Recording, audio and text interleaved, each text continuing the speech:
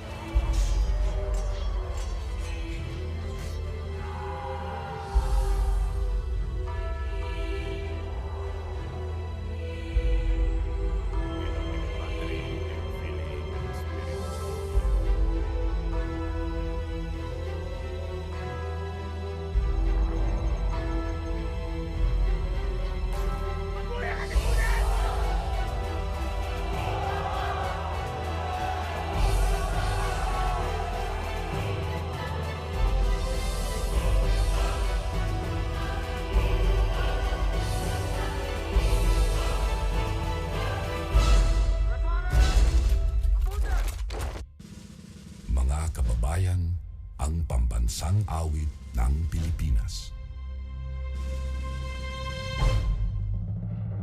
Kayang magiliw, telas ng sinakanan, alam ng puso, sa dikit mo'y buhay. Lupang hinirang, tuyag ka ng magiting, sa manluluping, di ka pasisingil, sa nagatak tutok sa simoy at sa langit mong pagaw, ay hinatang tulad, awit sa pagkayang minamahal, ang isang ng matawad mo'y tagumpay na nagtitindig, ang bituin at araw niya kailan pa may di magtitindig, luman ang araw ng walhabing pagsinta, buhay langit sa piling mo, ang hindi kaya ng pagkay mga api, ang mamatay ng dahil sa'yo.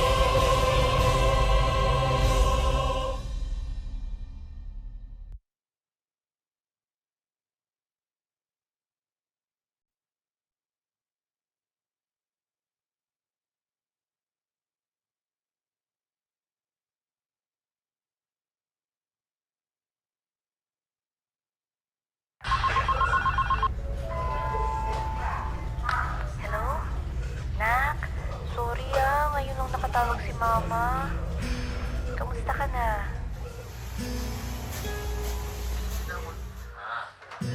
Medyo busy lang kami. Kakakain lang ni Mama. Buffet nga eh. Pag uwi ko, promise, ipagluluto kita ng paborito mo. Oh, wag sobrang likod. Hugas ng kamay lagi. Kailangan malinis bago matulog, ha? Oh, sige na anak. Tulog na. Pray ka kay Papa Jesus.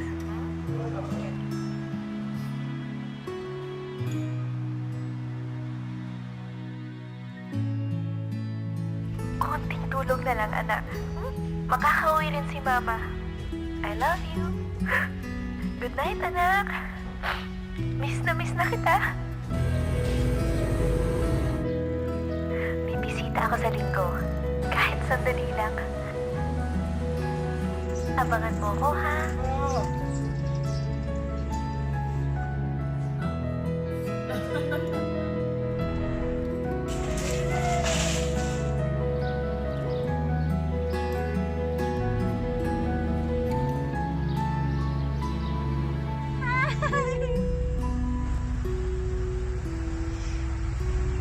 I miss you.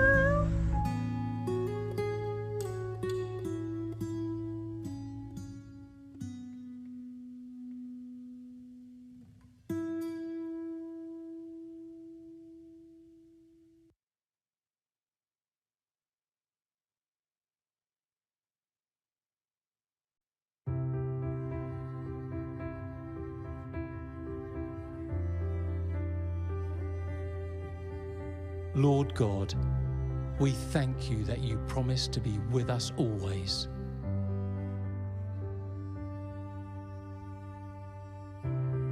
Thank you that your presence is with us right now.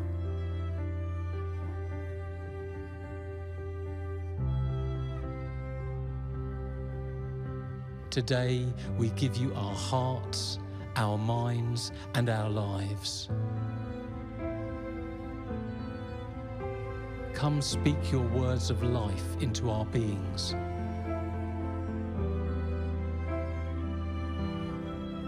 We pray that you would deepen our comprehension, broaden our thinking, and transform our understanding of what we are about to study.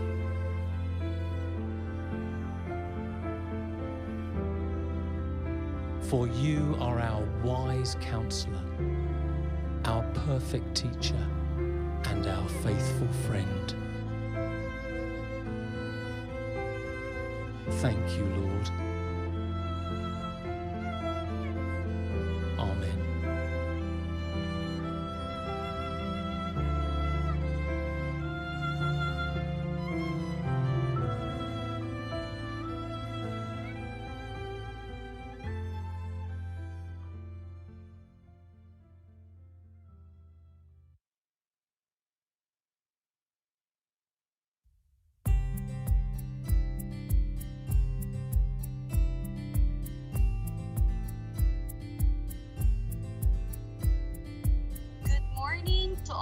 dear colleagues and RT participants from Luzon, Visayas, Mindanao, and of course our participants in YouTube live stream and Facebook. Welcome to our Day 2 webinar of PAIDEIA entitled Addressing the Challenges of Uncertainties in a World Full of Opportunities. So today's agenda, we will continue and learn to enhance our theoretical and clinical skills through prepared topics by our 4 excellent speakers. O, di ba? Kami lang ang meron yan. 4 excellent speakers. So, reminders. O, nakangiti si Doc De Los Santos. Good morning, Doc. So, reminders lang sa ating participants for this morning. So, yung link po na matatanggap natin sa ating mga email and yung link na makikita nyo sa chat box, yan po ay for day 1 and day 2. Okay, uulitin ko lang po, yung attendance link na makikita sa email at sa chat box ay for day 1 and day 2. Okay? By the way, participants, if you're having a hard time to connect in MS Teams, you can join us in YouTube live stream. And of course, don't forget to wait the pasabog of Sir Lawrence. Antayin niyo yan lahat. Huwag na huwag kalilimutan. Okay, stay tuned everyone. So in this moment, let's all proceed to our first speaker on a topic entitled Understanding the Use and Purpose of Forensic Radiology by Dr. Manuel De Los Santos. Good morning, Doc. Magandang umaga. Yes, magandang umaga. Good morning. Morning po. You look fresh again. Okay, Yes, we are Doc. present. Yes.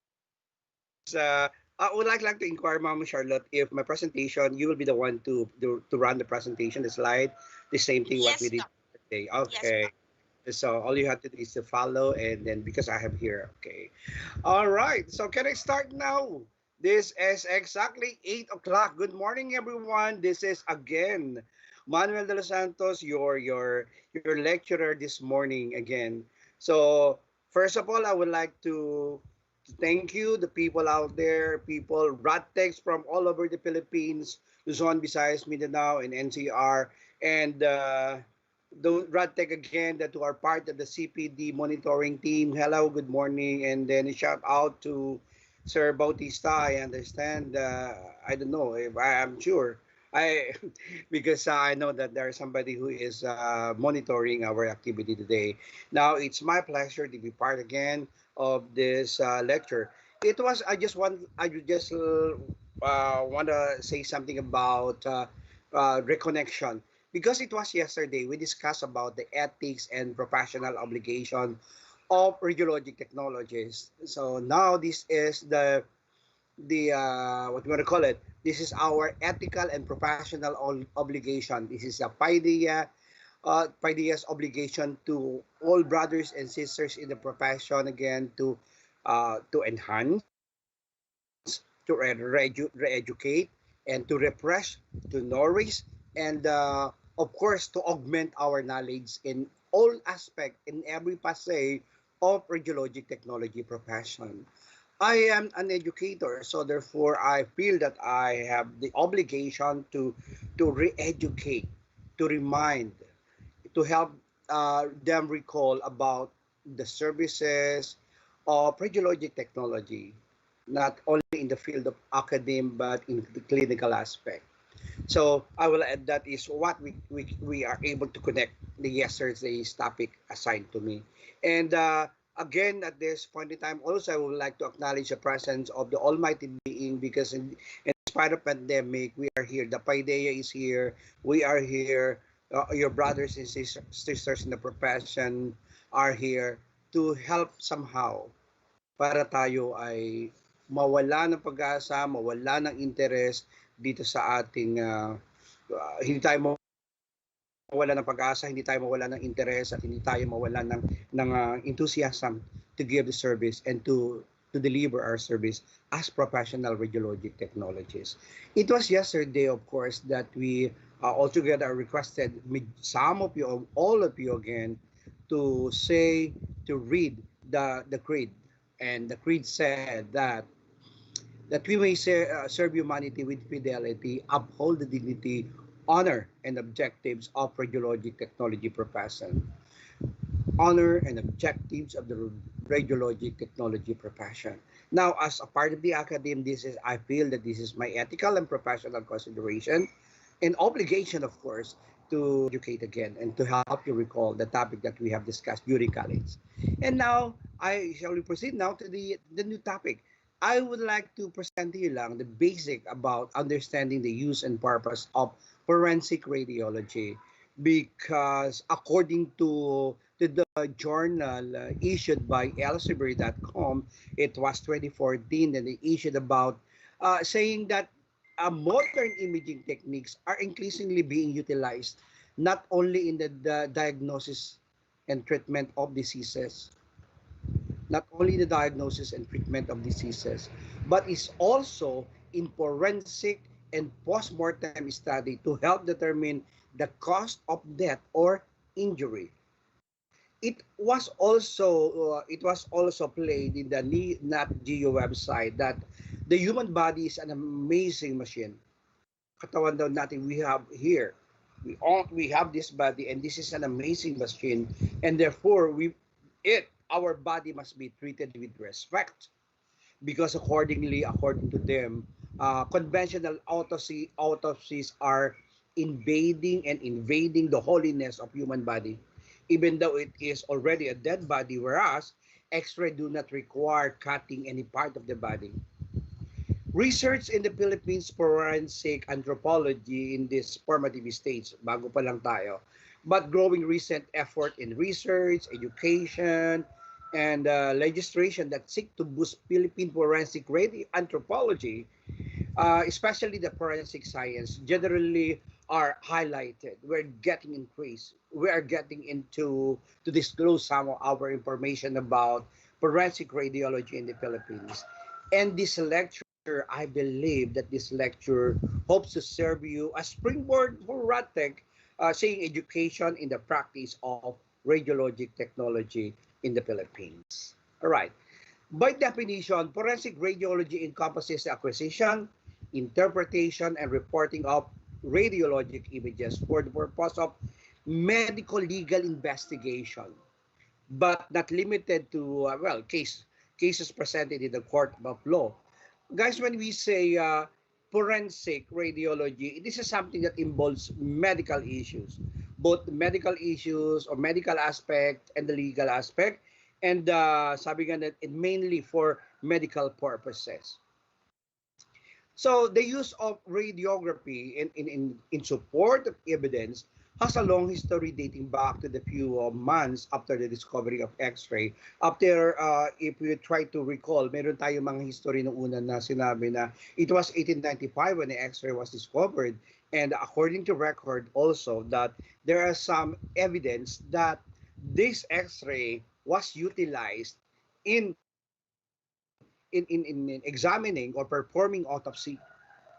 History said also that only weeks after, months or only weeks after according to history, sabi dito, forensic X-rays of were tested and in help in convicting, according to history, an American murderer, and the rest of application of radiology or medical imaging in post-mortem study is history. And until the CT scan, the ultrasound, the MRI are included. And then accordingly, as this is my recall, and this is what I understand, that the accuracy in using this medical imaging modalities has increased and to much greater degree and has made it even more relevant.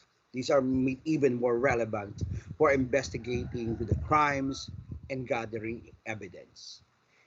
Now, accordingly, the next slide said that forensic radiology is a segment within the field of medical imaging. It's a segment, means to say it's a part that focus on using radiology imaging techniques to assist physicians and pathologists to greater evidence and in matter related to law. Sabi ko nga sa inyo kanina, according to what we have read, the internet said that our body is a solemn body.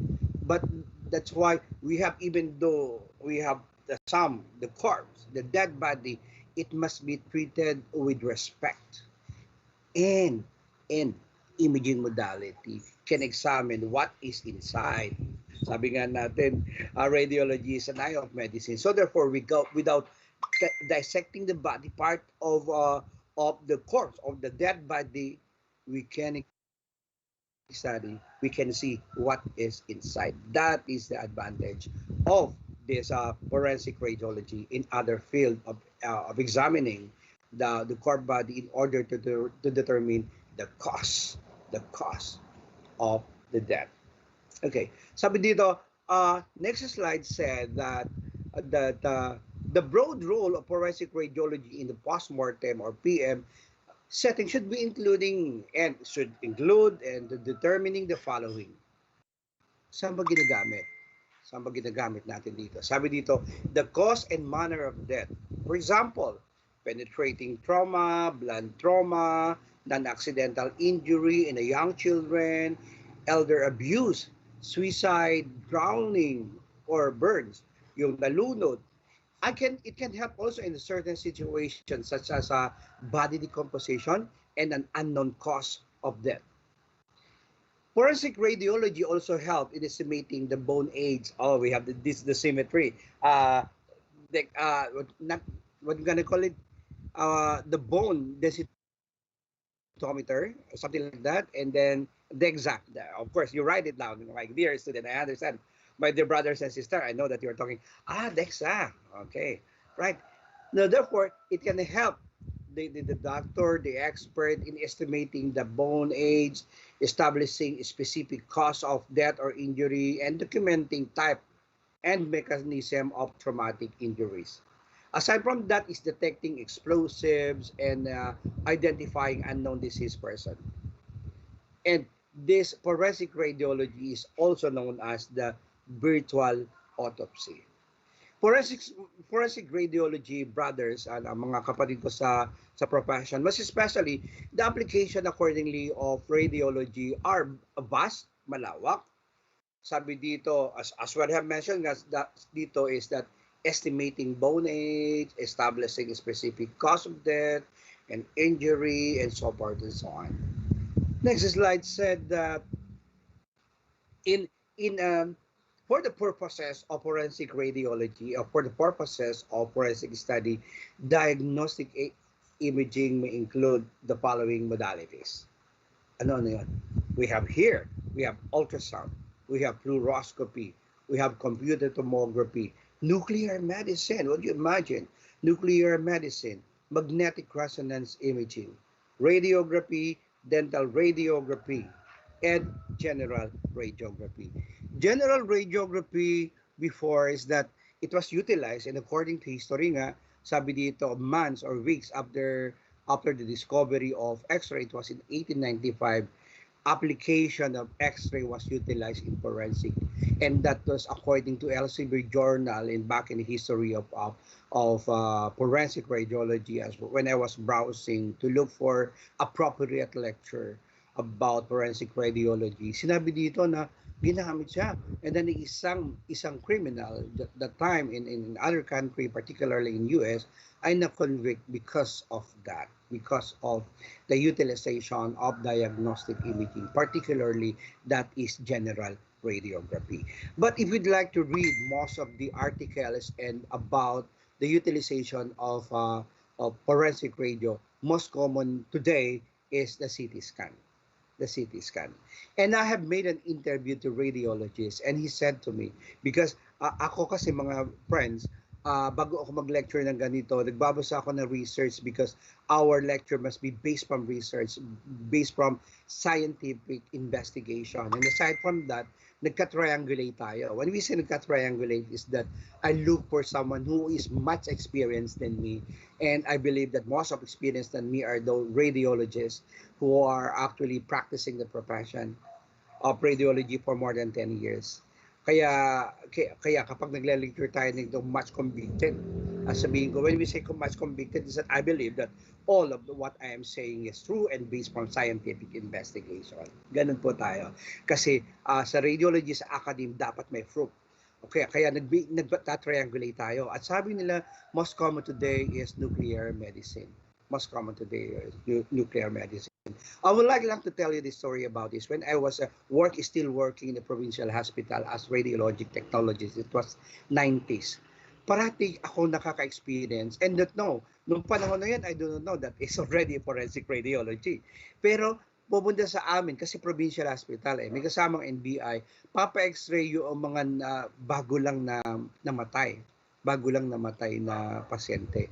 X-ray namin, titingnan. Ako naman, pangkaraniwala, the most common patient position, of course, we do not extract na sa pasyente na ganyan, na mga corpse, mga dead body.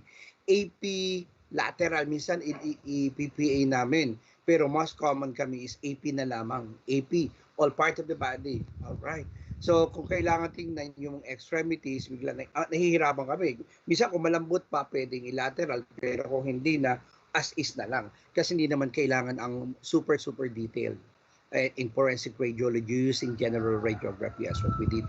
That was before 19, I was new in the profession. Basta lang, in-x-ray lang namin. Ano yung x-ray mo? Yung patay. Okay, here in Quezon, I am from Quezon province. May pasyente naman akong patay. Wala lang. Pero now eventually I realized that is a part of forensic radiology. All right. So until such time that ultrasound was applied and then all of this.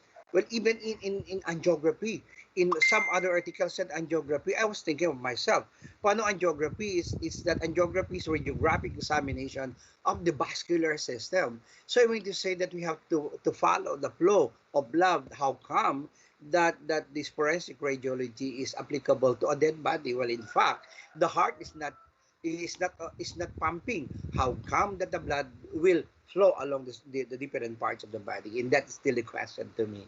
All right. All I have, my application is that I mean to say that my wide understanding is for general radiography and CT scan. Okay? Do you follow? Sabi natin, the next slide said, applications on radiography for forensic purposes. I would like to go back again. Pumasok lang sa isipan ko. I did mention about CT scan and general radiography. But MRI has been used to assess soft tissue and visceral hemorrhage. Ginagamit din siya. Ischemia and tumor. Okay, yun ang mga gamit ng MRI. But then, sabi natin dito, as far as I recall what I have read, caution should be taken when imaging bodies that contain metal, sabi dito. At even yung mga patay na pasyente, i-check mo rin kung mayroon siya mga metal na naiwan sa katawan. Okay, before doing the procedure.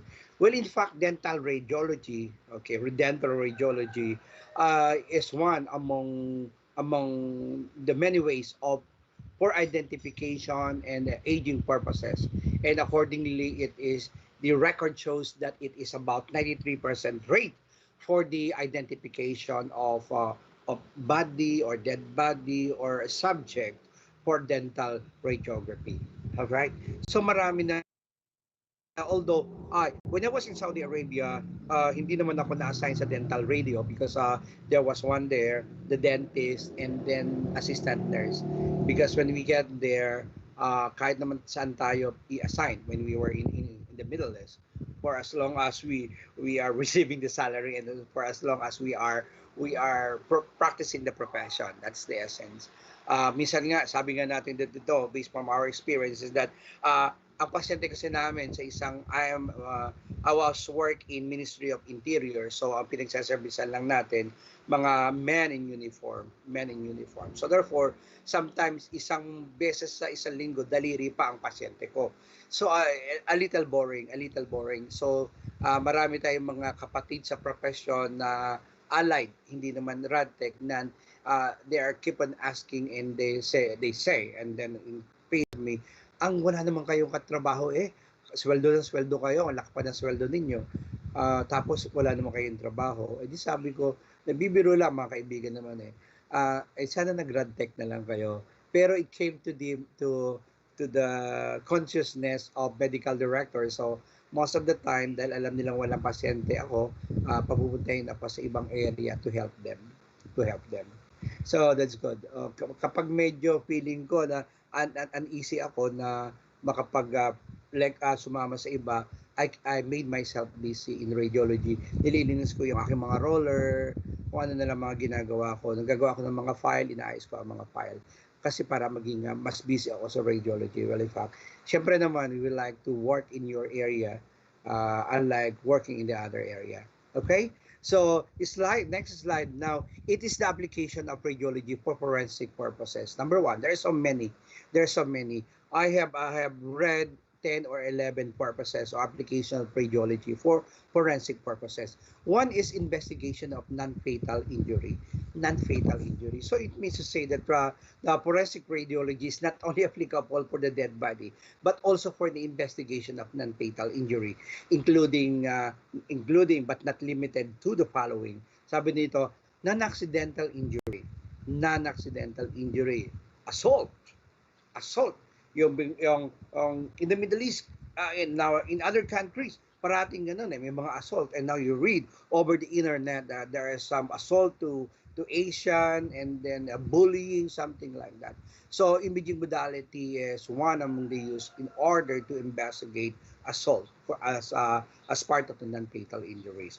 The road traffic incidents, compensation claims. Would you imagine even the compensation claims?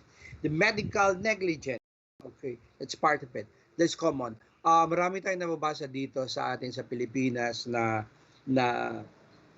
sa part of the medical negligence. Did you watch the KMJS, isang pasyente from other province na naiwanan na kutsilyo sa likod for so many days or weeks yata or months. Hindi alam nung tao na siya ay mayroong kutsilyo sa likod. Alam ko, you're all familiar with that.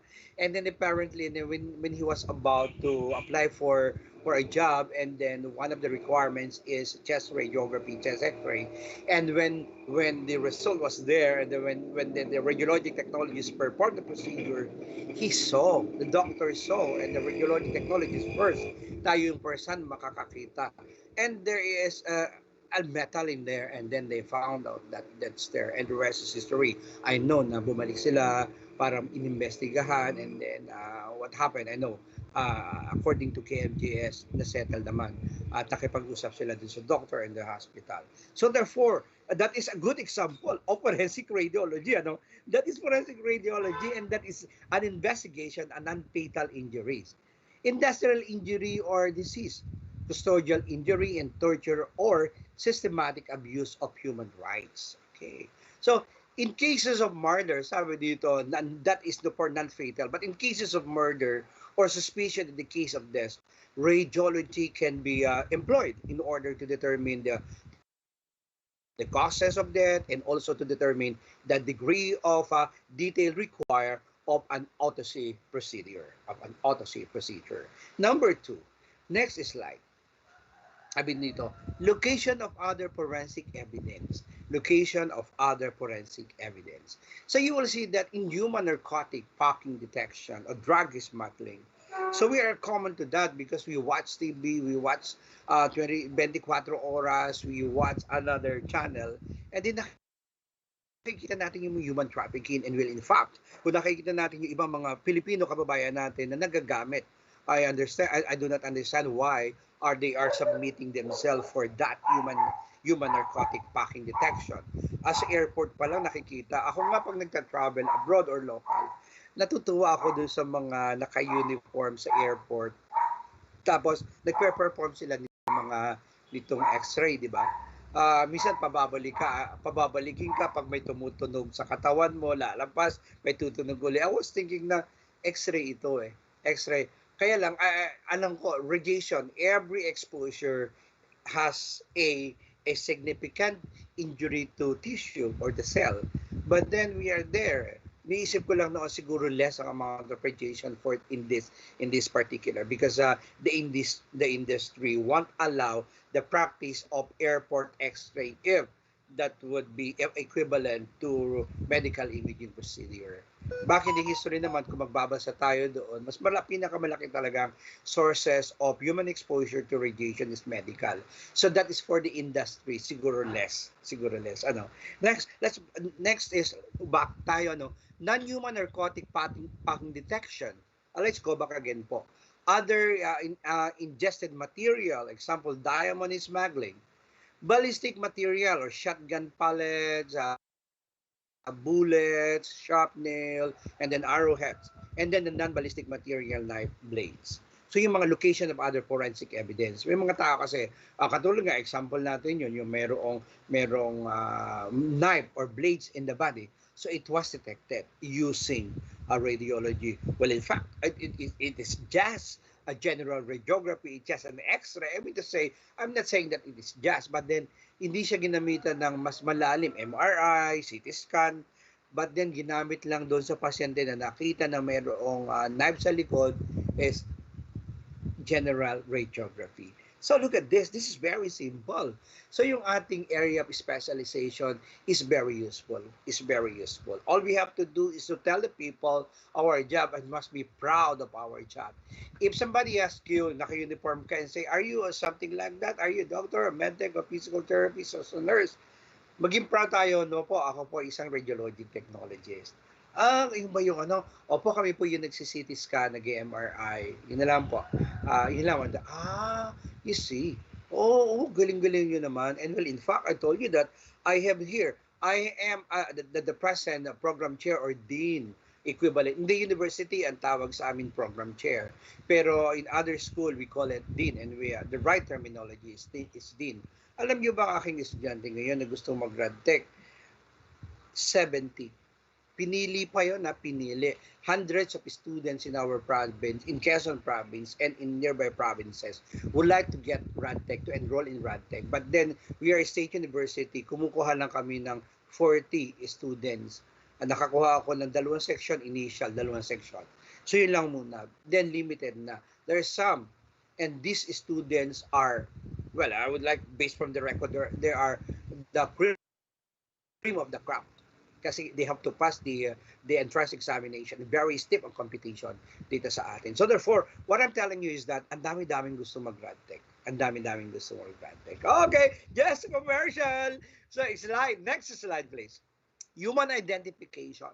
So human identification is part of one of the among the applications of forensic radiology. It's used to demonstration of dental structure to facilitate the demonstration of other anatomical structures, the trauma, and pathological conditions to facilitate identification through comparative techniques. Another under the human identification is determination of biological profile. So what are those biological profile? This parang demographic profile, demographic profile. Demo means human kasi.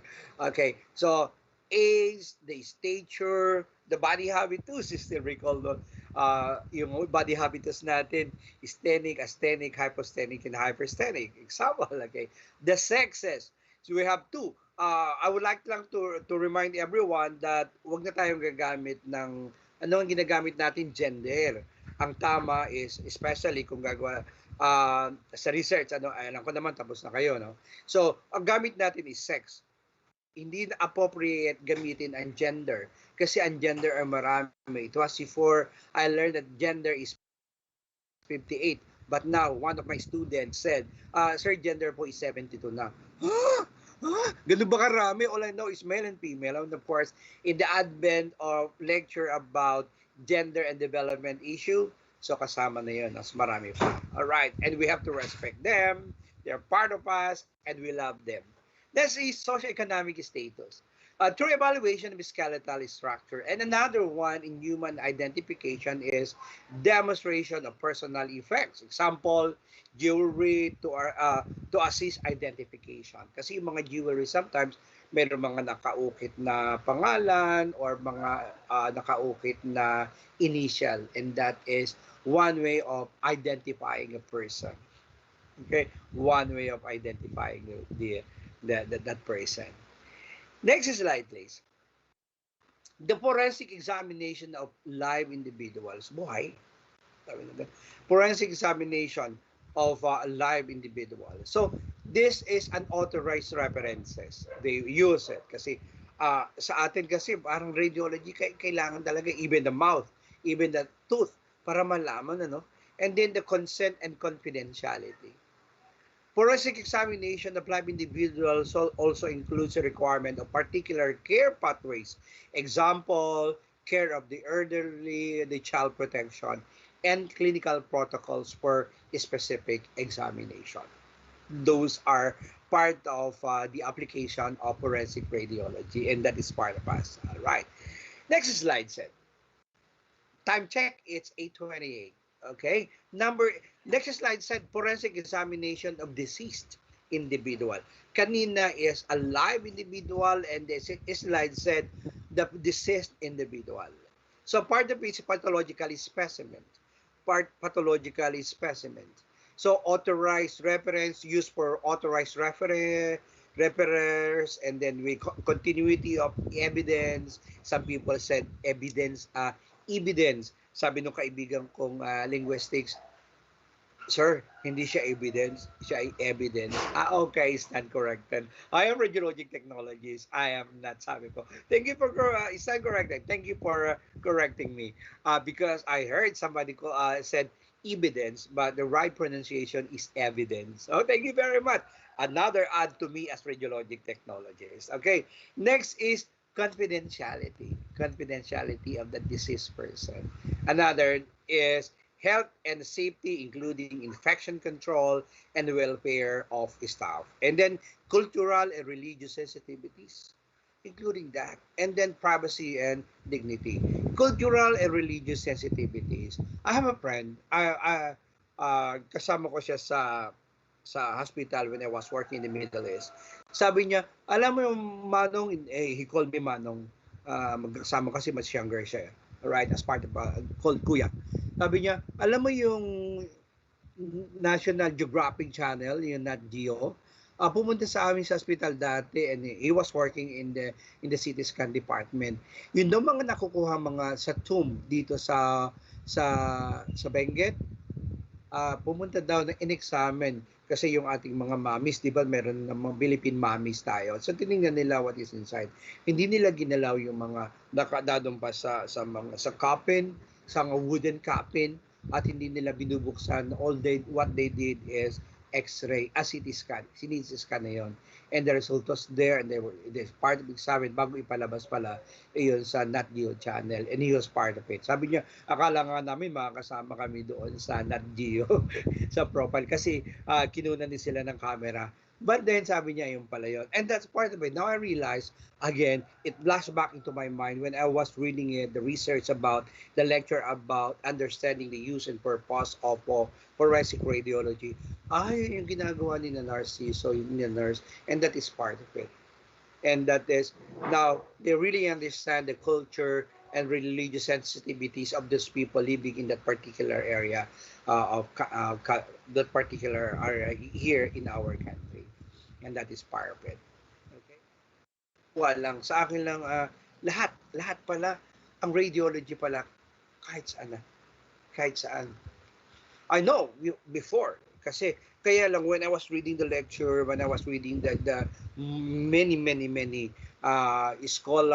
written scholarly tasks with the scholars and experts, talagang ang lawak. Napakalawak ng radiology. Yun lang hindi naintindihan ng marami dito eh. Sa bagay, here in the Philippines, the practice of forensic radiology is limited, and it is not widely used, unlike in other countries. I will give you that information. Next slide.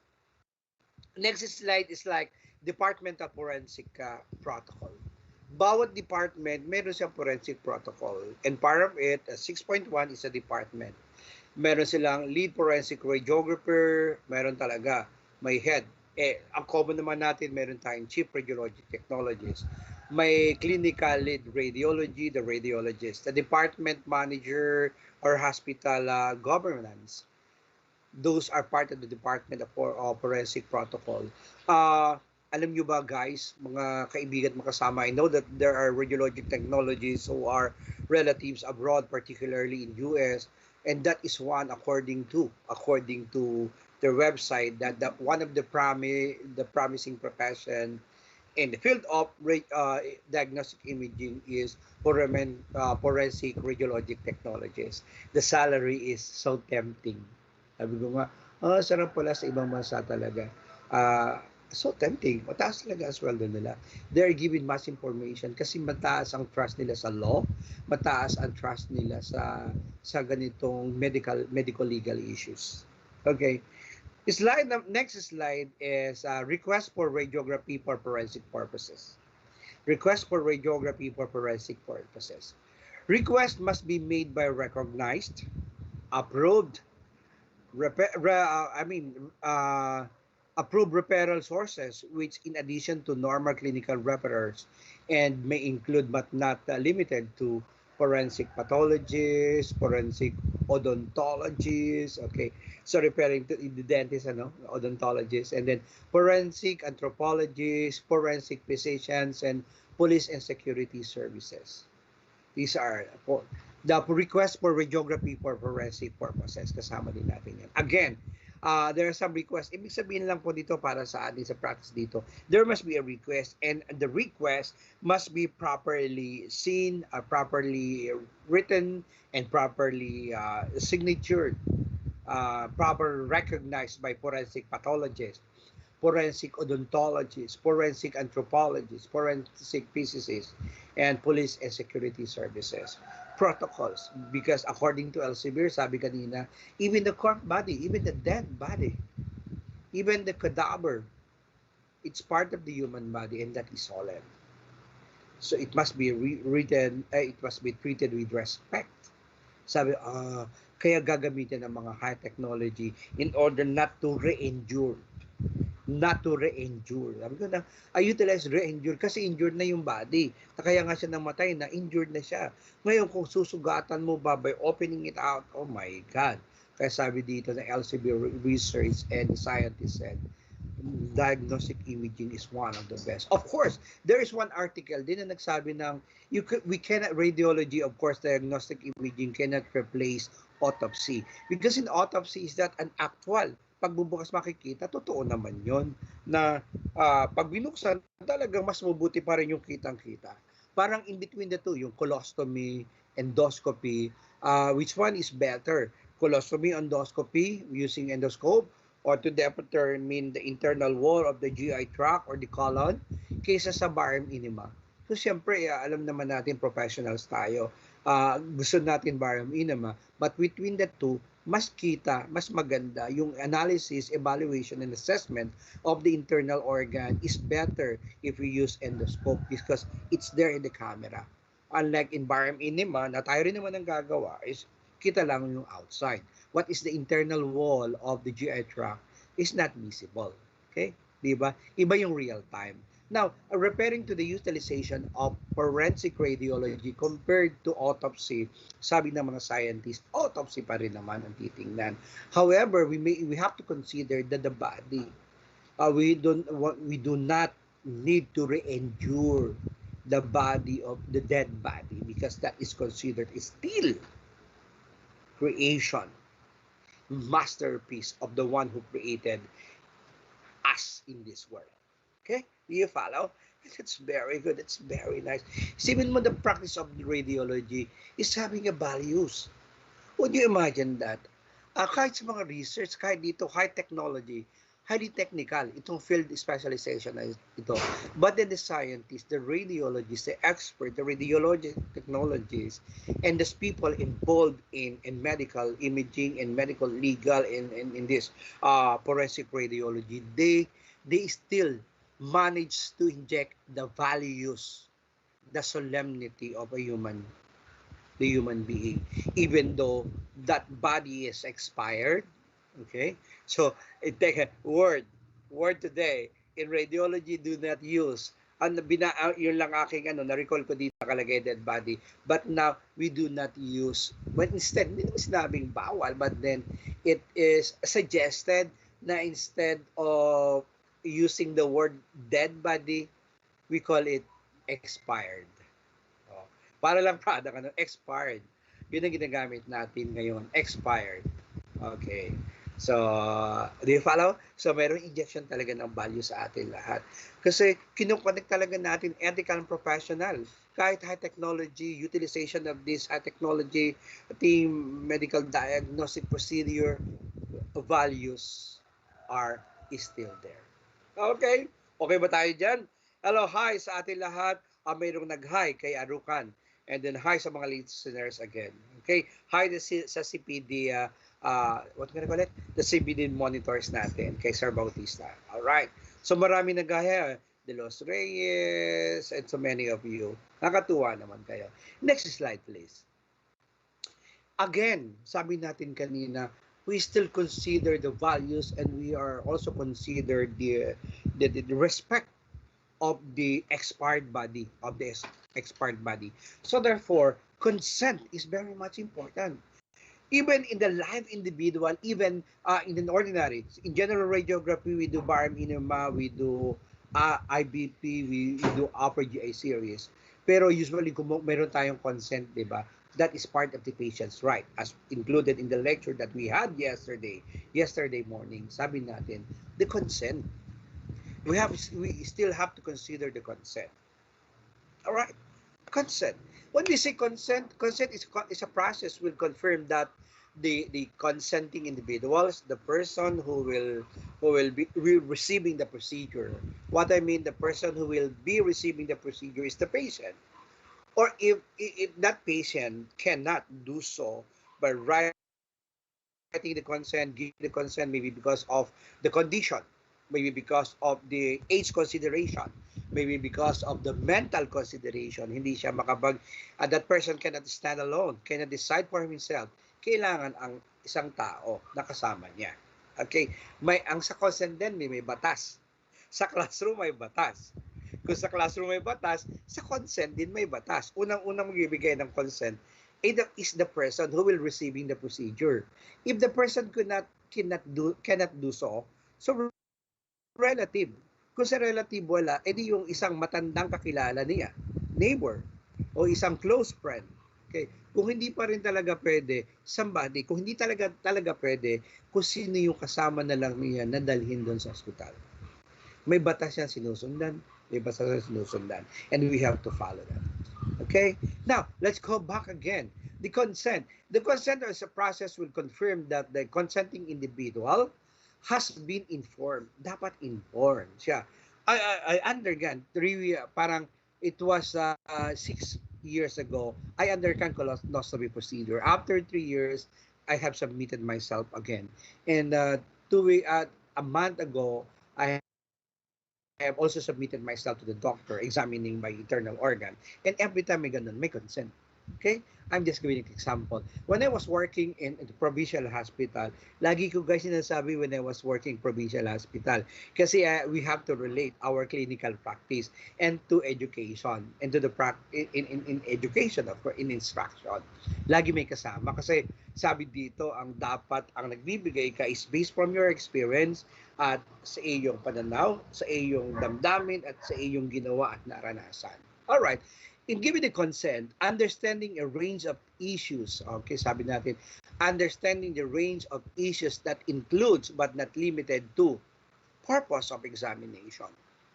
Okay, the patient has the right to decide for themselves, di ba?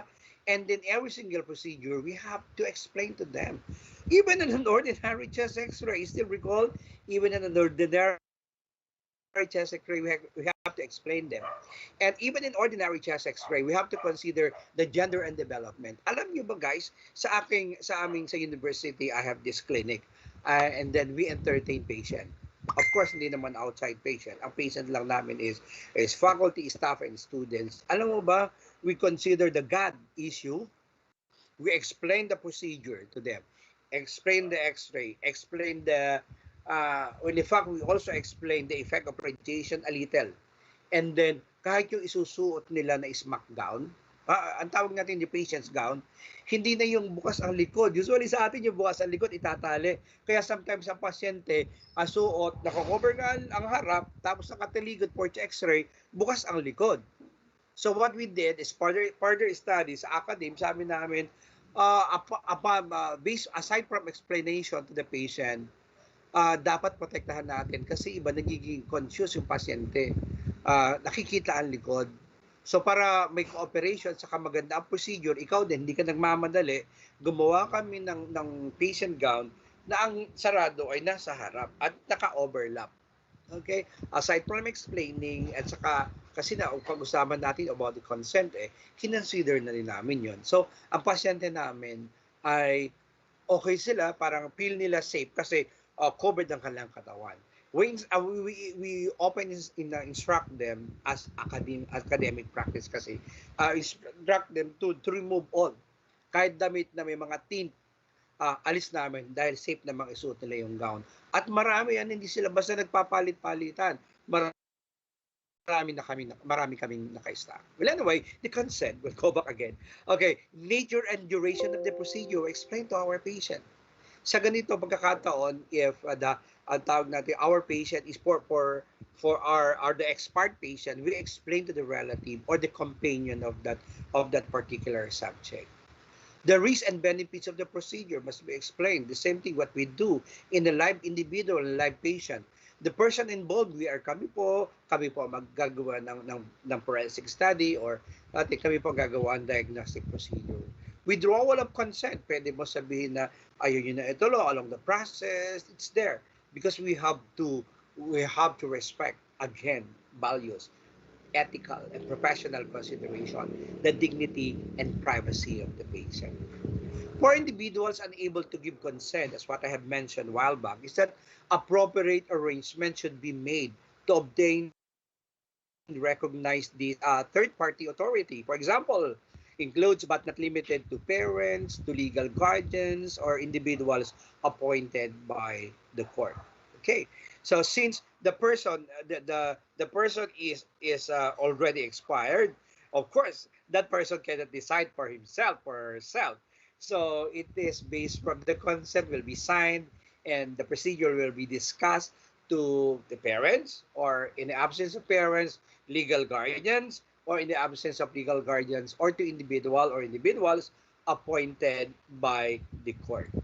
Okay, appointed by the court. And then next is slide number 9.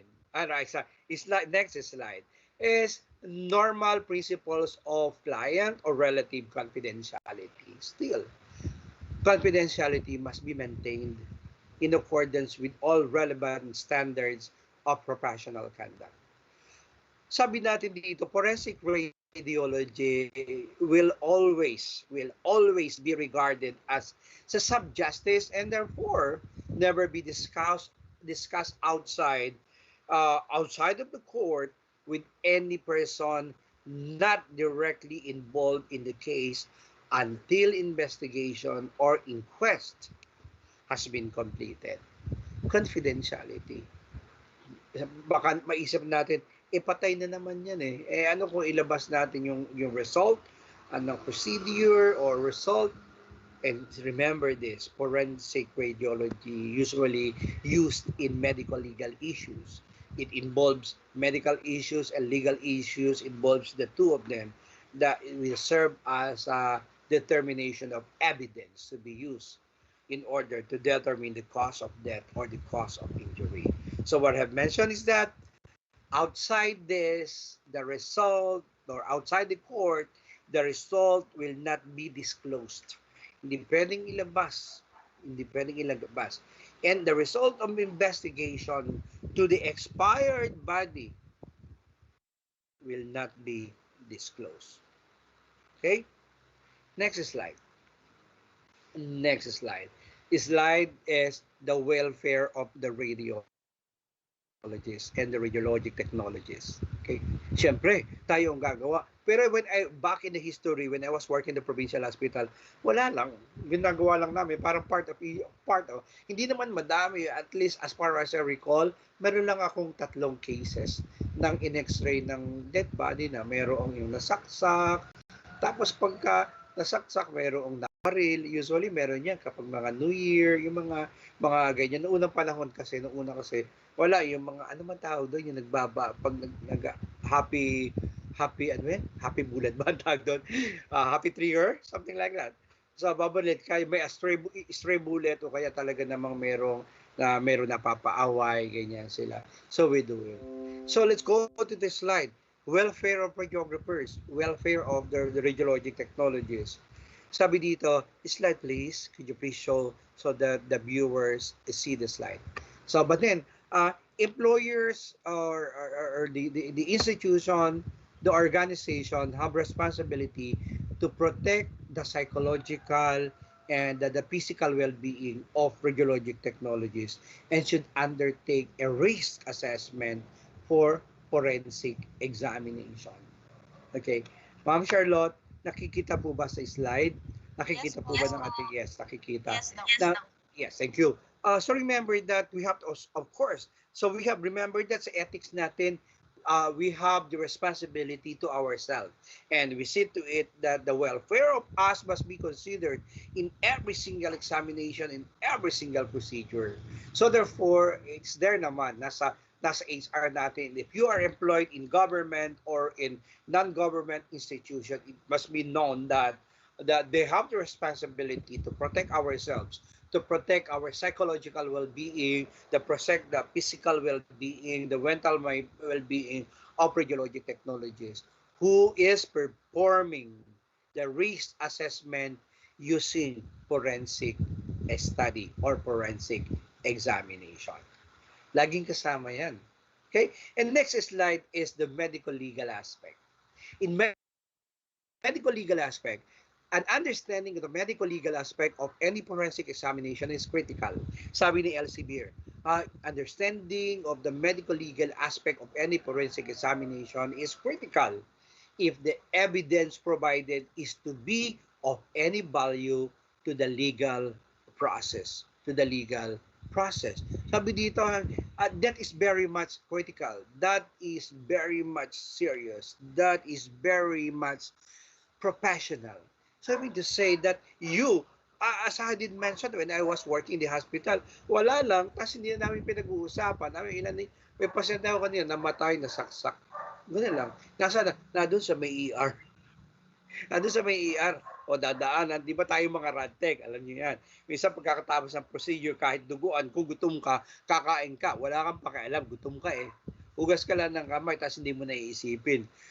Yung mga bago, yung out of radiologic technology profession or in medical profession, sabihin, paano ka makakakain yung kita-kita mo yung dugo? Yak! Kita mo minsan, paano ka makakakain yung pasyente? Ako, pag gumagawa ko ng pelvimetry before, yan papahigain mo, praglag yung pasyente mo, biglang hihilab yan tiyan. Akala, baby, yung pala, yung dumi, my fecaloid matters, kita mo buong buo, makakapagsalita ka ng bla bla bla. So wala na, pagkataas nun, wala, Mrs., hindi ka naglinis, Mrs., hindi mo pinigil. So, tatawagan mo yung relative, ipapatanggal mo. And after that, diretso ang procedure. Pagkatapos noon, pupunta ka na sa inyong, doon sa may maliit na pantry sa radiology department, kakain ka na. Alright. So therefore, related to this slide, the medical legal issue, napangit ko lang, this is very critical, and then the evidence provided is to be treated of any value to legal process. So relative to what I have mentioned a while back, it must be treated with a strict confidentiality. Kaya mga radtech, walang chismoso sa mga radtech. Tapos ang ginawa natin, just leave it there inside the laboratory, inside our x-ray department, the CT scan department, and so forth, doon na. So alam ko, some of you, majority of you, nakakapagpasyente ng mga celebrities. Minsan, maglalagay tayo ng yung naka-selfie, pero do not disclose, huwag kayong maglalagay talaga as much as possible. Hindi ko naman kayo sinasabihin na huwag, but that as much as possible, iwasan natin ang magpo-post na may kasamang ibang tao, lalo-lalo na ang celebrity, kasi that's a serious concern. Kasi baka yung celebrity ayaw niya mapakita na sinasabi siya nasa ospital o nagpapa-diagnostic procedure, bawal na bawal. Siguro for personal purposes lang. Because data privacy law is there. 10173. Okay. If I'm not mistaken. 10173. What can I call it? The data privacy law. Okay. Next slide, please. Education and training. Sabi natin, still, that is part of it. This is very basic.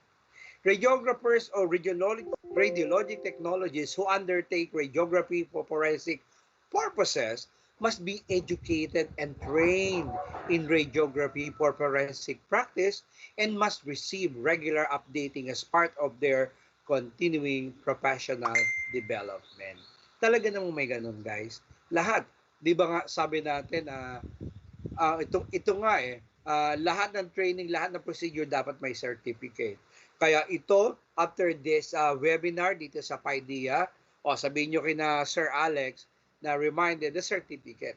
You will be issued naman certificate talaga naman. Kahit ako, alam nyo ba, until ngayon, sabihin nyo sa akin, si Sir, tabot na BS, may license ng XRT, ng BSRT, tapos na rin ng MSRT, ng education, ng PhD. Ako nag-aaral pa rin. Kasi education is continuous. Learning is continuous process. And I have to educate myself. Alam nyo ba, when this topic assigned to me, I have to read, and read.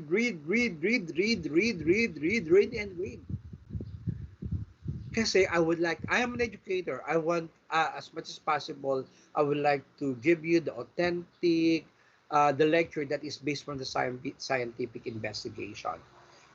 Hindi siya basta lang na narinig nyo lang, kung hindi pasok sa isip nyo and then it put into your mind and then in there, lalagyan natin. So education and training is very much important. Education and training is very much important.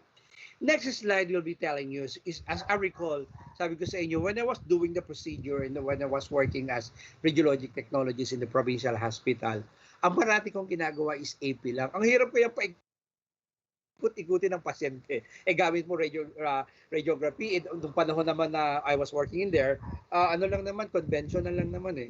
So, kailangan mo talagang hawakan yung pasyente, ikutin. Ako, madalas AP. Kung kailangan na lateral, kalamitan naman talaga, wala namang mag-a-assist sa iyo. Nung panahon namin, ilan lang naman ang ratek sa hospital. Di ba? And then yung relative ang kasama mo, kung relative niya takot o iyak na iyak, paano mapapakasulat? Hawak mo nga po, paikutin nga po yung pasyente mo. So therefore, what I did before, I'm just trying to impart all the experiences that I have, is that full body radiography with a single anterior posterior AP view should be performed even when the suspected wound is in one anatomical location. Okay? So, sabi nag-coincide, sabi ko, when I was reading it, tama pala yung ginagawa ko dati. Okay. Tama lang pala. Kasi siguro yung writer nito, ayon sa kanila, kasi bago naman ilagay sa journal, lalo na ng international journal, American journal, is galing yan sa mga expert at ito ginawa. And then what I did was, what I was thinking as, tama, AP lang ako, hirap-hirap kaya. Again, but then, it's there. Lateral view can be added, okay, kung gusto mo. Sabi dito, can be added to the protocol to localize abnormalities in 3 dimensions as needed.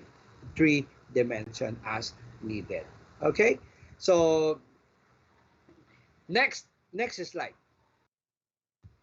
Okay, those are the references, but I have these 2 slides before the references. Next slide po. Meron pa ba tayo? Ini-add ko lang po, essential information. Kasi when I was doing it, nakita ko, ito na, galing to sa reference natin. It was, ano nga ba itong reference na ito is 2019. Ngayon ba 2021. So 2019 siya. Alright? So may press pa ang itong sa Elsevier na to. The program levels, a certificate program, this is coincide to the slide, the education and training. Sabi sa education and training, kung babalikan natin, radiographers or radiologic technologists who are undertaking this aspect for the purposes of forensic radiology must undergo training for forensic practice and must receive a regular or updating program as part of professional or continuing professional development. And sabi dito is program rebel, certificate programs. Rare in the US daw, sabi dito sabi ng mga author ni Summer, ni Decker. Sabi dito, madalang daw sa US, but the UK common.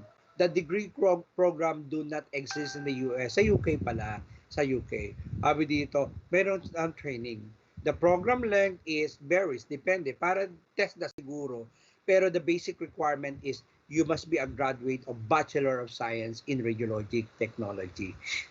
Ayon sa nabasa natin, at ayon dito sa references na ginamit nito, ang title ng reference natin is Primer in Forensic Radiography, Primer in Forensic Radiography by Elsevier 2019. Sabi dito, the basic requirement is you're a graduate of Bachelor of Science in Radiologic Technology. And if you would like to practice in forensic radiography, so you must undergo the training. And the program length is varies. It may be 1 or more courses, sabi dito. Job outlook as based from 2018 to 2028, sabi dito, 9% growth every year for radiologic technologies. The median and annual salary, according to the record 2018, is 59,520. That is in UK. Dito sa Pilipinas, as sabi ko naman sa inyo kanina in early part of discussion, is hindi pa naman siya ganun ka-wide ang practice dito sa Pilipinas. Hindi pa naman ganun ang practice dito sa Pilipinas. Dito, if you would like to be forensic radiology technologist, next slide will tell you. Next slide will tell you. How do I become a forensic radiology technologist? A Bachelor of Science in Radiographic Technology or BSRT or Radiologic Technology is a minimum education needed for a forensic radiology career according to the Health Career website Inner Body. All right. So states also require either a license or American Registry of Radiologic Technologies or a RRT certification. So that's all. I think I understand. Time check. It's 8:59, and my topic is about to discuss up to from 8 to 9 o'clock. And the next slide will tell you. Thank you very much.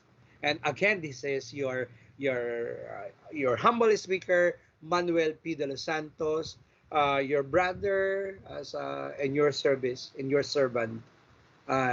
Your humble service, your humble servant, and your humble brother in the field of radiologic technology, saying thank you very much. And in everything you do, radiologic technologies in the Philippines and abroad, remember that in everything you do, put God first and He will direct you and crown your effort with success. Thank you very much, Ma'am Charlotte.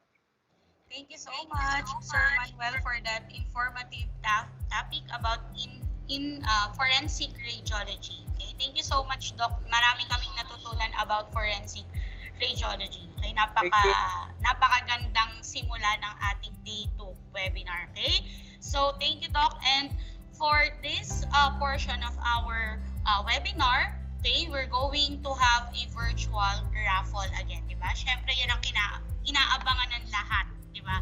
Ang pa-raffle ng PAIDEIA. Okay? So, a simple reminder. Ma'am Charlotte, Yes, po. Ma'am Charlotte, Yes, Doc. isang commercial lang. Kasi pinabasa akong comment kahapon Ano po kung saan yun, daw pwede mag-enroll ng MSRT. May nagtanong Opo. dito. Gusto ko lang remind na, of course may mga school naman, pero kung saan tayo connected, ang MSRT sa University of Makati. Ayun. Doon meron. Tama. So, So, yung mga, mga interesado, di ba, Doc? Yeah. Sa MSRT, punta tayo sa UMAC. Yeah. Tama. Okay, Doc. Thank you po. Thank you for that advertisement. Thank you so much, Doc. Okay, now, Kakahiya naman sa kanila. Okay, thank you Opo. po. Bye. Thank you, Everyone, I Thank love you, you from Doc. the bottom of my heart. Thank you so much, Doc. So, ngayon, let's proceed muna sa ating mga reminders. Okay, before tayo mag-proceed sa ating virtual raffle. So, guys, uulitin ko lang yung attendance po natin. Makikita yan sa ating chat box. And again, ito po ay sinisend through email. Okay, that is for day 1 and day 2. And of course, don't forget to fill out the evaluation form that will be sent through your email link. Okay? And of course, yung ating mga participants sa YouTube live stream, good morning. Okay, stay tuned kayo dyan. Abangan natin ang pasabog ni Sir Lawrence later. Huwag kayong aalis. Okay? So, guys, napapansin namin may mga gustong magtanong. Okay? So, yung mga questions natin, sa dulo po natin sasagutin yan sa last part. Okay? So, isulat nyo na po yung mga questions nyo para later we will entertain those question, okay, from our speakers. Okay? So now, ang ating virtual roulette, nasaan ang ating virtual roulette? Sa ating first winner ng Day 2 webinar. Okay?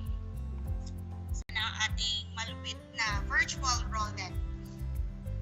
Ayun. Sino kaya ang ating first winner for this morning? Yan. 500 GCash load to, guys. Okay? Sino kaya siya? Okay. Our first winner is De Los Reyes Michelle. Okay? So, ma'am, please send your GCash number sa aming dito sa chat box and of course sa PAIDEIA para po ma-coordinate namin yung inyong prize. Okay? Now, without further ado, guys, let's proceed to our second speaker. Okay? So, the next topic is related to digital radiography that focus for the communication of network. Okay? So, once again, let's all welcome Professor Patrick C. Loyola on topic entitled PACS.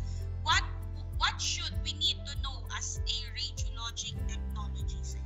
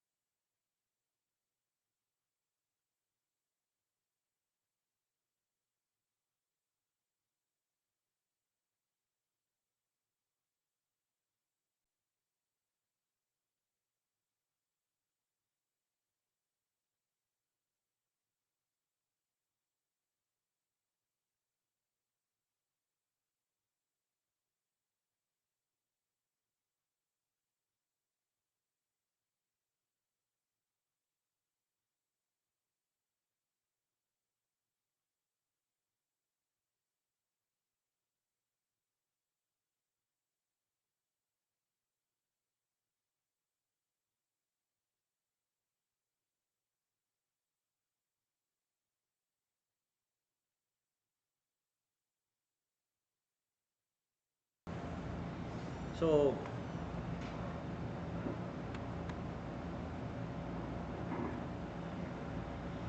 nung nag-computed radiography na, itong tinatawag natin na X-ray film, pinalitan na siya ng photo-stimulable storage phosphor, which happens to be ito, yung color red na yan, yung cassette. Tapos ito yung nasa taas, yung CR reader. So, the digital replacement of the conventional X-ray, that is the computed radiography.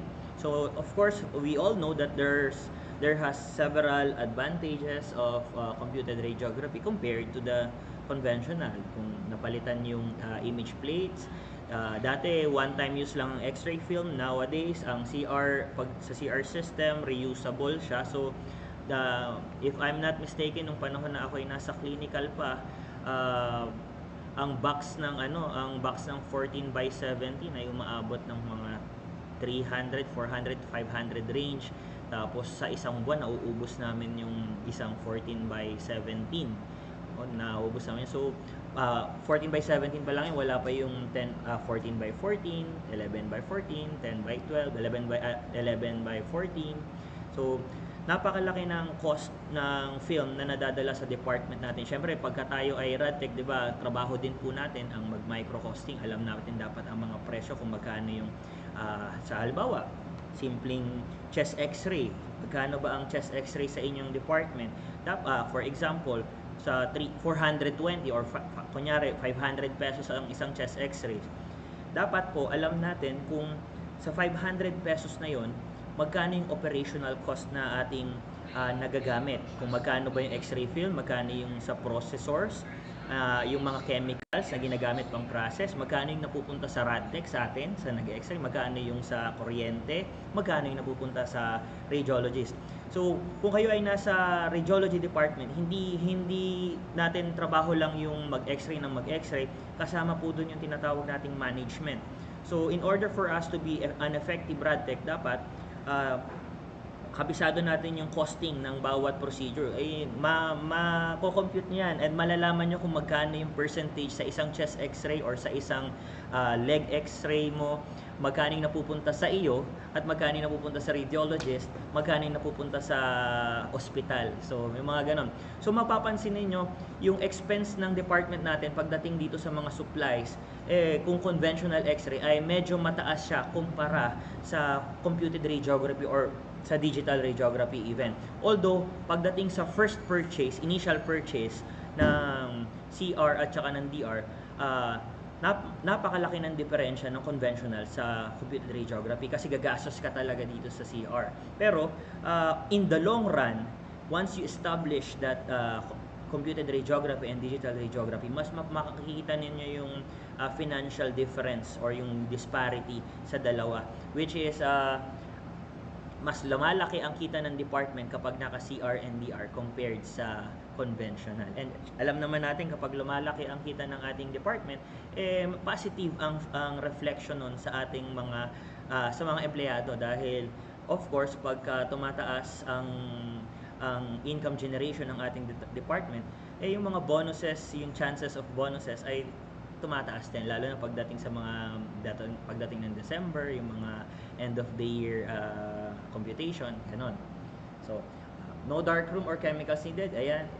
Usually, ang most of them, ang advantages ng CR is really more on sa operational cost na bawas. At saka, syempre, yung effort nating mga radiographers, hindi na natin, na-lessen din yung chance of repetition.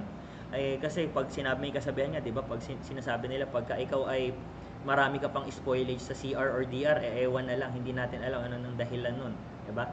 Kasi understandable sa conventional ang magkaroon ng repetition, but pagdating sa CR, medyo hindi na siya ganun ka-acceptable kasi napakadali nang i-edit sa post-processing ng CR computed radiography.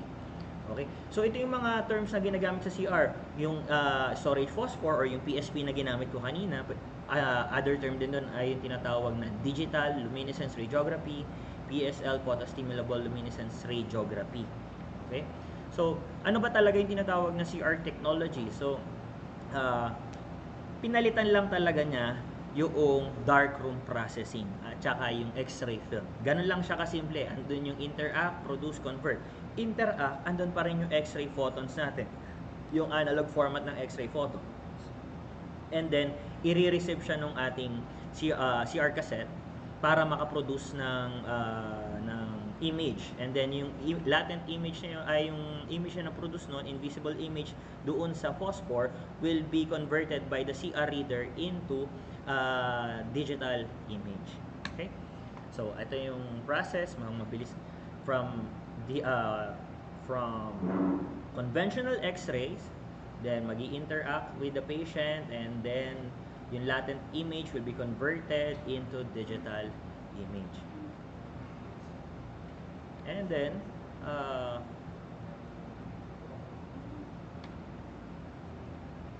ayan, so ito yung procedure natin. Yung conventional radiography, ito X-ray tube, patient, and then image, radiograph. Sa computed radiography, instead na darkroom processing, ito siya. Ito yung PSP detector, and then reader, image processing, meron ka ng image display. And then, pagkatapos ma-convert yung images doon sa CR cassette, meron din feature si CR reader na erase para pwede mo siyang ma-reuse. Okay? So, ano ang pinagkaiba ng CR kay digital radiography? Si digital radiography, instead na PSP ang ginagamit, wala nang CR cassette. Ang ginagamit na lang nito ni digital radiography ay yung tinatawag nating flat panel detector. So wala na tong CR reader kasi wala na tong tinatanggal na sa digital radiography yung CR reader. Pagka X-ray mo mismo, yung X-ray photons will be directed doon sa flat panel detector na naka-install. It's either doon sa X-ray table or doon sa vacuole cassette. Tapos, syempre, for portable purposes, meron din cassette yan na merong flat panel detector sa loob. So, yung conversion of image ay nagaganap directly na doon sa receiver ng X-ray, doon sa flat panel detector. And then, pagka-convert nun into digital image, then it will be processed doon sa ating CPU. Pag na-post-process natin, may image na, doon na ngayon papasok itong tinatawag natin si PACS system. Si PACS system, ito yung tinatawag na Picture Archiving and Communication System or yung PACS. Ito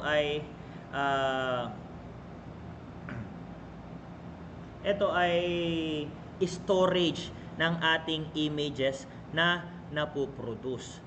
Okay? So, when you say PACS system, ang pinapalitan niya, kung kanina,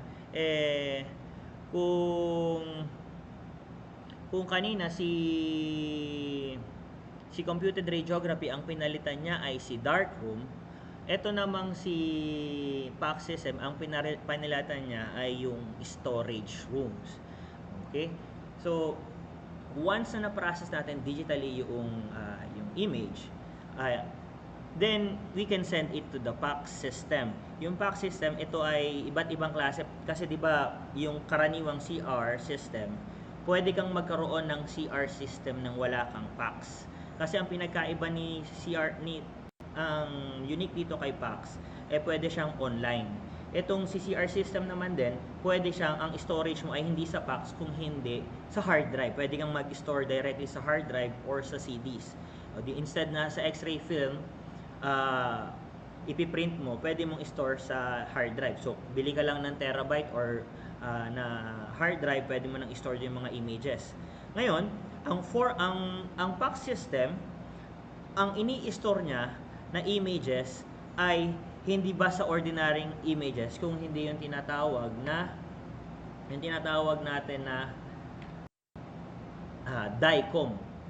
Yung DICOM, it is the universal format for PACS image, kung saan it permits PACS, Radiology Information System, and more medical imaging system to connect with and pass data to system at other healthcare facilities. So, ito ay dinevelop ng NEMA, or yung NEMA is the National National Electronic Manufacturers Association, sila yung nag-standardize ng guidelines for this DICOM. Di ba kung sa images natin, yung ordinary images, meron tayong tinatawag na JPEG, PNG, GIF.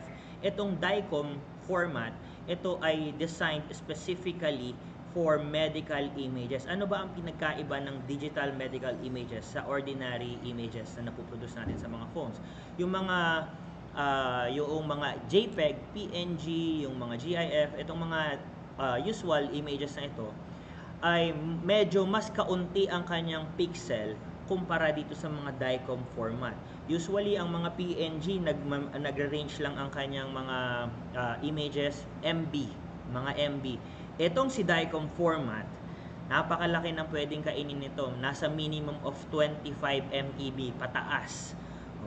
So sa amin sa teleradiology, what we use to transfer images, na pinakamababa na yung 25 MeB.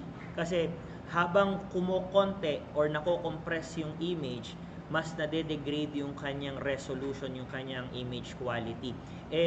We have to remember that we are dealing with medical images with the purpose of diagnosing diseases, na ang goal natin is ma-represent natin mismo yung actual organ or actual anatomy of the patient into the digital image.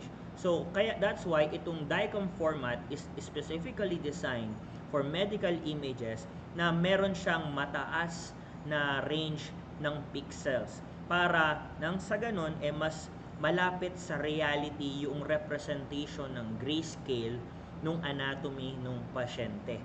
So meron ngang DICOM images na umaabot ng mga 100 MB, 200, lalo na kapag CT scan images na DICOM format, yan yung mga matataas kumain ng memory. Okay? So, ayan, yan si DICOM. Okay? So, si PACS at si DICOM. Si DICOM, ibig sabihin yan, Digital Imaging Communications in Medicine. In surface description of DICOM, from the term itself, Digital Imaging and Communication System, siya ay isang network system na nagko-connect sa iba't ibang computer ng isang department. For example, sa X-ray, sa ultrasound, CT scan, MRI. Si DICOM, gagawa siya ng connection or network connection na magko-connect sa iba't ibang computer ng bawat department na yon. Nang sa ganun, kapag nag-produce ng image ang isang department, pwedeng ma-access ng ibang department yung images na yon through computer lang, nang hindi na kinakailangan pumunta pa doon sa doon mismo sa area. Now, the question is, what is the difference nung network connection na yun sa ordinary LAN or local area network connection ng computers? Ano ang pinagkaiba nun? Ang pinagkaiba ni DICOM sa usual local area network ng mga computers is yung data transfer niya ng images. Kasi doon sa dito sa usual local area network connections, yung image transfer niyan medyo mas mabagal siya kumpara sa DICOM. Dito sa DICOM, it is specifically designed para mag-transfer ng mga large files or large images files. Na nasa range ng 25 MB pataas. So napakabilis ng transfer niya, at kasi along the transfer, kapag may mga nawawalang data dyan, kaya pagdating from one computer to another, mapapansin mo magkaiba ang display, digital display. When we talk about digital images, nagkakaroon ng variation or disparity sa image display because of the image transfer. Mas malayo yung computer, mas mataas yung chance na ma-degrade yung quality ng image. Itong sa DICOM network system, pag ito ang nag-connect sa mga computer, na-minimize or na-lessen or yung image degradation as the images are transferred from one computer to another. Sa isang CT scan images, for example, cranial CT scan. Ang usual cranial CT scan ay merong usually ang routine sa hospital na aking pinagtrabahuan before, ang slices ko doon 8mm yung basic, yung initial scan, 8 to 10 mm slice. Pag routine cranial lang, nasa 25 to 30 slices yon, at ang isang slice image nun ay nagre-range ng mga 5 MB to 10 MB, so if I'm not mistaken, doon sa memory ganun. So imagine times mo siya ng kung ano pa siya, kung high quality yung CT scan images, pwedeng umabot ng 25 MB per slice, so per image. So kapag minultiply mo yung by 50 or halimbawa 25 MB times 25 MB, ganun kadaming kalaking file ang ita-transfer at one time. Kapag ang ginamit ay local area network, nagkakaroon ng degradation of image tsaka image delay. Pero pag sa DICOM mo siya ginamit, napakabilis lang ng transfer niyan. Okay? So at yung kasi nga yung format ng image na tina-transfer ay naka-DICOM format. At hindi ka makaka-view basa-basa ng DICOM format kung wala kang application na tinatawag na DICOM viewer. Okay? Doon sa aking organization na kinabilangan, we are doing teleradiology. Ang trabaho ko po doon ay pag-assess ng chest x-rays from 84 countries sa iba't ibang panig ng mundo. Chest x-rays lamang po. Tapos nakakatuwa, nakaka-proud yung ating mga kababayan na Pinoy dahil ang nagbabasa pala ng mga chest x-ray niyan ay puro Pinoy radiologist. So ang recommended ng international organization natin, yung United Nations ng mga radiologists, ay puro Pinoy dahil alam nila kung gaano ka-competent ang mga radiologists. Nakakahanga ang mga Pinoy radiologists natin at mga bata pa. So ang ginagawa namin is ina-assess namin yung quality ng mga chest x-ray in DICOM format. At doon nga makikita natin, doon rin bilang Radtech Pinoy, nakaka-proud din dahil if you will see the quality of Pinoy x-rays compared sa ilang ibang foreign, nakaka-proud dahil sa atin very very critical tayo pagdating sa ating trabaho dahil as much as possible ayaw natin ng may repetition. At makikita natin na kahit hindi ganon ka-sophisticated ang ating mga gamit dito, yung error or mistakes, yung percentage of error ng ating mga procedure ay napakababa. Kumpara sa ilan, napakababa. So, ibig sabihin yung quality ng trabaho ng Pinoy na Radtech ay talagang napakataas. Panlaban siya sa ibang bansa. Okay? So, going back dito sa PACS. So, ito yung components ng ating tinatawag na PACS system.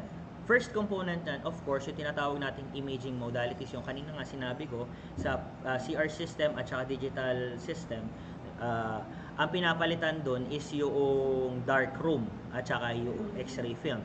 Ibig sabihin, yun yung tinatawag na mga imaging modalities ng iba't ibang modalities natin sa radiation. So, meron tayong x-ray, CT, so pwede yung ultrasound, yan. Imaging modalities. Pangalawang component ng PACS is yung secured network for the transmission of patient information. I forgot to mention yung kanina yung radiology information system. Kaakibat ng DICOM, yung tinatawag na radiation information system. Yung radiation information system is a system na dedicated para sa radiology information system, kasi meron tayong tinatawag na HIS din, yung Hospital Information System. Dito sa Pilipinas hindi na bago yan. Malamang karamihan sa atin ginagamit nyo na sa hospital ninyo. Sa amin nun, ang ginagamit namin ay yung tinatawag na Visual Fax Pro, kung saan pag may pasyente na i-x-rayin, doon mo sa Visual Fax Pro ita-type yung pangalan, meron kang username, user account doon, tapos may enter mo yung system ng hospital. Pag clinic mo yung radiology, yun yung panggawa nung tinatawag na charge ticket, diba? Yung charge ticket, tapos na-type mo doon kung anong procedure, tapos babayaran ng pasyente sa cashier, ganon. Yun yung tinatawag na Hospital Information System. Ngayon, kung dedicated siya sa radiology, yun yung RIS, Radiology Information System, na kapag nag-DICOM tayo, automatic yung supplier or yung company na magpo-provide noong PACS system na yun, or DICOM system na yun, gagawa na rin sila ng sariling ng dedicated RIS para it comes hand in hand yung DICOM at saka RIS para mas mabilis kasi yung meron din tinatawag ng mga specs compatibility.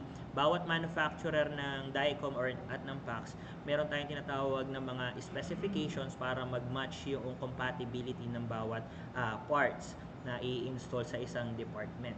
So ayan, dapat secured. When you say secured network, hindi siya basta-basta kasi ang DICOM at saka PACS usually web-based at internet-based ready or internet ready lagi yan kasi yun talaga ang essence ng DICOM at saka ng PACS is yung tinatawag na teleradiology feature kung saan pwede mong ma-access remotely sa malayo yung mga radiographer, halimbawa si radiologist, diba? Kahit siya ay nasa Cebu, pwede siyang magbasa ng mga x-rays from from Manila. Yung katulad sa amin, ginagawa namin, dito sa atin sa Pilipinas, binabasa yung mga chest x-rays from different countries around the world ng mga Pinoy radiologist natin. So meron tayong web-based na PACS, yun yung ginagamit. So pangatlo, workstations for interpreting and reviewing images. Kasama yan sa DICOM package na yung workstation ng nating mga radiographers at saka ng mga radiologists. Dapat as radiographers, tayo ay well-oriented sa pag-manipulate at pag-operate ng mga workstation na yan at para sa pag-review ng mga images kasi tayo ang taga-review ng quality or yung QA/QC ng images, digital images. Na ngayon talaga yan ang trend ng ating profession, yung digitalization na mahirap man isipin pero yung conventional ay unti-unti nang nagiging obsolete sa ngayon. So sa ayaw natin or sa hindi, we are really obliged to really push and innovate our skills as RadTech. Medyo mahirap lang sa simula, lalo na sa mga seasoned veterans natin sa profession na yung mga baby boomers na sabi yung mga aking father and mother ay baby boomers din. So ang advantages kasi ng mga baby boomers yung patience. Yung patience at saka yung matyaga talaga ang mga baby boomers. So mas gusto ng mas prefer ng mga baby boomers yung mabusising trabaho. Diba? Mabusising trabaho. Which is, yun naman ang kaibahan ng millennials at ng Gen Z. Yung millennials, ang gusto ng millennials, other ways. Easier ways. Yung go around the bush. Ganon. Medyo yung attention span ng millennials at Gen Z ay medyo maiksi. Tapos, pero ang advantages na naman ng mga Gen Z at millennials, ito nga, yung digitalization, mabilis maka-adapt sa digital change. Lalo na yung millennials kasi in between siya ng baby boomers at ng Gen Z. So, ang Gen Z talagang kinalakihan ng digitalization. Ang millennials na buhay sa pagitan ng conventional at saka ng digital age. So, madaling maka-adapt parehas, nakaka-relate. So, yun nga, miski ako din, minsan naiisip ko, ayaw ko din mawala yung conventional way, yung saw-saw system dahil ako mismo naabutan ko pa siya. Kaya lang, yan na ang trend ng panahon ngayon. If you will look at the internet, yung upgraded, yung mga updates sa profession natin sa IT online, napakadaming upgrades ng ating profession, lalo na yung artificial intelligence, na mayroon ngang study na lumabas na medyo mas mataas ang percentage na mawalan or mabawasan ang trabaho ng mga radiologist kaysa sa mga RadTech in terms of AI development. Kasi sa mga radiologists, yung AI reading, yung accuracy ng AI reading ngayon sa radiology ay nasa 99% na.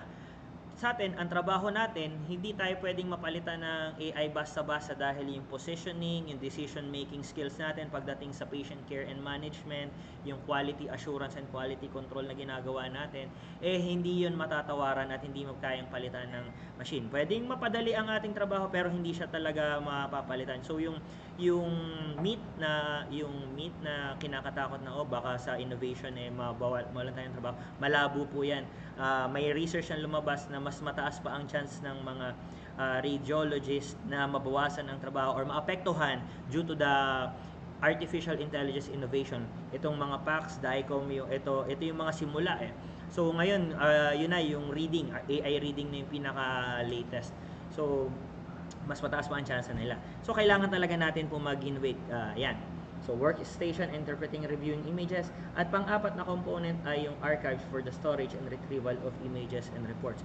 When I look back doon sa clinical experience ko is and I'm sure meron pa rin marami sa atin ngayon sa mga clinical facilities kung saan hindi pa naka-CR and DR, marami pang mga namomroblema sa storage ng mga X-ray films dahil kami din mismo noon ay doon yung aming storage mismo ng film doon sa pinagtatrabaho ko, doon na mismo sa loob ng exposure room, nagpagawa na lang kami ng cabinet doon, tapos every year napupuno yun. Parang sa isang taon, 20,000 x-rays ang aming nagagawa ang nai-store doon. Ang daming cabinet, tapos ilalagay pagkatapos sa x-ray exposure room, pagkatapos sa isang taon, puno na yun. Ilalagay naman namin sa fluoroscopy room para doon naman yung mga 2 years and above na mga x-ray films. Bago kami nag-CR system, laking pasalamat namin nung kami ay nag-CR system at nag-DR system na dahil syempre dagdag trabaho sa atin yung pag-segregate, paglilipat ng mga files. Samantalang nung nag-CR system na wala na, ano ka na lang, CD or hard drive na lang, pindot-pindot ka na lang sa mouse, click-click ka na lang, gano'n na lang ang storage. So wala ka na masyadong iisipin. So pagka nagre-request ang pasyente ng hard copies, print ka na lang ng X-ray film. So gano'n. So ayan yung 4 na component ng ating tinatawag na PACS system. Ano ang advantages ng PACS? Kanina ko pa nabanggit yung iba, yung hard copy replacement. PACS replaces hard copy based means of managing medical images such as film archives. Ayan. Na kung ikaw ay chief tech or isa ka sa mga senior tech, talagang mamomroblema ka kasi talaga sa storage, kasi lalo na kung nasa malaking hospital ka. Ang kaibahan naman kasi pag malaking hospital, yung merong sariling record section, x-ray record section, katulad nung General Hospital dito sa may Pedro Hill. Yan, meron malaking record section ng x-ray dyan sa central block na tinatawag. Oo, na iba yung naka-duty doon. Meron talagang admin clerk na naka-duty doon. Hindi na trabaho ng mga radic. Kasi naman, grabe din ang trabaho ng mga colleagues natin na radic doon na yung kinikater na pasyente sa isang araw, hindi mo matawaran din. Napakadami. Kaya nakakasaludo talaga yung mga radtechs natin doon. Makikita mo yung mga magagaling na radtech nandun na marami sa General Hospital diyan sa may Pedro Hill. Yan. Okay? And then isa pa sa advantage yan, yung remote access. Kanina na-mention ko na nga, it enables practitioners in different physical locations to access the same information simultaneously for teleradiology. Actually, doon sa amin, kwento ko lang yung aking personal experience, syempre, of course. Yung reading, yung sa conventional, 'di ba, sa conventional radiology, sa clinical experience ko before, one day. Pag nagpa-X-ray ka ngayon, kinabukasan mo makukuha yung result. Pag hanggang 5 PM ka, halimbawa nagpa-X-ray ka 5 PM hanggang before mag 5 PM, kinabukasan ng result niya. Pero kapag ikaw ay nagpa-X-ray ng 5 PM onwards, the other day na ang kuha. So dito sa PACS system, pag naka-PACS system, DICOM system na, ang result niyan ay napakabilis, as in parang real time, mga 10 minutes. Pagka x-ray, pahihintay na lang yung pasyente doon sa facility, pahintay lang po, tapos babasahin na ng radiologist offshore yung x-ray, and then papadala na agad. So pagkatapos x-rayin, may result na agad. Ganon kabilis ang PACS system, para ang DICOM at saka PACS system. Kasi yung facility sa halimbawa, 'di ba, yung pasyente in x-ray sa facility, automatic pagka x-ray niya, isi-send natin radtech doon sa PACS system. Pagka ang PACS system ay internet-based or web-based, sa internet sinesave yung images. Ito ngayon si radiologist nasa ibang bansa, a-access lang siya sa internet, doon sa computer, ida-download, i-view niya mismo doon sa internet yung yung image, and then doon niya na mismo gagawa ng reading, and then pagka-send niya, automatic dito sa facility sa offshore, makikita naman ni RadTech na agad yung result, pwede niya nang i-print, may signature na agad. So makukuha na agad ni patient yung result as in real time. Ganon ka bilis ang innovation ng PACS system. Mabilis na, kahit malayo na nakaka-produce ng result agad, kahit magkalayo yung facility at saka radiologist. So ayan, napakalaking advantage ng remote access ng PACS system. Now, this is the radiology workflow management. So the patient walks in and then gets scanned and then captured through mobile. Meron na tayong tinatawag na yung mobile, yung ultrasound, yung cellphone, may connect, pwede mong kabitan ng transducer, tapos i-scan mo ngayon yung ultrasound patient, yung ultrasound images sa cellphone mo siya makikita. Portable, ganun. Marami kayong makikita dyan sa mga convention. Before, nakakamiss tuloy yung old normal, yung conventions ng CT-MRI Society, tsaka yung Ultrasound Society of the Philippines. Yung mga convention sila, andun lahat ng mga companies, yung mga bagong develop nilang mga machines, makikita natin doon. Isa yan sa mga paborito nating puntahan before nung old normal. Kasi andun lahat ng mga upgrades. Ngayon, ang pinaka-latest sa ultrasound, yun nga, cellphone, yung transducer nakakabit sa cellphone, tapos sa cellphone mo na makikita yung images. Napaka-high-tech na. And then, pagka-scan, diretso ngayon yan, isi-save doon sa DICOM. Sa DICOM, ngayon, itong DICOM yan sa image. And then, the scanned images will be stored in the server, and then, rad views, ayan. Tapos, merong tinatawag na teleradiology assistant yan. Pero pagka, doon lang naman, pagka local lang yung teleradiology mo, minsan, RadTech na gumagawa din ito. Okay? Tapos, transcriptionist or transcribes report. So, yung mga teleradiology, not necessarily, not necessarily RadTech, pero basta pwede dyan yung mga healthcare professionals, other healthcare professionals such as nurses, pharmacy, basta healthcare professionals na marunong sa medical terminology, yung hindi yung madaling mahirapan kasi if you look online also before ngayon usong-uso na ngayon yung yung makikita nyo sa online, lalo na sa jobs abroad, yung mga nakapost sa internet, meron ka makikita dyan ng mga PACS hiring, PACS administrator, teleradiology assistant, ayan, mga radiographer, teleradiology, RadTech, ganyan, mga hiring. So, when a certain facility installed a PACS system, yung team doon sa department ay nag-a-adjust din ng need ng manpower. So, kung dati okay lang RadTech doon, tsaka isang clerk, ngayon nagkakaroon ng additional yung mga teleradiology assistant kasi nga dahil bumibilis ang phase ng trabaho sa PACS system radiology, dumadami din ang volume ng pasyente na nakikater. At habang dumadami ang volume ng pasyente na nakikater, dumadami rin yung needs sa manpower services nung department. That's why mag-hire ulit ng RadTech, additional RadTech, or additional teleradiology assistant. Ang kaganda dyan sa teleradiology assistant, yung mga underboard RadTech pwedeng mag-apply dyan. Kahit teleradiology assistant. Kasi ang gagawin ng mga transcriptionist, yung mga teleradiology assistant, computer lang, yung taga-encode ng mga information ng pasyente sa RIS. Meron kasi tayong tsaka yung mga e-medical na tinatawag, yung mga kinakailangan sa yung pag mag-migrate ka sa ibang bansa, pag nagpa-medical ka, yung information mo will be uploaded in the e-medical of the certain country na pupuntahan mo, like for UK, Australia, US, ganon. So pag nagpa-medical ka, lahat ng medical information mo ay i-store dun sa kanilang database. Ganon. So, yung mga nag-e-encode doon, yun yung mga teleradiology assistant na tinatawag. Okay?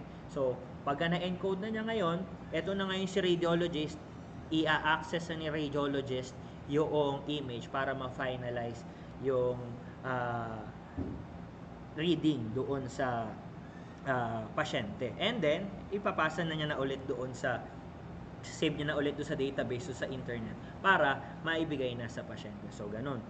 So, bukod sa remote access, isa pa sa advantage ng PACS system is yung job hiring or yung jobs production. Mas hindi nababawasan ng trabaho ng RadTech, mas dumadagdag pa ang hiring ng RadTech. Yan maganda dyan. So, benefits of PACS sa mga radiologists, of course, ito rin, improve access to past and current patient records. Kasi nga, kahit wala sila doon sa facility, mababasa nila. So, yung workload nila dumadami. Alam naman natin ang mga radiologist po natin ay malaki ang kanilang income generation pagka per patient. Diba? Yung marami kang nababasa is marami kang kita. Ganon.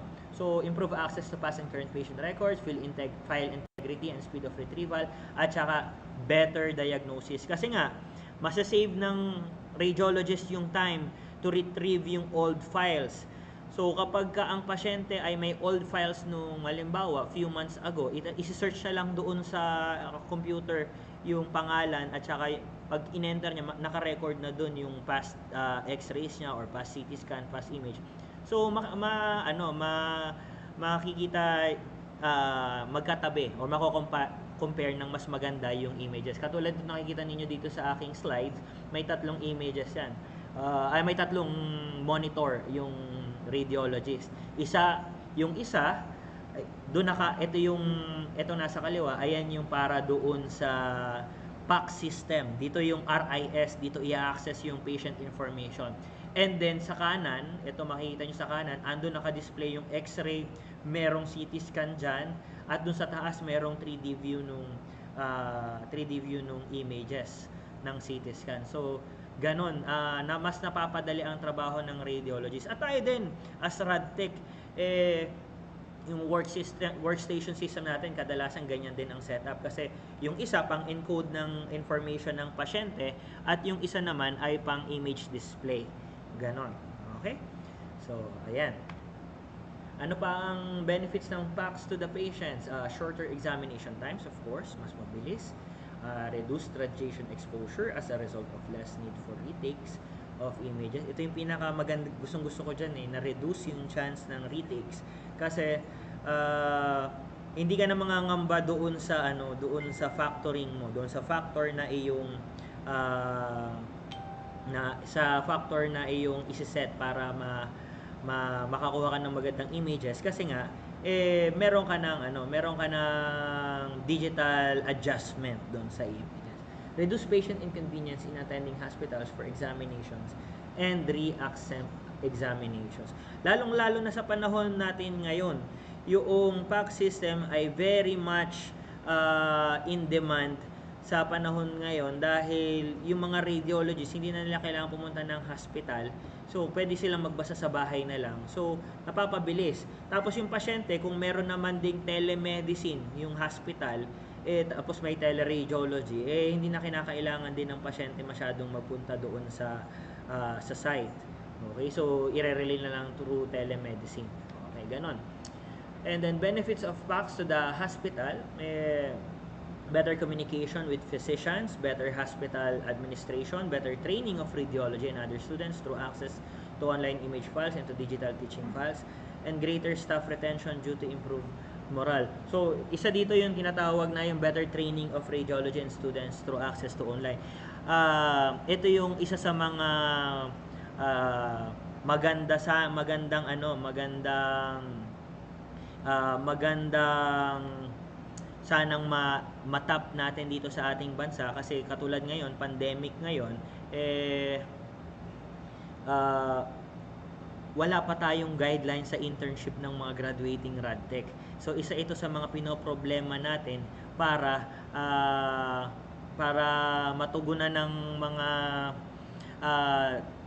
ng mga schools yung need ng mga estudyanteng graduating na RadTech na makapag-intern. So, kung matap natin itong teleradiology PACS system, yung telemedicine, mas makakagawa tayo na mas matutugunan yung needs ng mga bata natin na makapag-intern. Kasi yung mga graduating ngayon, di ba, last year, hindi sila nakapag-intern due to the pandemic. So, ito ang teleradiology PACS at saka itong telemedicine ay isang way para matugunan yung need to learn ng mga graduating radtechs natin. Actually, we are all praying na sana ay magkaroon na tayo ng internship for graduating students dahil iba pa rin talaga ang in actual internship kesa sa online. But we can always innovate because tayo nga ay mga radtech. Sabi nga, kilala tayo doon sa kasabihan na para tayong BDO, we find ways. Magaling tayo sa paggawa ng mga paraan. Halimbawa, hindi makuhanan ng maayos ang knee dahil may problema sa pasyente. Diba tayong mga radtech, we innovate ways, we find ways paano makuhanan yan ng AP o ng true lateral, yung mga parts na kinakailangan kuhanan. Okay, at of course, greater staff retention due to improved moral. Paano na-improve ang moral ng mga radtech kapag nakapax? Of course, syempre, pag ang isang department ay naka-PACS system, asahan mo kaakibat niyan magaganda ang mga ang mga machines na naka-install diyan. So, yung palang procurement ng mga machines, multi-million machines na yun, ay nakakataas kaya ng moral yun. Paano? In a way, lagi natin tatandaan, hindi everyday at hindi lahat ng tao ay nabibigyan ng opportunity to handle a multi-million value machine na X-ray, CT scan, MRI, ultrasound. Yung makatrabaho ka sa ultrasound to be maka-handle nun, at the same time ay binabayaran ka pa, napakagandang napakagandang opportunity natin para sa atin nun. So kaya sana dito sa Pilipinas magtuloy-tuloy yung ating innovation pagdating dito sa teleradiology at PACS system. Now, ito yung system architecture. Punta tayo sa technical parts ng architecture natin ng system architecture ng PACS system. So, in PACS, the system architecture normally consists of the following: acquisition devices, storage and display workstation, and image management system. So, ito yung tatlong klase ng PACS na ating ini-install sa mga hospitals. Client server based, distributed system, web-based system. So, yung client server based, ito yung klase ng PACS kung saan yung PACS system ay ini-install mismo sa site noong department. Okay? The display workstation functions as a client of the archives server. Access images based on a centralized work list. Person at the client chooses name from the list. So, yung pinaka-server ng PACS ay doon mismo sa client area nilalagay. So, pagka nilagay yun doon, ngayon magkakaroon na naman ng need for human resource. May job generation na naman. Kasi kapag naglagay ng archive server, ng server, PACS servers doon sa department, nangangailangan yan tinatawag na PACS administrator. Yung PACS administrator, ito yung pinaka mangangasiwa dun sa server. Sino ang pwedeng maging PACS administrator? Radtech pwede, basta ikaw ay knowledgeable sa IT system or sa computer system. Pwede kang maging PACS administrator. Pwede rin naman dyan, kung wala naman available, IT professional mismo pwede. Isa yan sa mga tawag dito section ng IT professional, yung pagiging PACS administrator, kasi i-handle ng isang PACS administrator yung mga information at the same time yung data transfer ng images. So yan yung ginagawa. So not necessarily radtech lang ang pwede rin ang IT. Pero mas maganda kung ikaw ay radtech at ikaw din ay marunong sa IT system. Pwede ka sa PACS administrator. Just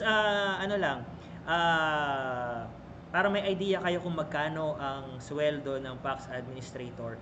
I think sa Qatar, the last time I checked, ang salary ng isang PACS administrator ay nagre-range ng 80 to 100,000 pesos. Yan, pagdating sa sa bandang Qatar, sa UAE, nasa ganon. Napakadaming hiring ng PACS administrator. So if you really want to upgrade, napakagandang aspect nitong pagiging PACS administrator as a radtech. Kasi preferred din ng mga hospital at ng mga companies ng IT companies yung isang RadTech na maging PACS administrator doon mismo sa department dahil two-way yung connection, yung data transfer, ma-handle mo na at the same time, marunong ka pa mag-quality control doon sa images na napoproduce. Okay? Ayan yung tinatawag na client-server based. Yung pangalawa, itong tinatawag natin, ito yung mga advantages yan. Any exam sent to the PACS is available anywhere without the other intervention. So, kagandahan nung pag nandun mismo sa department yung server, madali mong ma-access yung images. Kaya lang, may disadvantage din yan. Pag yan, yung server na yan na naka-install doon sa department, pag yan ay nagkaroon ng failure, maghihintay ka pa ng magto-troubleshoot from the company na nag-provide ng PACS system para makadating doon sa department bago ma-troubleshoot. Unlike sa iba na web-based, pwedeng doon mismo sila na mismo mag-aayos. Katulad nung sa amin, ang aming setup is yung internet-based. So web-based siya. Pero yung pinaka main server, since kami yung provider ng teleradiology, doon sa amin, dito sa atin dito sa Pilipinas, ang pinaka main server ng teleradiology no ginagamit ng iba't ibang bansa. Okay? So, yung distributed system naman, these are also known as distributed or standalone models. Acquisition modality send the images to a designated reading station and possibly to review station. In some systems, the images are sent from the modality to the archive server, and the archive server distributes the images to the designated workshop. So when you say distributed system, ito naman yung server niya may isang server pero yung kanyang image storage ay distributed per area. For example, may main server pero yung images ng CT scan na-i-store siya mismo sa CT scan department. Yung images nito ni X-ray ay nai-store din siya sa X-ray department. Pero yung nagko-connect sa kanila, merong isang main server na nagko-connect sa kanila. Nag-i-store sa main server at the same time nag-i-store din itong si department. Yun yung tinatawag na distributed system ng PACS. Okay, so pag nag-fail itong si main server, no problem dahil no big problem dahil merong images na naka-save si area natin. Okay?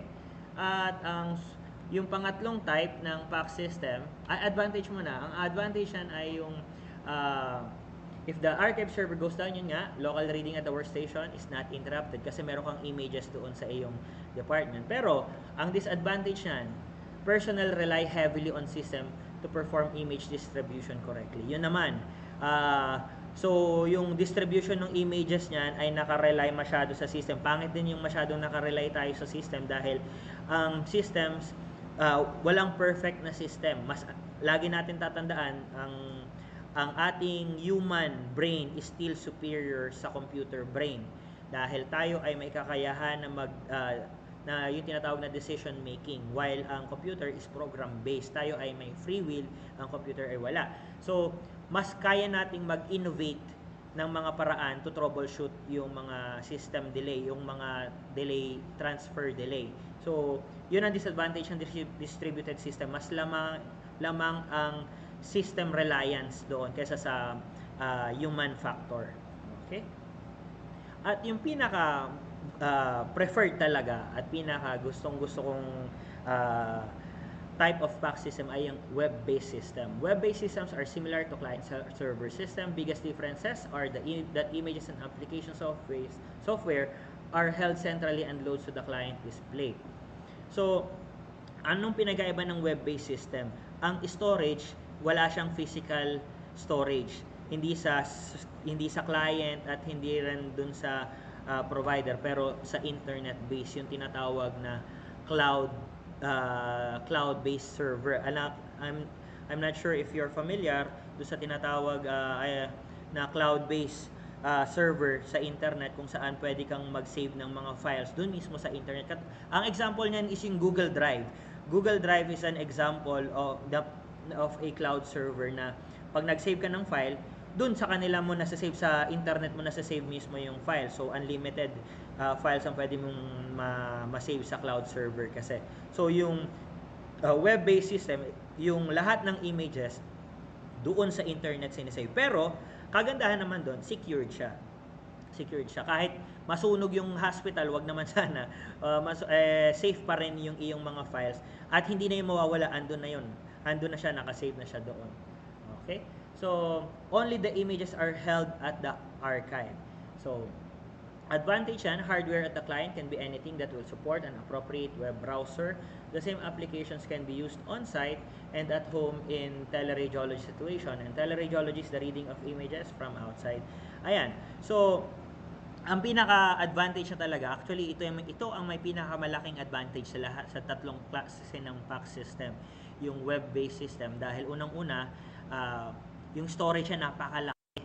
Tapos, wala ka nang poproblemahin na physical storage ng hard drive dahil internet-based na siya. So, kahit saan, hindi ka na rin mamomroblema magdala ng kahit na anong mga CDs, mga hard drives, papunta sa ibang lugar. Kasi, anywhere, basta may internet connection, ma-access mo siya. Kahit nga yung wala kang computer ng hospital, kahit sa laptop lang, ma-access mo siya basta may internet ka. Yan ang advantage na talaga. Yung unlimited storage of files sa cloud-based system. Ang disadvantage nito is system functionality may be limited because of software not being locally installed.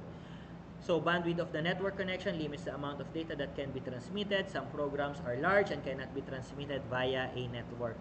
So yun lang ang disadvantage nitong cloud-based. Namimili ito ng internet service provider speed.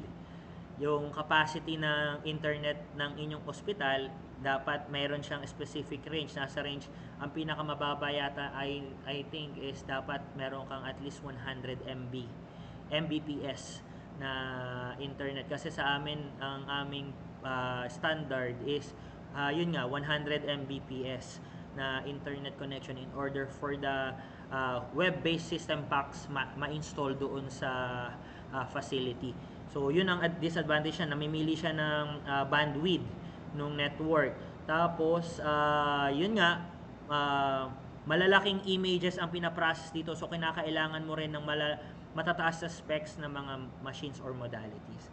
The network is the biggest obstacle to performance. Yan ang so, kung web-based ang pipiliin mo, kumbaga, high, medium, low. Ang high specs, itong web-based.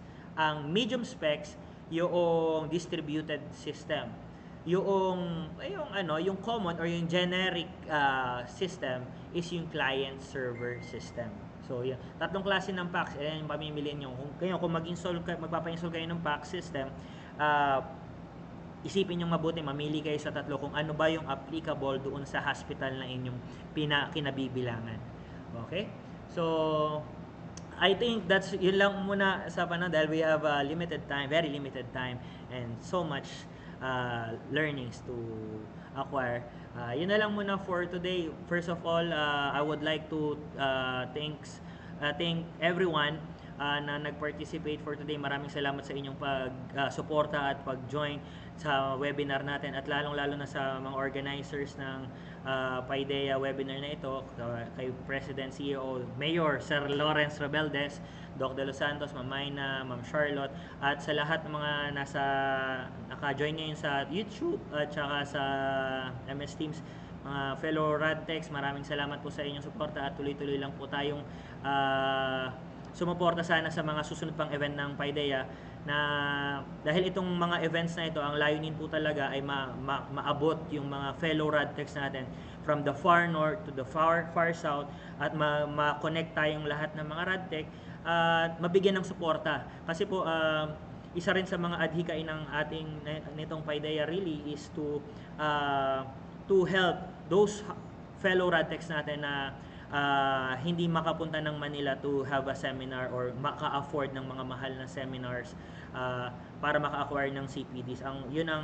Kasi in the future, mamaya yata may pasabog si Sir Lawrence, so abangan niyo po. Muli, maraming salamat po sa pakikinig at sa inyong pag-join sa ating webinar. Back to you, Ma'am Charlotte. Maraming salamat po. Thank you so much, Sir Patrick. Okay, napakagandang topic, no? Ang ating naihain ngayong day 2 ng ating webinar, di ba? Sinimulan ni Doc De Los Santos, Sir Patrick, di ba? Sulit na sulit ang ating mga RT participants sa ating webinar. Okay, so thank you, Sir Patrick, for helping us to understand the world of PACS. Okay, now without further ado, let's do the virtual raffle para makapag-proceed na tayo sa ating third speaker. Okay, sino kaya ang ating second na winner? Okay, so intayin nyo ba yung dalawa nating speaker? Okay, marami pa tayong baon. Marami pa pong baon ng PAIDEIA. Asa na ang ating virtual raffle? Thank you so much, participants. Maraming salamat po talaga sa trust na ibinibigay niyo sa PAIDEIA sa mga webinar po na ibinibigay din namin sa inyo. Yung mga information, mga relevant topics, napaka-helpful po nito sa atin, lalong-lalo na sa ating mga RADEX ngayon, di ba? Yung mga kakapasa lang ng board exam. Congratulations sa inyo. And itong mga ganitong webinar, magandang eye-opening to. Okay? Opener sa ating mga bagong challenges sa pagiging RADEC. Ayan, yan ang ating virtual raffle. So, sino kaya? Ito na ang ating virtual raffle, ha? Sino kaya ang ating winner for this part? Okay, Ampuyas Carissa May. Congratulations, Ma'am Ampuyas Carissa May. Please po i-message nyo kami sa aming PAIDEIA account and of course here sa ating chat box. Don't forget to write or to include your GCash number. Okay? So without further ado, proceed na tayo sa ating third speaker. Okay? Itong third speaker natin, napaka-galing din talaga nito. Okay? Let's all welcome, guys. Let us all lend our ears sa ating third speaker, Professor Mayna Marie Nerona, for the topic Radiation Safety Awareness among non-radiology staff and its risk to radiation. Good morning po, Ma'am Mayna. Hi, Ma'am Charlotte. Good morning. How are you? Okay naman, ma'am. Okay, just checking if my voice is loud and clear. Yes, ma'am. Yes po. Okay, thank you, Ma'am Charlotte. Thank you, Ma'am Charlotte. Napaka-enthusiastic ni Ma'am Charlotte this morning, no? So, feeling ko doon sa kanilang area, mukhang nag-breakfast na sila. So, good morning to everybody who is now in the platform.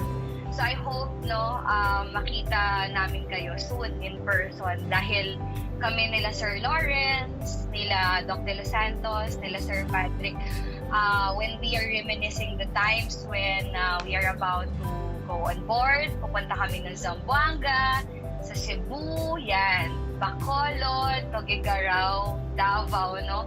Parang nalibot na ata namin ang buong Pilipinas just to see you. So I guess, siguro pag natapos ang pandemic, no, hopefully ay makikita namin din kayo ulit.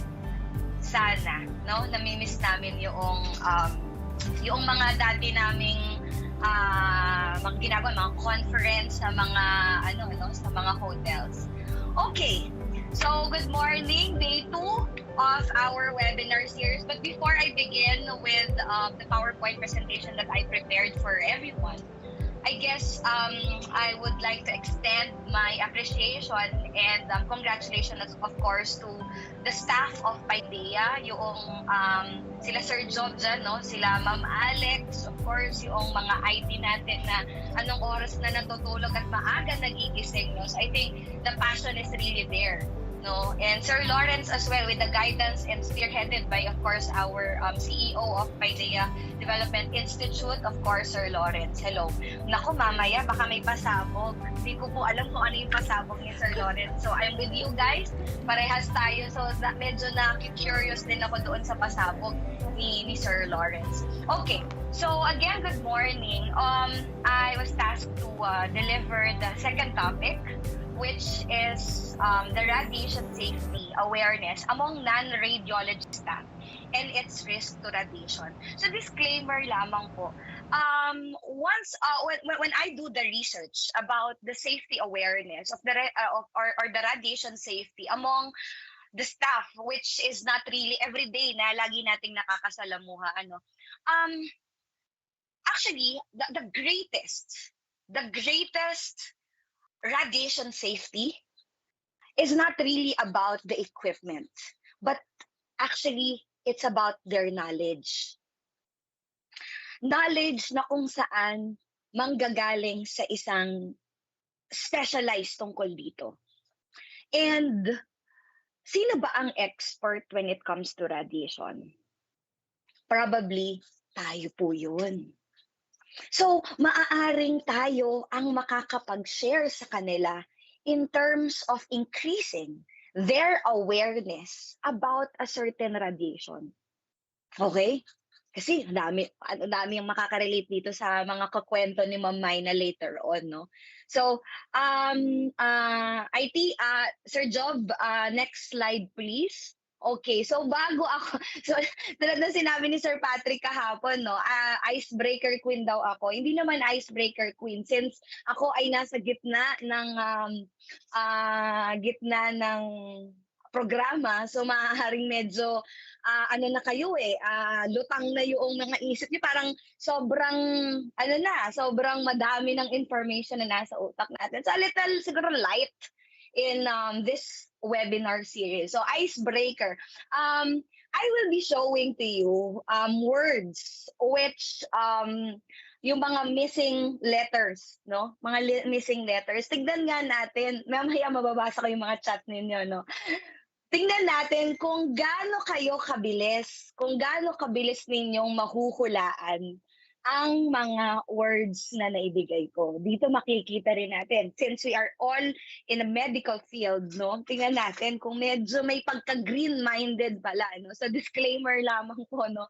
Just for to make the momentous very light and easy. Next slide, please. Okay. How fast can you guess this word? Okay, i-type nyo na.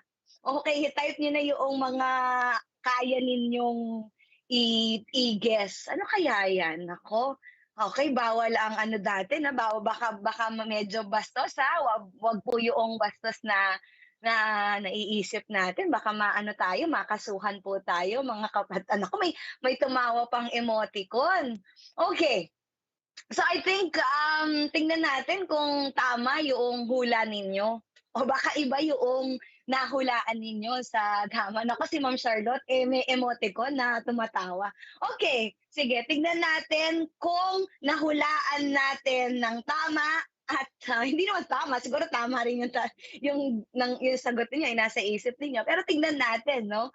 Kung tama or parehas tayo ng iniisip. Wow, ang linis, no? Wow, ang linis. Okay, sabi nga kahapon, nakita ko yung comment, with Ma'am Mayna, there is never a dull moment. Maniwala kayo sa akin, walang dull moment. Talagang madaldal ako, kaya nga ako pinangalanan na Mayna, no? Kasi madaldal ako. Next slide, tingnan natin. Okay, so the first word is fork. O, nahulaan ba yon? Nahulaan ba yung fork? Yung fork, yun po yung parang cubes. Hindi, chant lang. Fork cubes. Hindi, mali. Ang corny mo, mamay na. Okay, fork, of course. Tinidor na tinatawag natin. The second word is six. Anim. Okay? So, anong Tagalog ng six? Anim. Okay? Anim ang Tagalog ng six. Okay.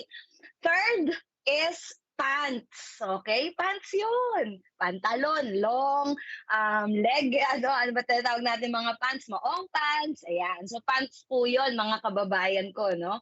The fourth word is books. Libro. Libro. Naku, parang mga madaming emoticons. Patingin nga ako ng mga emoticons, mga karadtek. Tingnan, pag na madaming nag-heart na hulaan nila, pag medyo hindi na hulaan, patingin nga ako ng emoticons na smiling na parang tumatawa. Ayan, may mga heart na mga nahulaan nila. And the fifth word is random. Okay, random. Ibig sabihin kung ano-ano na dyan, hindi arranged, so random. So, I guess, ito yung mga naisip ko. Uy, wow, ito yung mga naisip ko. Ito yung mga naisip natin na words. Baka meron pa kayo dyan ang mga ibang naiisip, pero sarili ninyo na, huwag nyo nang i-chat, no? Baka tayo ay magkaroon ng problem. Okay. So, okay ba kayo? Are you guys ready? Now, with regards to my PowerPoint presentation, it's going to be light. I will not really discuss about the equipments, okay? I will not also discuss probably the technicalities of how centimeter the wall shielding would be, because probably the topic is about really the non-staff. What should they know? Ano yung maaari nating gawin for them to know about radiation? And hindi na sila, they should not be able to go beyond the technicalities that we know. The shielding, yung mga scattered radiation, okay. But basically, we will just tap on that a little area. But then again, probably, again, no, ang maaaring maibigay natin, the best, of course, madami, of course, the shielding, of course. But I think the number one would be educate them. Educate them. Educate them in terms of what would be the knowledge and information that they should know. So probably another topic or another area of my slide is myths. Yung mga beliefs, yung mga beliefs nila na kailangan natin i-explain, lalo na sa publiko, lalo na sa mga kakilala natin, sa mga kapitbahay natin na pag tinanong, ano po kayo? Ay, radtech. Ay, technician. So, hindi tayo technician, mga kapatid. Tayo po ay technologists. So, it's not going to be rude if ever you will correct them. But again, under what we have mentioned or what we have mentioned yesterday, kailangan kasi dapat ay maayos yung pagsabi mo. Ay, ma'am, sorry po, hindi po ako technician. Ang tawag po sa amin ay technologist. Kung medyo mahaba po, radtech na lang po. Ayan. So, hindi tayo technicians, no? So, we are expert in terms of how we handle the doses, the radiation doses of our patient. Okay, next slide, please. Now, so what is really radiation safety? Radiation safety, which we will be tapping the principle. Ito yung talagang principle na talagang tumatak sa atin noong tayo ay nag-aaral, which is the ALARA principle. ALARA stands for as low as reasonably achievable. Alam natin yan, okay? This principle, this is a safety principle which help us to tap ourselves into minimizing the dose and controlling the amount of the radioactive materials for nuclear medicine in our environment, in our institution, or in our hospital. Now, since ALARA stands for as low as reasonably achievable, this principle means that even if it is a small dose, if receiving that dose has no direct benefit, kahit gaano kaliit, you should try to avoid it. Okay? So, hindi po kailangan low. Ibig sabihin itong principle na to, that even it is sobrang maliit na dose, kung ang magre-receive nito has really no direct benefit, we should try to avoid it. And to do this, of course, we have the basic protective measure in radiation safety. Next slide, please. So, another definition of radiation safety is, ito po, yung nasa slide ninyo. I hope nakikita natin yung slide, no? So, another would be, radiation safety is a combination, ayan na, combi daw, ng, combination of safety practices, yung mga ginagawa natin everyday safety practices, no? For example, turning on the light pag tayo ay turning on the red light outside our department, no? That's a safety practice, no? Safety practice po 'yun. And precautionary measures. Precautionary measures while working with or near a certain radiation source. So in our field, probably in the medical facility. Okay, that's a radiation safety to be exact. Okay, safe ka. Now, tulad ng nasabi natin kanina, sa ALARA principle, pag sinabi nating ALARA principle, we are guided by the three categories of exposure. Okay. So, paano natin malalaman, kasi minsan may nagtatanong, yung nakukuha ko bang exposure as a radtech, pwede rin bang makuha noong exposure ng aking pasyente? Kasi parehas lang naman kaming tao hindi naman nakikita ni radtech, hindi naman nakikita ni radiation. O radtech ka ha, ikaw ang medyo okay yung exposure mo ha. Hindi po ganon. So, itong radiation safety awareness for the non-radiologist staff, dapat as a radtech, alam natin yung categories ng exposure. Ano yung mga categories ng exposure? So again po, this slide is for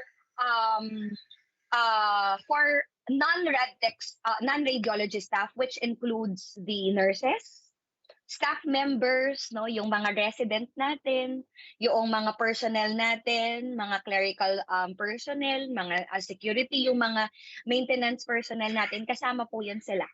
Okay? Kasi, bakit natin ito kailangan din i-discuss? Probably this was due to the frequent contact. Meron tayong frequent contact to these medical professionals and other personnel with the patient before and during our procedure that involves ionizing radiation. Okay? So, dito tayo magbabase dito sa three categories of exposure. So itong three categories of exposure, no, ito yung kung saan makikita natin kung sino-sino yung pwedeng ma-expose pag tayo po ay nagbigay ng radiation dose sa kay patient, no. Una, balik tayo sa slide. Okay, the first is the occupational exposures. Of course, tayo yan. Okay? Tayo yan. Kasama sila sa occupational exposures. Ngayon, pag sinabi nating occupational exposures, from the word itself, occupational, you're doing work and somehow you have been exposed a little, probably by scattering. Okay? So, ito tayo, yung mga in the diagnostic imaging procedure described as occupational exposure, ito yung mga individual na usually ito yung mga radtech, ito yung mga practitioners including radiologists, ito yung mga tao na nasa OR pag tayo ay mag-expose. Dahil sila ay occupational exposure. But, okay, for medical exposure naman po, when we talk about medical exposure, ito yung mga pasyente na e-expose sila because they will benefit from that specific dose. Okay? So, occupational, nag-work sila. But medical exposure, these are the person who has been exposed because of the medical reasons. Probably they wanted to be diagnosed. They wanted to treat themselves for rad-onco, yung mga onco patients natin. Public exposure, probably, ito yung mga everyday kasi. We all know na every day in our lives, we are being exposed to a little dose of radiation, which have no cost at all because there's a little dose. No? So ito yung mga three categories of exposure. Occupational exposure, medical exposure, and public exposure. Next slide, please. Okay. So safety of the medical radiation facilities and medical equipment or medical radiological equipment. So again, tulad ng nasabi natin dito, sa ALARA, we are guided by three factors relevant to dose reduction. Binabawasan natin or as low, tulad ng ALARA, as low, bababa. Dose reduction, no? Or In our undergrad program, ang tawag dito is the cardinal principles. Pag dinidiscuss natin to, may hugot dito si Ma'am Mayna eh. No? Tatlo to. Time, distance, and shielding. Next slide, please. Ito yung hugot factor nitong tatlong cardinal principle ng ALARA. Ang hugot, ito kasi daw yung maaaring guide din. Ito yung principle din of moving on eh. No? Pag hindi tayo makapu-move on sa mga karelasyon natin, yung mga ex natin, di ba? Hello, yung mga pumuso dyan, magpuso na kayo. Time. Bago tayo pumunta sa mismong definition, time, okay, distance and shielding. Doon muna tayo huhugot. Time, dahil pag ikaw ay nag-move on, kailangan yung oras mo ay hindi na sa kanya. Dapat ang oras mo, i-less mo para ikaw ay mag-move on. Ganun. Okay? So, you have to spend less time with this person because definitely, pag the more time that you have spent sa isang tao, okay, talagang di ka makaka-move on. So, the first cardinal rule of moving on, charot, would be less time spent to that person. Mga once a week na lang, tapos mga 30 minutes lang, ganyan. Okay, pero hindi ganun sa radiation. The second cardinal principle of moving on would probably distance. Greater distance. Abay, lumayo-layo ka naman. Okay, layo-layo, okay? Huwag yung parati kang available sa kanya. Charot! Okay? So, greater distance, no? Nako, feeling ko tinatawanan na ako ni Sir Lawrence dito kasi hugot na naman ako. Okay, the third cardinal principle would be shielding. Dahil ang love, walang shielding yan. Kailangan mong protektahan ang sarili mo. You have to shield yourself to the person you love and you wanted to forget.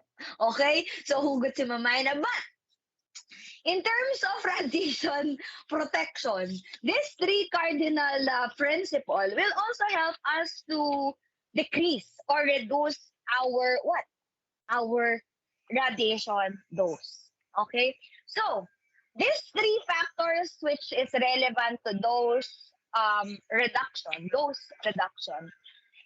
should be combined, of course, in the design to optimize occupational radiation protection and public protection natin. Again, let me repeat that.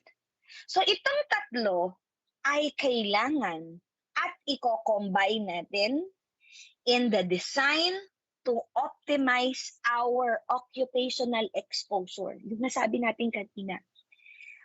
And the public exposure as well. Okay? So, kadalasan ng ating radiology department, a large room is preferable to allow easy access for our patient on, of course, yung mga trolley, yung mga stretcher natin, yun. At the same time, a large room, a department room, allows us also easier patient positioning, and facilitate both equipment and the patient movement during a certain procedure.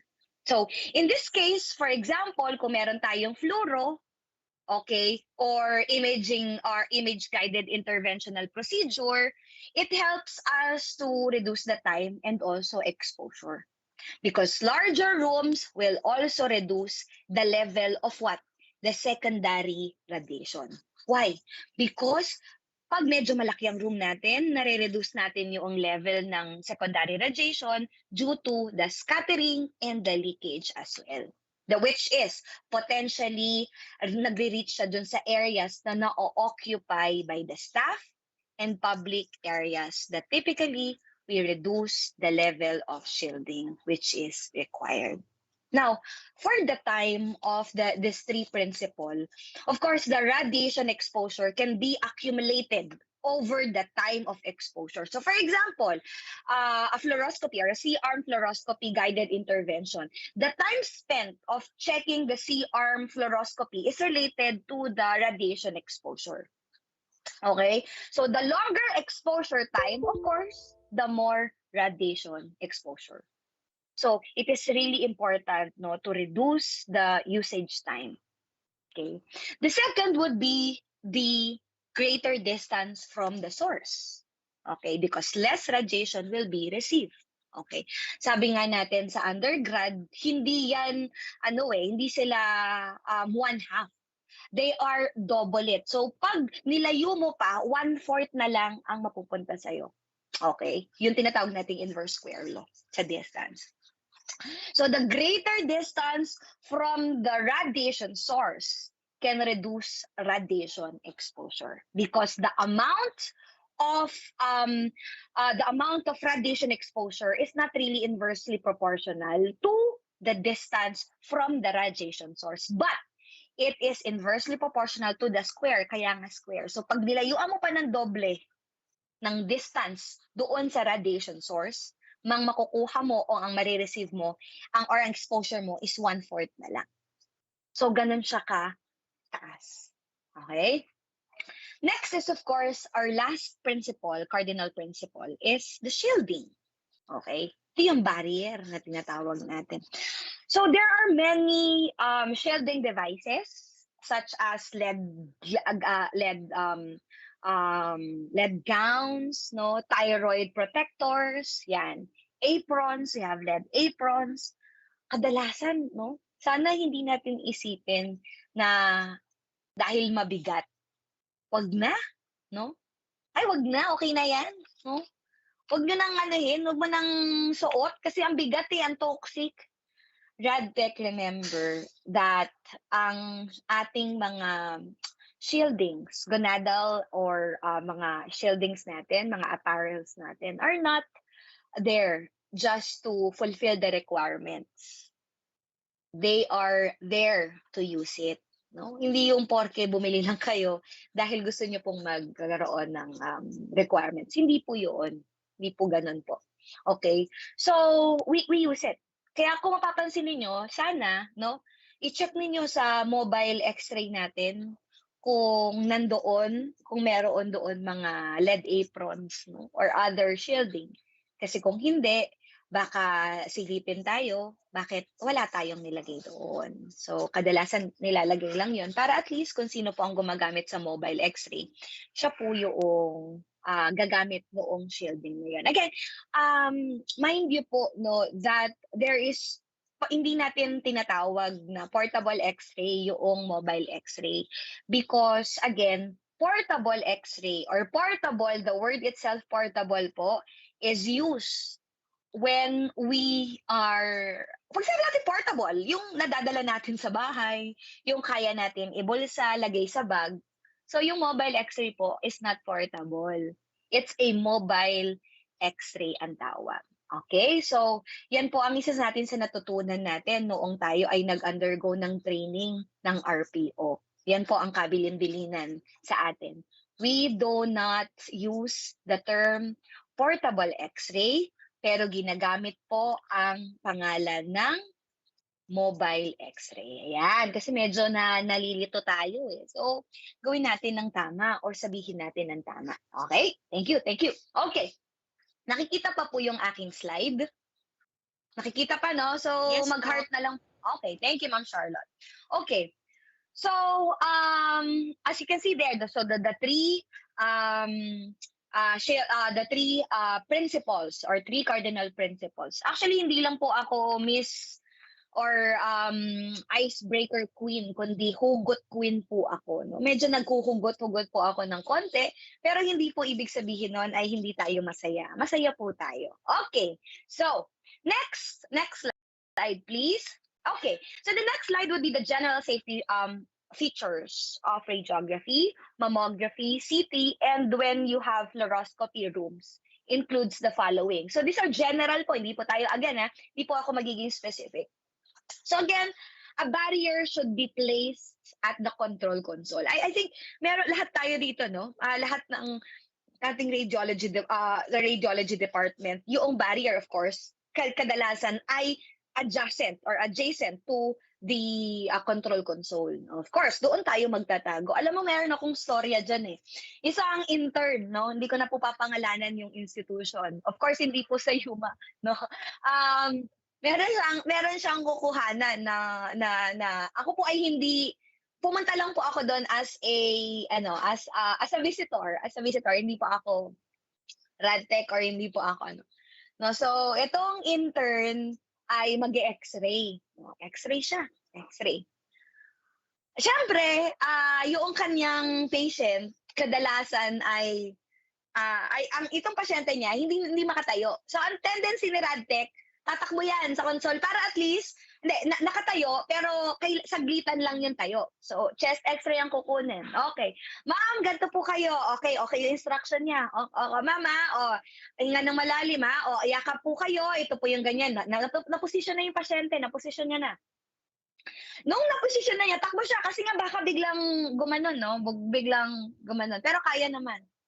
Okay. So, nung tumakbo siya, okay, nung sinilip niya doon sa barrier, kasi syempre meron tayong sinisilip doon, nakita niya, saan yung pasyente? Ay, yung pala sumunod sa kanya ng mabagal, kasi nga hindi makaano.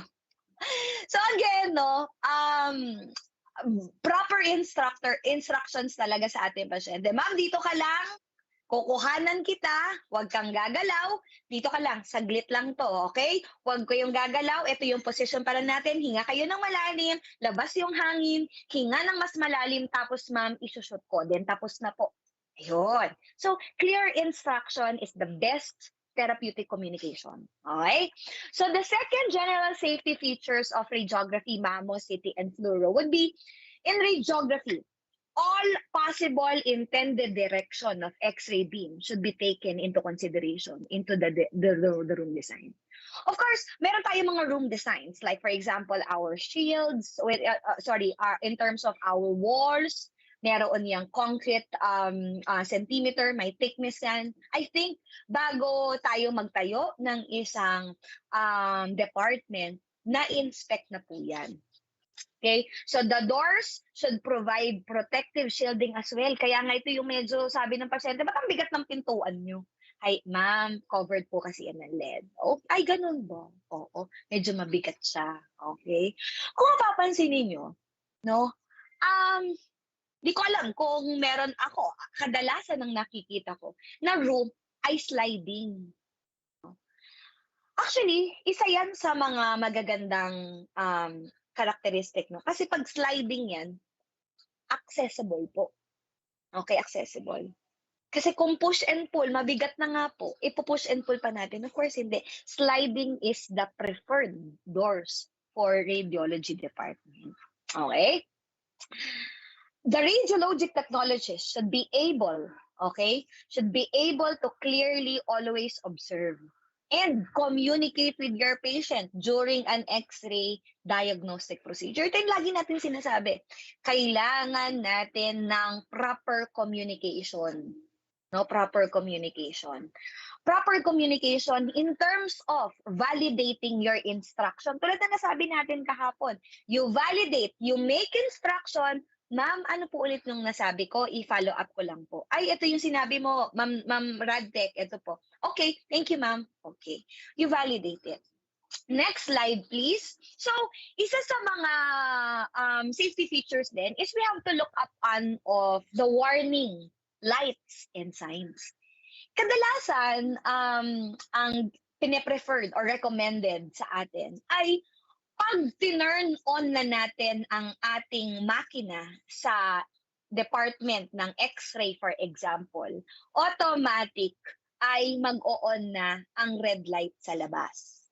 May mga pasaway po na andun naman sa taas, hindi pa nakikita. Okay, hindi pa napapansin. So, kadalasan, meron ako nakita na, di ba, Diyos ko, parang, ma'am, naka-on po kami, ang mga ibang nurses ang mga ibang healthcare practitioner, dire-diretso ang pasok. Pag natamaan sila pa ang galit. Okay? Bakit ganun? Asan ang hustisya? Okay? So, again, no, we have to inform them. You have to inform them. I think doon sa labas natin, do not enter when the red light is on. Ano pa ba ang gusto nila?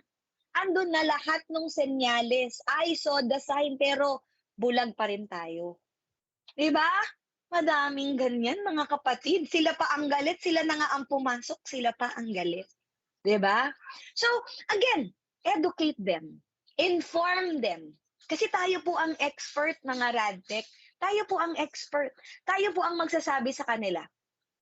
Okay? So, awareness. Again, awareness. Nasa topic pa rin tayo ng awareness. So, itong sign and warning lights, they are not there for the signs. They are there. They are in front of the entrance for you to stop and take a look at the warning signs. Okay? Sabi dito, it should preferably positioned within the eye level. Sa kadalasan, ang nagiging problema na sa atin, masyadong mataas siguro. Yung ating mga signs. So kadalasan, tingnan natin yung department natin mamaya, look back to it, tingnan natin, labas kayo kung nasa hospital kayo ngayon, kung within the eye level ba, yung nakasulat, do not enter when the red light is on, o kaya yung pregnant warning sign natin or notice. Kung medyo mataas siya, ask your chief tech or ask someone from the management na baka pwedeng doon sa eye level para makita. It should be used at the entrance of a controlled areas and supervised areas to prevent an inadvertent entry. Okay? So, tingnan natin mamaya kung yung mga naka-duty dyan, check natin, no? Kung within the eye level. Kasi, nga naman, baka naman nasa taas naman ng ceiling yung inyong warning sign. So, i-check din natin yan. Para yan sa mga non-radiology staff. Now, for controlled areas, it requires the use of basic ionizing radiation symbol, which is recommended by ISO. Okay? So, yung mga controlled areas sa nuclear medicine or interventional radiology na mayroon silang mga areas, of course, nire-require sila ng symbol ng ang ating ionizing radiation. So the signs should be clear enough and it should be easily understandable. So kailangan nababasa naman. Okay? Nababasa. Hindi ko alam kung meron akong nabasa na research tungkol dito na pwedeng gawing Tagalog or parang naka Tagalog. So kunyari, do not enter when the red light is on. Under that warning statement, for example, nasa ilalim niya, baka pwedeng itagalog. Maaaring ito rin yung pwede natin i-suggest sa mga pasyente natin, no, na maaaring nahirapan, no? Nahirapan mag ng ibang lengguwahe. Of course, 'di ba? Sa Tagalog, pwede 'yon. So English and Tagalog pwede rin. Okay?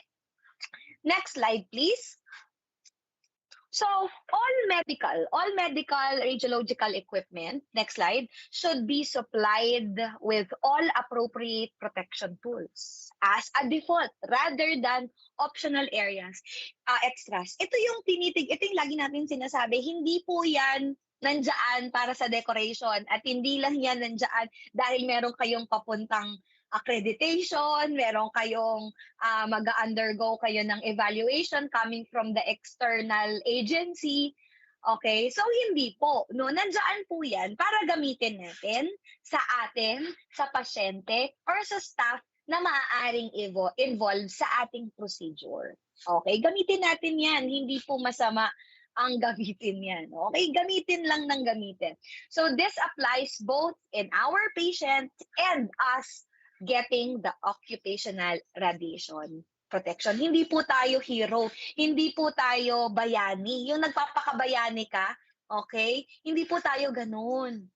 Radtech, hindi po yung magpapakabayani ka, magpapaka-expose ka. Baka naman ikaw na yung maging rebulto na nasa monumento. Ay, monumento ba yan sa malapit sa UN, no? So, hindi po. Gumamit po tayo ng radiation protection to everyone. na nandoon sa procedure na yun. Next slide, please. Now, maaring ipasok ko lang, sino ang mga tao na eksperto sa isang facility na pwede nating pagtanungan ng ganitong klaseng topic? Of course, our officers, both in radiation protection and radiation safety. Now, what is really the difference between the two? Actually, in the American Association of Radiologic Technologists, RPO is same as RSO, but in the Philippines, probably, we are somewhat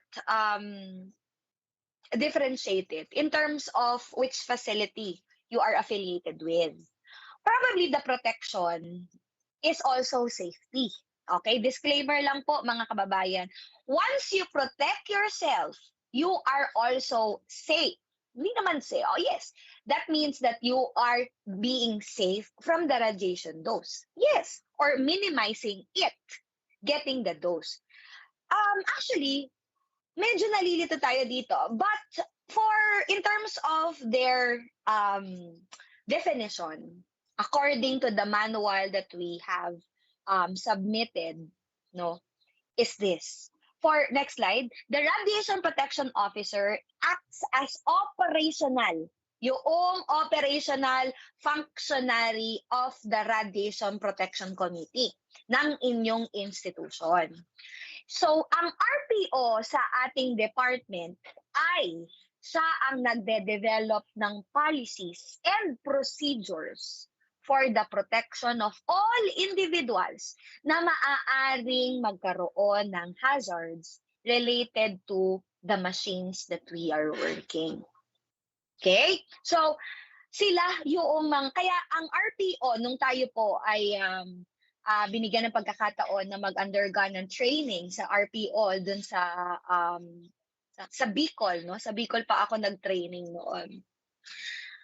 Ay talagang nag-develop kami ng manual. Ayan. Iyan ang requirement ng RPO po, the manual itself, which has the policies and guidelines that your institution will follow. Okay? So in addition to the function of the RPO is responsible for implementation of safety use. So, may safe use din. And RSO is Radiation Safety Officer as well. So technically speaking, they are somewhat related to each other. Again, because once you protect, you are also safe or getting minimal dose. Okay? So, safe use of the radiation following the requirements of the governing body under the Department of Health, Bureau of Health Devices and Technology. Yan, sila yan. Okay? Now, RSO, ano naman yung RSO? Kadalasan ng mga RSO na nagte-training po, sila po yung mga radtech na nasa nuclear medicine, okay? Nasa onco, okay?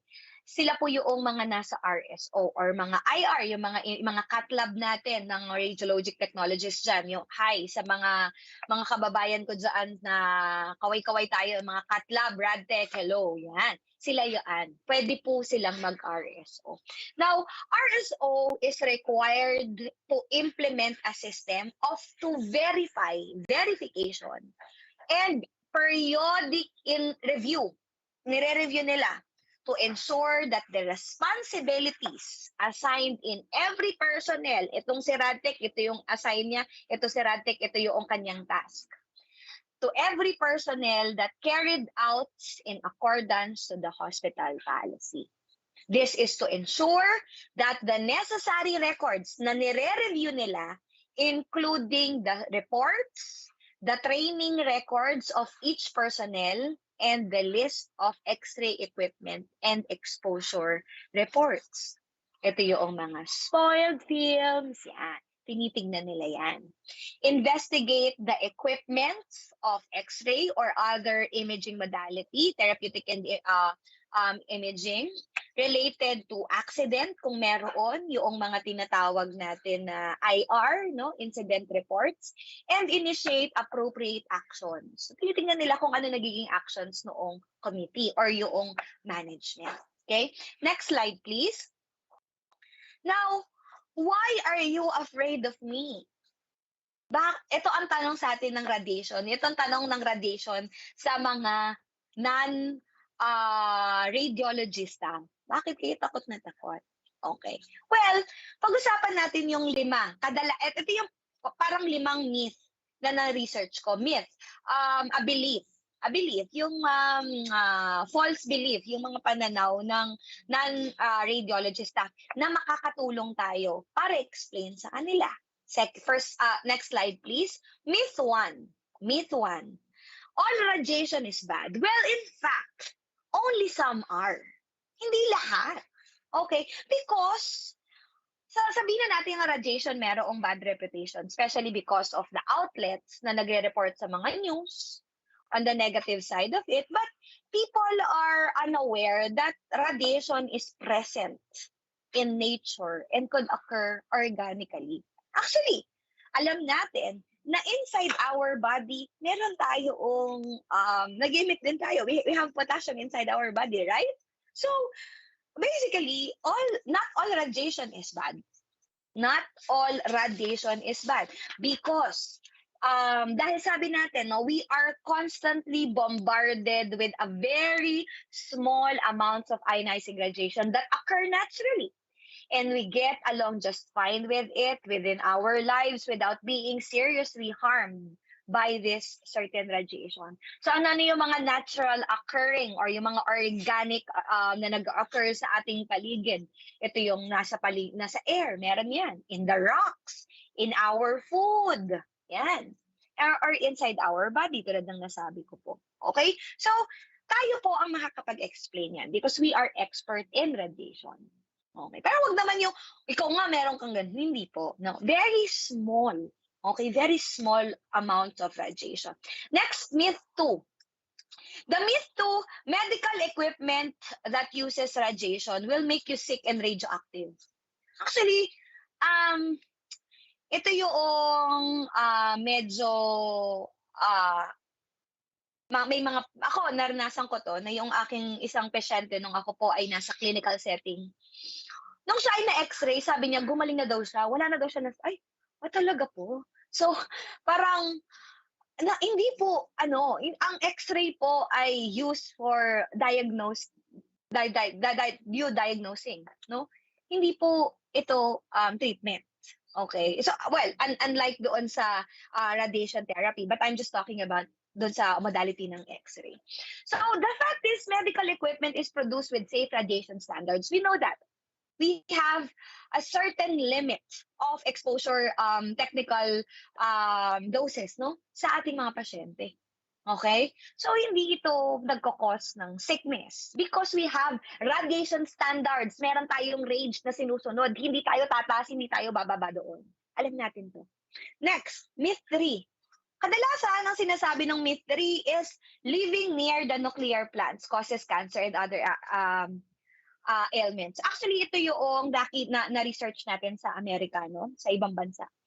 Actually, the fact is, when they build nuclear plants in other countries, no, if the nuclear reactor is functioning properly, there is no really effect to the people and animals na nandoon malapit sa kanila. Okay, this is a fact. Next, myth 4. Radiation causes body mutations. Actually, the fact is no. Radiation will not cause a person to mutate and gain supernatural abilities. Ito yung kadalasan nakikita nila, parang lumakas ako Nung na-x-ray ako, lumakas ako. Naging Superman. Hindi po. Okay. Ito kadalasan yung mga naiisip natin. And the last myth is that don't sleep next to your phone due to radiation. Ayan, yung mga naniniwala, no? So the fact is, when you are sleeping, when the person's sleeping routine is affected by other things, it does not relate really the radiation. Okay? So studies show that the mobile, your smartphones, doesn't emit low amounts of radiation, but tama, hindi naman siya nag-emit ng mababa, medyo mataas, no? Pero hindi siya enough, yung dose niya, hindi enough to cause the disturbance of your sleep. Okay? Next slide, please. Of course, radiation safety. Okay, next slide, please. Thank you. Radiation safety. So everyone must take radiation exposure very seriously. Next slide. Job, thank you. Hence, preventive measures and rules must be strictly followed to avoid critical health condition. So, kailangan ang overexposure ng isang radiation ay talagang tinatakal natin in a very serious matter. And ito yung mga kailangan nating ma-remember in terms of us, RadTech, when we are working in the X-ray machine. Una, you have to be acquired and equipped. You should be equipped with an adequate training to better understand the hazards of the radiation. Yung kabilang slide, sorry, yung previous slide there. Okay, so here are okay, there. Thank you. No, yung kanina. Yan, thank you. Okay, so the first guide here is you have to acquire adequate training. Okay, kaya tayo nag-training ng RPO, kaya din tayo ang tanong dyan, yung mga nag-RPO po ba ay, kadalasan mga nag-RPO po ay yung mga chief or assistant chief, yung mga department managers. But if you wanted for yourself to be an RPO or a RSO in the department of yours, then you can also join. Feel free to join the training, no? Next is to reduce handling time of radioactive materials and equipment. These are for the RadTechs who've been working in the elements or mga substances who are emit or who having radioactive substances, no? The third is you have to be very mindful with your distance. Tulad na nasabi natin, distance, no? And use proper shielding in any type of radiation. Isolate or contain harmful radioactive materials properly. You have to separate them from doon sa ibang mga substances na hindi nag-emit ng radiation. Next slide, please. The six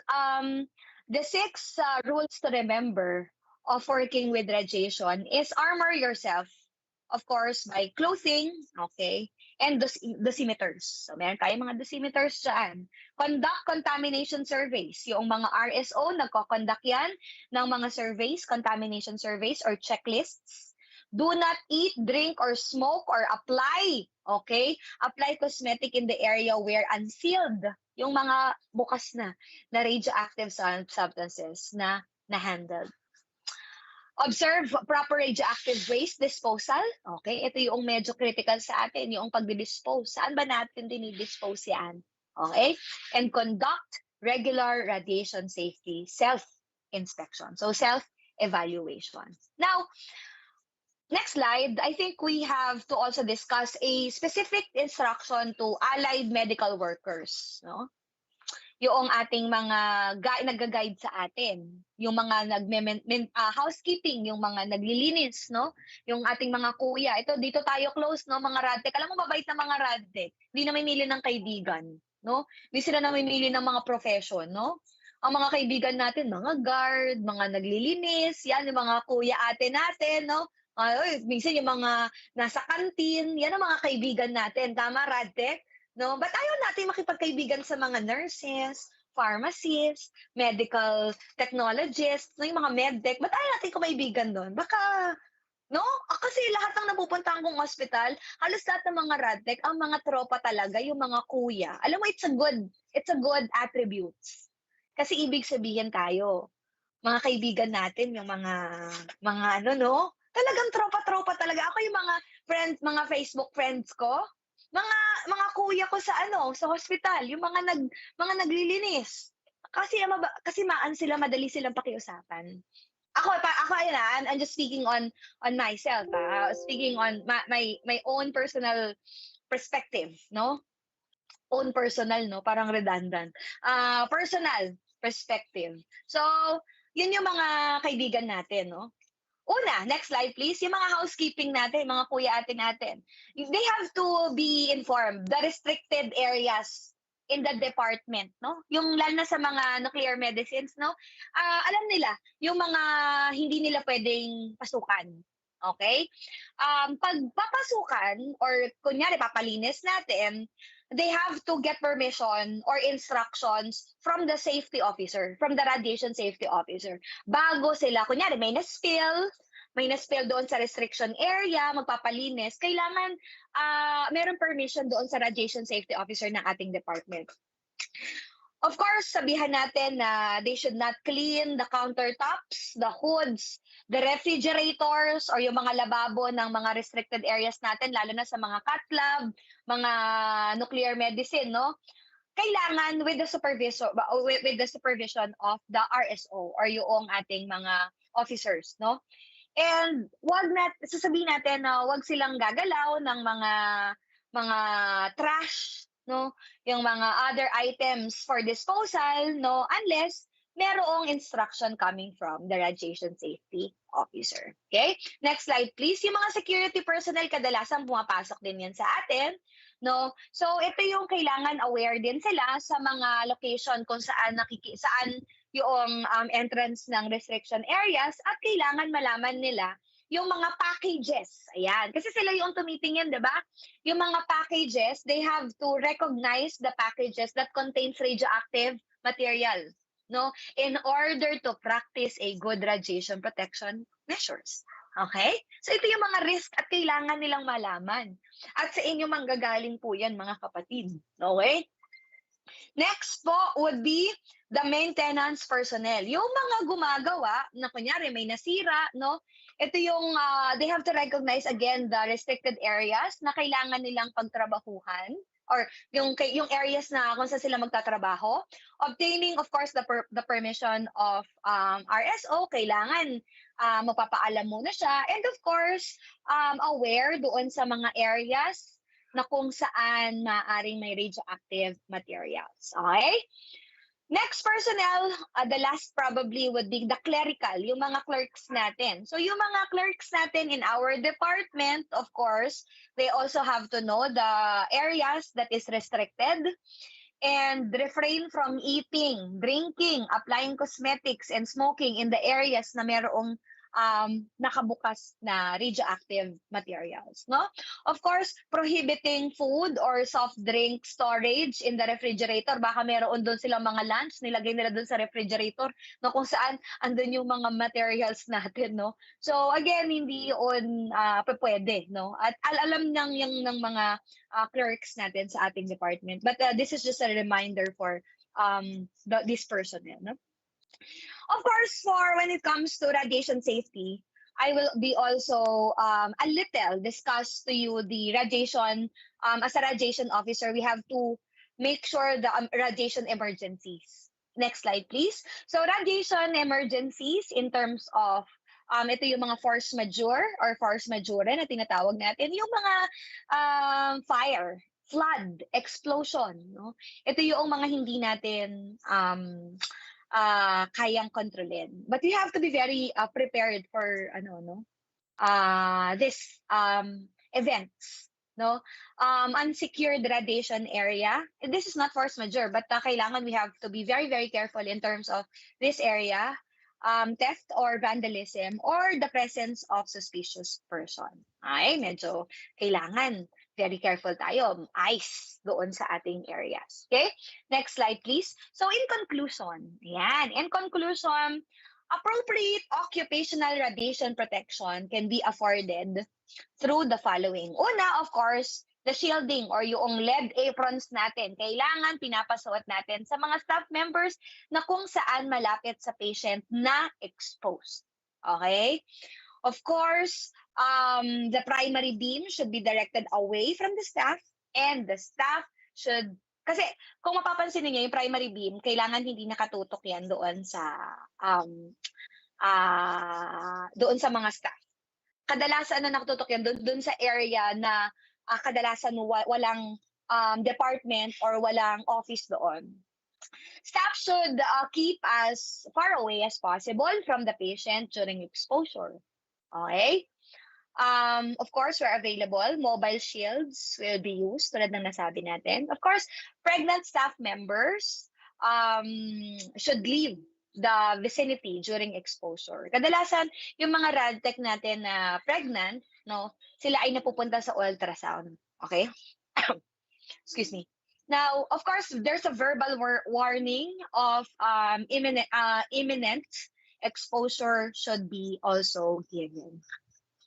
For CT, next slide please. For CT, yung mga CT tech dyan na nakikinig, when your staff or when staff is needed to be in the room during exposure, of course, there's an additional measure should be taken first. Of course, in case of CT intervention, yung, for example, guided, no, you should make sure that they have an appropriate personal protective equipment such as apron, yan, yung mga thyroid shields natin, and care should be exercised to avoid placing the hands, yung kamay nila, into the primary beam, and immediate notification to the interventionist or even the physicians should be given if that happens. So wag yung hayaan na yung kanyang mga kamay ay mapunta doon sa primary beam ng ating CP. So in the case of the person that provides medical support, a protective apron should be also worn, and the person should position themselves away from the gantry as possible. Yung mga magsusupport lang, yung mga magagay, dapat malayo sa gantry. Okay? Next slide. For diagnostic fluoroscopy procedure, so pag kunyari may mag-a-assist sa kay pasyente or guided, no? The staff member that is performing the procedure should also use the protective equipment. And in case of the person providing medical support, of course, another apron should be also worn. Kadalasan ang ginagawa natin, nagtatago na lang doon sa may apron. Doon na lang siya nagtatago. Ay, hindi po dapat po ay sila ay magkaiba. Bigyan nyo parehas ng apron. Okay? Ma'am, paano pag isa lang yung apron? Hingi tayo sa ibang department. Hiram tayo. Okay? Next. The last slide would be the radiological procedures. Next slide, please. Next slide. Job. For radiological procedures that is performed in mobile units, the following measurements should be taken. First, the staff member performing the procedure should use, of course, the PPE or protective equipment. Only essential staff ay nandoon. So kung nagmo-mobile tayo, kunyari nag-ICU tayo, ay kailangan kung sino lang ang nandoon, yun lang po yung ma-expose. Okay? In situation in which the member of the staff needs to be close to the patient, of course, lagyan natin sila ng protective aprons. At no time should a pregnant staff would be in this area. Okay?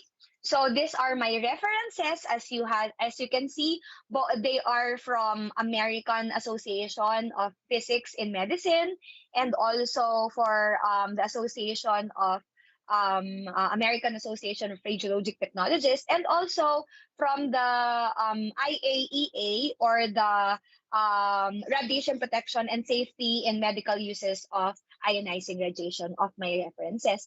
So next slide, Job, please. Those are my references. And the last slide is my thank you note. Maraming salamat. Sana kayo ay nabuhayan at kayo ay nakapagdagdag ako ng information sa inyo. If you have questions, feel free to chat doon sa ating chat box, or kung medyo nahihiya tayo, pwede kayo mag-chat sa akin. I'm so sorry, nag-extend ako ng 10 minutes, Ma'am Charlotte. And Sir Lawrence, pasensya na. Congratulations, PAIDEIA, and thank you very much. Thank you so much, Ma'am Maina, on this informative topic about radiation safety awareness. So, I think marami talagang napupulot yung mga participants natin from our speakers. So, reminder lang po sa lahat ng participants natin na gustong magtanong from day 1 hanggang ngayong topic natin, you can now you can now send your question to our chat box here in MS Team and in YouTube live stream. Now, without further ado, let's proceed to our final speaker. Okay? Sabi nga natin, our last but never the least speaker for today's event will be discussed by our very own Dean Lorenzo A. Reveldes Jr. on the topic entitled Challenges During Pandemic and Solutions for Positioning. Di ba? Napakaganda. Di ba? Trending na naman na ang topic ni Sir Lawrence. Okay? So, hi Sir Lawrence! Hello, Ma'am Charlotte. Thank you very much again. So, magandang umaga ulit sa lahat ng participants natin dito. So, sabi nga nila, and this is the save the best for the last. And although I will not be taking you long dito sa discussions natin sa last topic, pero sana after doon sa mga discussions nila kanina, yung mga technical aspects, balik ulit tayo dito sa crisis ulit tayo, no, ng pandemic. And sana yung mga we will inform you later kung ano yung mga naguluhan din ako doon sa pasabog kung ano, baka sumabog na. Yan. Okay, so I would like to bring you the challenges during pandemic and solutions for positioning. Actually, in general, marami naman talaga tayong challenges, no?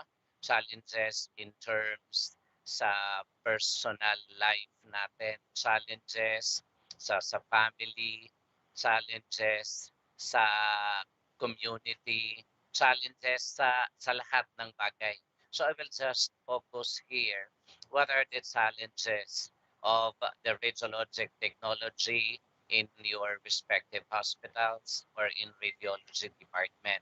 And what are the possible solutions? So yung ipepresent ko lang dito, so ito lang sa tingin ko na ito yung mga possible solutions na pwedeng natin gawin na dito sa radiology department in particular. Okay. So today, more than over, hospitals are operating day to day, and the number of patients is continuing to increase. Pataas tayo, di ba?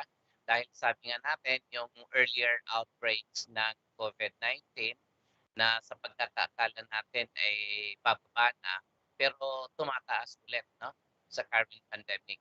So the crisis poses significant challenges to hospitals, in specifically sa radiology departments, which we find themselves in a race against the clock to find both beds and equipment.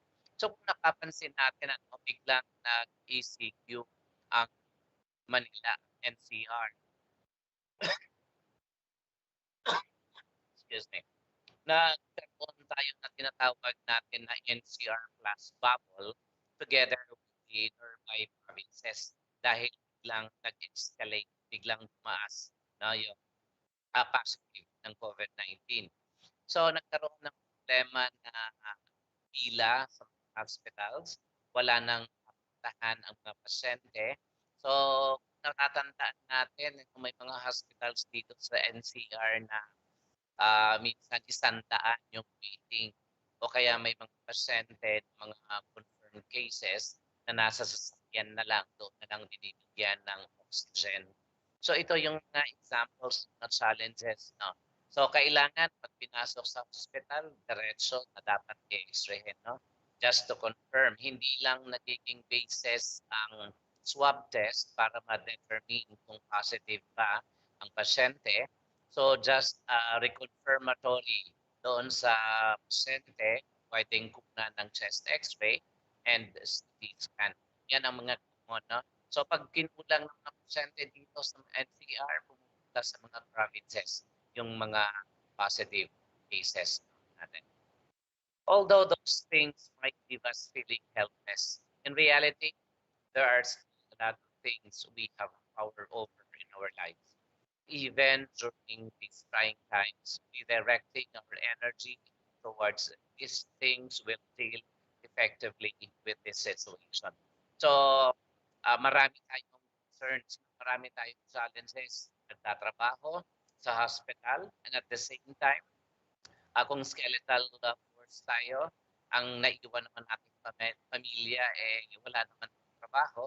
So, hindi natin malaman, nakaka-receive pa ng ayuda na tinatawag natin. So, are we still depending doon sa mga ayuda na bibigay ng local government units? Kaya lang, saan tayo, professional, nagtatrabaho daw sa hospital, pero hindi na nasasama doon sa mga ayuda. Usually, yun ang reklamo, no? Yung mga reklamo natin. So I have here some challenges in radiology department during COVID-19 pandemic, and what are the possible solutions? Okay, chest X-ray and CT scans are the examinations for our COVID patients at a fixed time interval initially, every alternate day, and then every day. So ito yung dalawang common na examinations, no, na i-perform sa radiology department na chest X-ray and CT scan dahil ito yung mga confirmatory natin. Kasi minsan may mga asymptomatic pero pag once na in X-ray, nakikita, no? Nakikita doon sa chest X-ray na mayroong pneumonia which is related to COVID-19 virus. Kaya yun, kaya ito yung the two most common examination for confirmatory. And it is decided to do this in evening hours. So ang advisable, no, sa kada department na mga suspect or confirmed cases of COVID and this schedule for chest X-ray or CT scan sa gabi, it is advisable na sa gabi gawin para prevent ng contact doon sa mga OPD and the crowd na may mga pumupunta doon sa hospital. So non-COVID patient or their relatives will not be allowed to wait in premises or in waiting area of CT scan during this time. Pero it is the directives of the healthcare facility na pag COVID positive or confirmed cases, suspect cases for COVID, hindi na pinasasama yung relatives, no? Wala nang kasama doon sa hospital. Iniiwan na lang na doon sa hospital. Kaya minsan, yun lang hindi maganda na pag once na confirmed cases, tapos mayroong moderate or severe cases na pasyente, napapansin natin na namamatay na lang, no? Hindi na nakita ng pamilya. So, yun ang pinaka-worst na scenario pwedeng nangyari. And the first challenge, we have equipment, no? Equipment. So since lahat tayo, o kayo lahat adects, you are working in a public or private hospital, clinics, or medical centers, as regards to radiology services, the challenges here is doubled in terms of machinery. So ito mas favorable ito doon sa mga large hospitals like regional medical centers, yung mga general hospitals or private hospitals na kaya naman marami namang equipments na pwede nilang magamit. So as the cases started increasing and more wards started getting converted to COVID wards, the challenge was to provide X-ray machines. No? So ito yung mga problema, di ba? Minsan may mga hospitals maabot ng second, third, and fourth floors na kino-convert as COVID wards.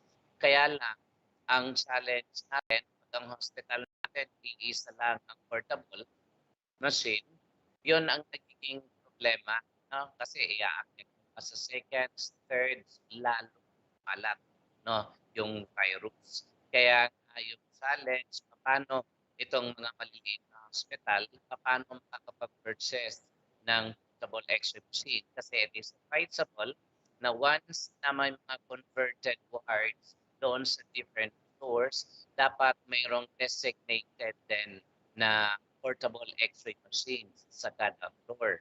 Kaya lang, baga, are the ideal set up ngayon this kind of pandemic. So, yun nga sa challenge na iisa lang ang portable machine, magiging problema na natin. No? Kasi dapat lagyan portable machines in every floor na kinonvert ng COVID ward. The second challenge is the procurement. After taking the X-ray, the RadTech had to come to the X-ray department for reading the cassette or the film and to take a digital X-ray print. So digital, kasi may mga hospitals tayo na tinatawag natin na digital radiography, computed radiography. So itong pinipresent ko dito, ito yung mga ideal na department ng mga big hospitals na mayroon. Paano sir, kung itong mga di kalakasan or these hospitals which are subsidized with the local government unit in the provinces na wala namang digital X-ray screen. So pag nag-X-ray tayo, yan, ibababa sa X department at i-develop. So minsan ang nagiging problema yung pag-transfer ng virus doon, napunta na naman sa department. So the next challenge is to procure computed radiography. So pag tinawag natin na computed radiography, ibig sabihin, ito yung room na computed radiography. I believe ito yung ginagamitan natin ng phosphor imaging plate to create a digital image by ginagamitan ito ng cassette-based system.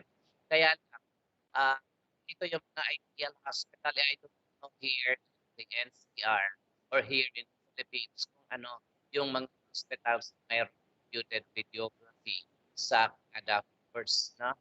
So kaya lang, hindi naman natin in-expect na magkakaroon ng ganitong pandemic. Kaya hindi lahat ng hospitals ay ready o mayroong computed radiography room sa kada ward.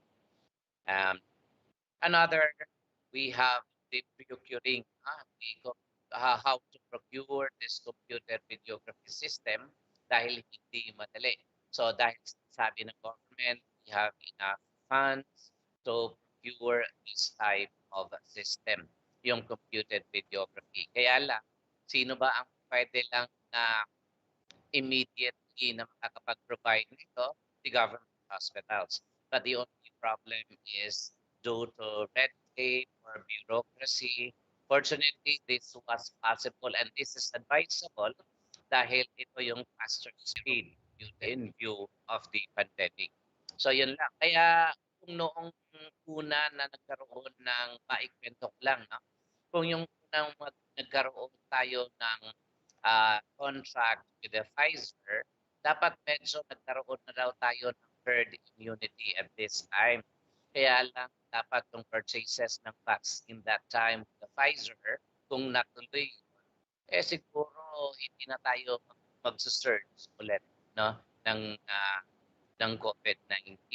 Kaya lang nahuli or may lang tayong hindi naintindihan doon sa red tape and bureaucracy of the government. So the third challenge is the surface infection and air exchange. To avoid surface decontamination of cassettes, so pag nag-X-ray kasi tayo, so we are talking here of X-ray doon sa department or portable. Pero normally, pag COVID-confirmed cases na diniretso doon sa rooms nila, hindi na yan dadalhin sa X-ray department. So ano ang ginagawa natin? Pupunta tayo sa mga rooms, sa mga wards to take X-ray. So to avoid the decontamination of the cassettes, bago pumasok tayo doon sa COVID ward, we ask them in charge of the nurse station, pwede tayong humingi ng yung pang-cover, no, yung thin sheets na pang-cover ng cassette. Then after taking the X-ray, so dalawang klase ng green sheets na ginagamit natin. So after pag-X-ray doon sa mga confirmed cases, then tatanggalin natin yung isang sheet, i-discard natin doon sa department. Then yung pangalawa, dahil mayroong computed radiography room, i-discard din natin doon yung isa. No? So That is the challenging dito sa mga RADTEC. Then the cassette was cleaned with alcohol-based solution before putting the cassette in this computed radiography system for developing radiographs. So normally, yan ang ginagawa. Pag walang computed room, we have no choice. Di ba? Pag kumuha tayo ng portable X-ray, then ang cassette, dadalhin natin doon sa X-ray department for processing. So, but the problem there is the transmission of the COVID virus na madadala na natin. Kaya kung papansin natin, marami ang nag-COVID positive na mga radiologic technologies. So maybe because na-transmit or nila na-acquire nila yung virus doon sa workplace nila sa X-ray department or somewhere na kung saan nagpunta. Kaya lang kami positive na RADTEC na hindi naman hindi naman ikot. So in other words, doon lang nila nakita sa hospital. Initially, there was no consensus towards how to fumigate city cancer room with no particular standardization and no proper guidelines from the manufacturers. So we developed our own protocol. So kada department na nagde-develop ng protocol in how to disinfect, how to fumigate, especially hindi lang CT scan room, kung hindi yung X-ray room na pinapasukan ng non-confirmed cases. We did surface cleaning of table and gantry with alcohol-based solution after each patient and surface disinfection of the entire CT scan department. So nagiging protocol natin sa radiology department, kung nag-X-ray tayo, let's say for example, chest X-ray, and that is to rule out pneumonia. So pag nakita natin, syempre tayo RADTEC, nakikita naman natin kung may pneumonia related to COVID-19. So after the exposure na nagdi-discontaminate, so hindi ko nang alam yung mga hospitals if they organized na decontaminating team doon sa department na kada after X-ray ng isang confirmed cases na magkakaroon sila ng contamination. So normally, nagkakaroon lang ng window period of 1 hour for sufficient air exchange before starting and non-COVID patients, especially in the CT scan. Ganon din ang ginagawa natin sa CT scan department or CT scan room pag nag-CT scan ng confirmed cases. So after the procedure, decontamination ng room. Kaya lang, ibigyan lang natin ng window period na 1 oras dahil hindi naman lahat ng siniscan natin ay confirmed cases. So para magkaroon ng air exchange, so dapat 1 oras na yung window period before another examination or another patient is being entertained. No, the same process with the X-ray department or by taking test X-ray. Another challenge is yung how to protect the COVID barriers. Apart from this, one major obstacle was to take care of COVID barriers, which includes RADTEC with generalized fear about COVID in society. We had to keep their moral high.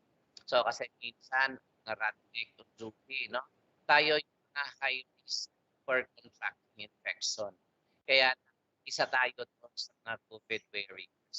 Ang nagiging challenge natin, after pag-uwi na natin or dahil pag sinasabi, pupunta tayo sa mga groceries, hindi tayo na acknowledge na we are one of the frontliners.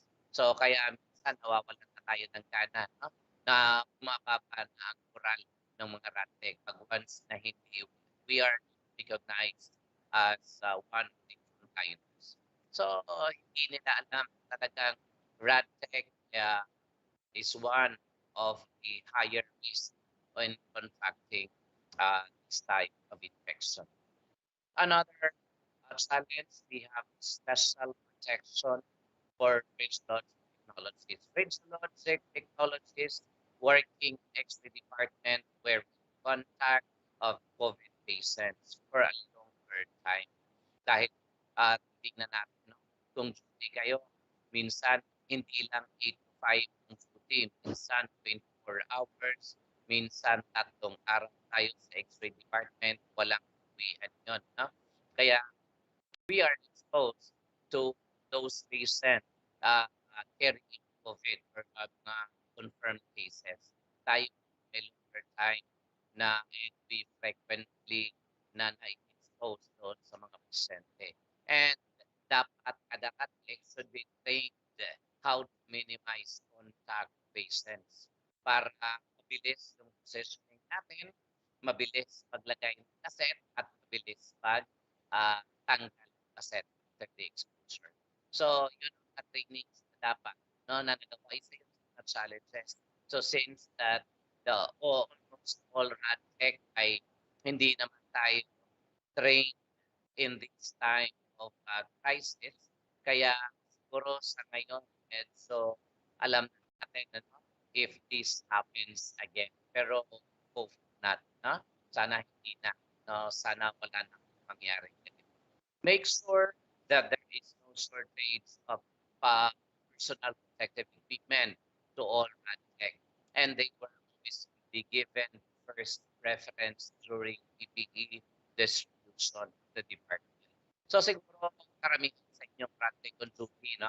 Naka-encounter tayo during the earlier outbreaks of COVID-19 na experience nyo na ang PPE na ginamit nyo for 1 week, no? Iisa lang dahil kulang supply. Especially pagdating sa mga private hospitals siguro or yung mga government hospitals dahil po konti. So natandaan namin dito sa Integrated Council of Radiologic Technologies, yung ating organization na tinatag na nabigay kami since na hindi lang namin na-sustain for a period of 1 year yung distribution namin ng PPE dahil siyempre we are new organization and we have limited resources.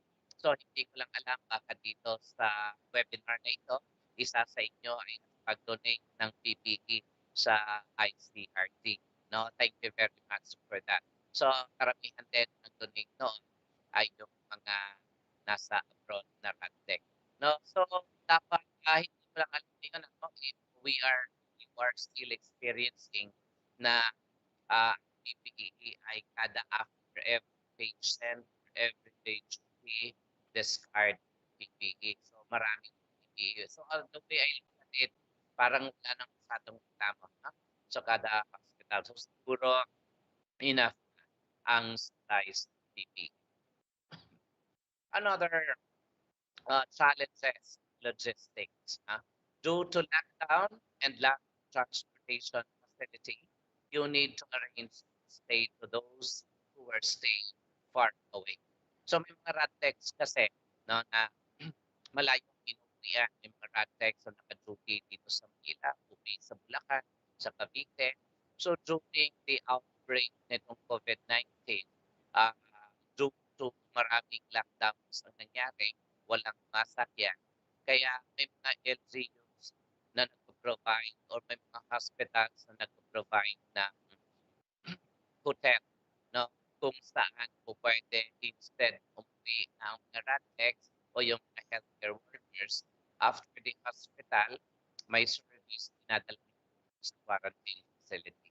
So doon na ang mga RadTechs kasi na minsan diretso na 1 week, then after 1 week or 10 days na quarantine, hindi na uwi no, sa bahay na doon nasa quarantine facility.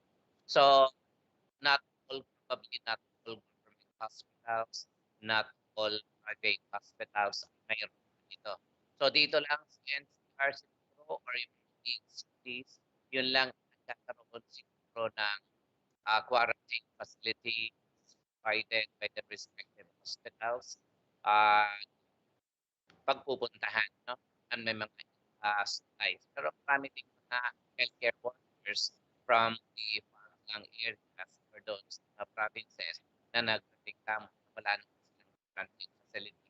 May quarantine facility pero hindi naman talaga probably ventilated. Kaya hindi din sila gustong magstay sa quarantine facility dahil hindi naman sila komportable doon. So this pandemic has made us a little wiser as regards to both administrative and clinical challenges. The end pandemic is still outside. Wala pa. Hindi pa natin alam kailan tatapos. Sabi nga nila, the end pandemic maybe it will take until 2023. No? So wala pa. It's still outside. Maybe we are one half or week halfway through. Hindi natin alam. Nakakalahati na ba tayo? So it's more than a year, no? Itong pandemic natin. But looking back past months or years, it has been a humbling experience to be able to render our services since we are a service provider. So wala pa. Nananaginip pa lang tayo, no? Dito sa Pilipinas. Other countries, mayroon na silang 60-70% vaccinated. So, most probably, meron silang herd immunity. So, sa Pilipinas, if I'm not mistaken, as far as the vaccination team ng Philippines, around 3% pa lang, wala pa tayo sa 10% ng total vaccinated dito sa Pilipinas. Kaya still, out of sight pa kung kailan tatapos ang pandemic dito sa Pilipinas. So for as long as na 50% or 70% of the population is vaccinated, probably baka makakita na tayo ng liwanag sa dulo. Pero sa ngayon, malabo pa. No? Wala pong liwanag. Wala pong liwanag ang buhay. No? Meral lang ang meron liwanag. Etos lang. Okay. So, I have here from the new normal to a new future, a sustainable response to COVID-19. Preventing COVID-19 transmission is contingent on public compliance and private sector cooperation to suppress human-to-human transmission. Paano natin masusuppress ang human-to-human transmission kung hindi tayo sumusunod sa mga protocols? Lagi nating sinisisi, siguro tayo, no? Healthcare workers, sumusunod tayo. Iilan ang siguro ang sumunod sa healthy protocol. Pag minsan nakasama natin healthcare workers, napapagsabihan natin kung walang face mask, kung pwedeng maglagay ng face mask, galit pa sa atin. How much more yung mga individual, yung mga siguro less fortunate, no, na mga tao, talagang mapapaaway tayo, no, pag nagsabihan natin. Even in a nice way, nahihirap tayo i-advocate itong pagsuot ng face mask, face shield as possible. No, Philippines have adopted these new behaviors to prevent infection. So, lagi nating sinasabi yan. Kaya sa ating mga kahapon, mask wearing dapat ay piniperform natin from time to time dahil may batas na dito. The same process with physical distancing. Ang physical distancing natin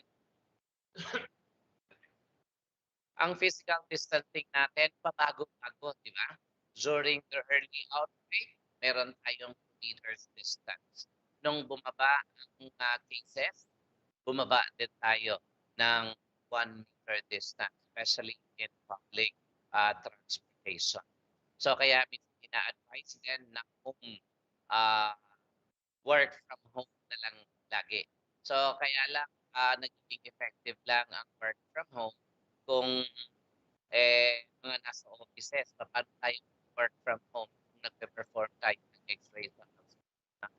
And I encourage the hygiene as part of daily life. Ito na ngayon ang magiging new normal natin. So dapat na-practice natin ito araw-araw. Based on wearing a face mask, physical distancing, and hygiene. Now, the challenge is to make this new behaviors part of our everyday habits. one key lesson learned from this pandemic is that clear, caring, inclusive, and regular communication from authorities contributes to public trust in government's response, which leads to improved understanding, individual responsibility, and subsequently a greater willingness to adopt infection prevention practices as part of the new normal. So ito yung mga tinitingnan, and that's our responsibility as healthcare workers, as COVID warriors. No? Thus, advocate kung ano pa yung pwede dahil sabi nga natin, di pa tapos no, ang pandemic. Andito lang sa tabi no, yung mga COVID no, infection. So, tayo protect, kayo nasa duty, nasa hospital every day, and you must take extra precautions in order to prevent no, this transmission of the COVID. Hindi lang yung between or among ourselves in the department, kung hindi affected natin yung family. Dahil automatic, after the hospital, uwi tayo sa bahay. Then, sino naman ang makakasalubungan natin sa bahay? Lahat yung family. So, pag once na ang family affected, pati na. No?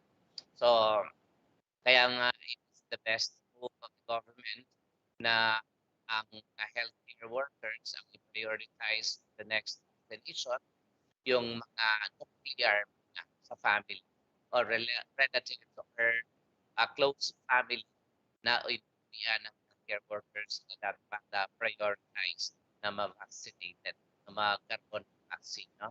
In order to protect. Vaccinated ka nga, pero yung inuwian mo ay positive, so ma-infect ka din.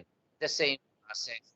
Sa kauwian, wala nga COVID cases, pero ikaw din ang may dala, kahit na vaccinated ka, the same, ganun pa rin ang mangyayari.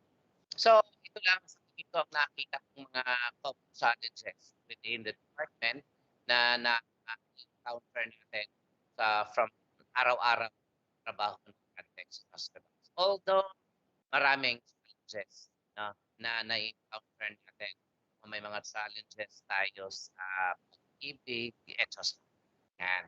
May mga challenges na pwede tayo sa kanila. Tama lang. So, ito yung sa tingin ko na mga challenges. Long-term planning investments will enable us to build more resilient societies or community and help achieve our common vision to become the healthiest and the safest community. So we are known, Filipinos are known for resilient, no? So lagi natin yung words na ginagamit yan. Lalo na pag mayroong crisis, pag mayroong sakuna, so resiliency, lagi ang ginagamit natin na term. And we are all resilient pagdating sa crisis, no? Especially for radiologic technologies. And with that, hindi masyado, no, yung topic ko, dahil kung pag-uusapan natin yung mga challenges, mahaba masyado. No, thank you very much for listening. And I would like to challenge ulit si Sir Bautista. No, Sir Lai, thank you for attending this webinar of PAIDEIA. And I would like to thank the team of this webinar. Of course, I would like to thank our beautiful hosts. Yan, Charlotte, we have Sir Professor Patrick Viola, si the queen of ano ang tawag ko doon? Icebreaker. Yan, si beautiful Magna Dorona. And of course, the legalists of the radiologic technologies, Dr. De Los Santos. Yan, thank you very much. And of course, our participants in this webinar. Mamaya may announcement tayo na pasabog na sinasabi. No? Saan lang na kayo. Mayroon lang represent us. So thank you very much for listening. God bless everyone. Okay, sige ma'am. Thank you so much, Sir Lawrence, for this very informative topic, di ba? That help us to boost our knowledge on how to resolve on these pandemic challenges that we have. Di ba? Napakaganda ng mga topic natin from day one hanggang ngayon. Diba?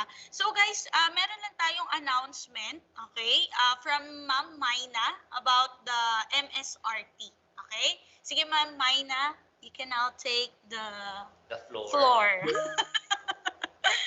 Okay, thank you, Ma'am Charlotte. Later I will I will be with you. Papunta na ako diyan sa ating campo, you know. So hope to see you later, Ma'am Charlotte, Sir Patrick, and Sir Lawrence. So after nito, fly na ako diyan. Okay, just a quick reminder, madami pong nagchat-chat sa atin at dito sa ating platform, nagtatanong sa MSRT.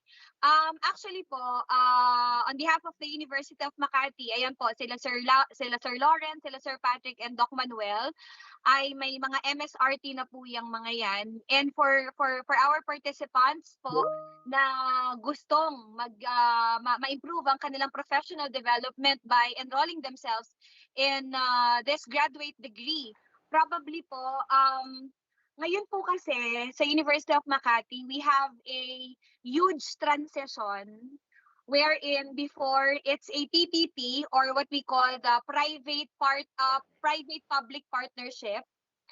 So now we have a huge transition in terms of the program itself. Yung graduate program po natin ay mapupunta na po sa under the local government of City of Makati. So yung transition na yon, of course, ipapasa sa syudad or sa city ng Makati. Council. So medyo magkakaroon po tayo ng mga pag-transfer ng mga program and all. So as of the moment po, isang taon na po tayong hindi mo na tumatanggap. So ano po ang reason behind this? Una, ay pinapatapos na lang po namin yung mga naka-enroll under the private part, yung private na area. Kasi po, kung dire-diretso po ang pagtanggap natin ng estudyante ng MSRT, which is of course, this was established and found by no other than Professor Honorable Lorenzo Rebeldes Jr. Siya po ang nag-build ng MSRT na program na yan at isa rin po siya sa mga pioneer na mahusay po at ang ganda ng mga courses. It's a top courses, hindi po siya advanced radiobiology, parang wala pong ganun sa atin, no? So sa atin po is like fiscal management and radiology. Yan po yung mga human resource in the radiology department. So yung mga hindi na pag-uusapan in the undergrad program sa MSRT po, hindi po siya nire-repeat.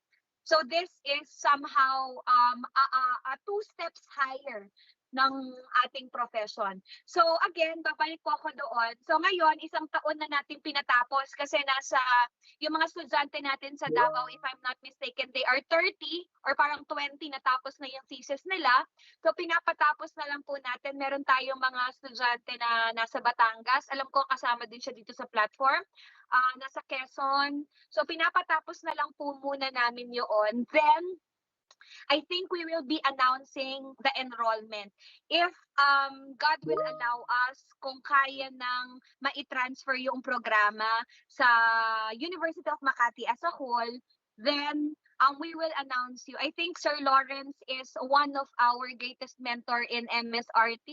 Isa po siya sa mga mentor namin sa MSRT. At masasabi ko pong hindi po sayang ang pera dahil una, madadagdagan po ang knowledge nyo. Hindi lang matadagdagan ang apat na letra po ito, MSRT sa dulo ng pangalan ninyo.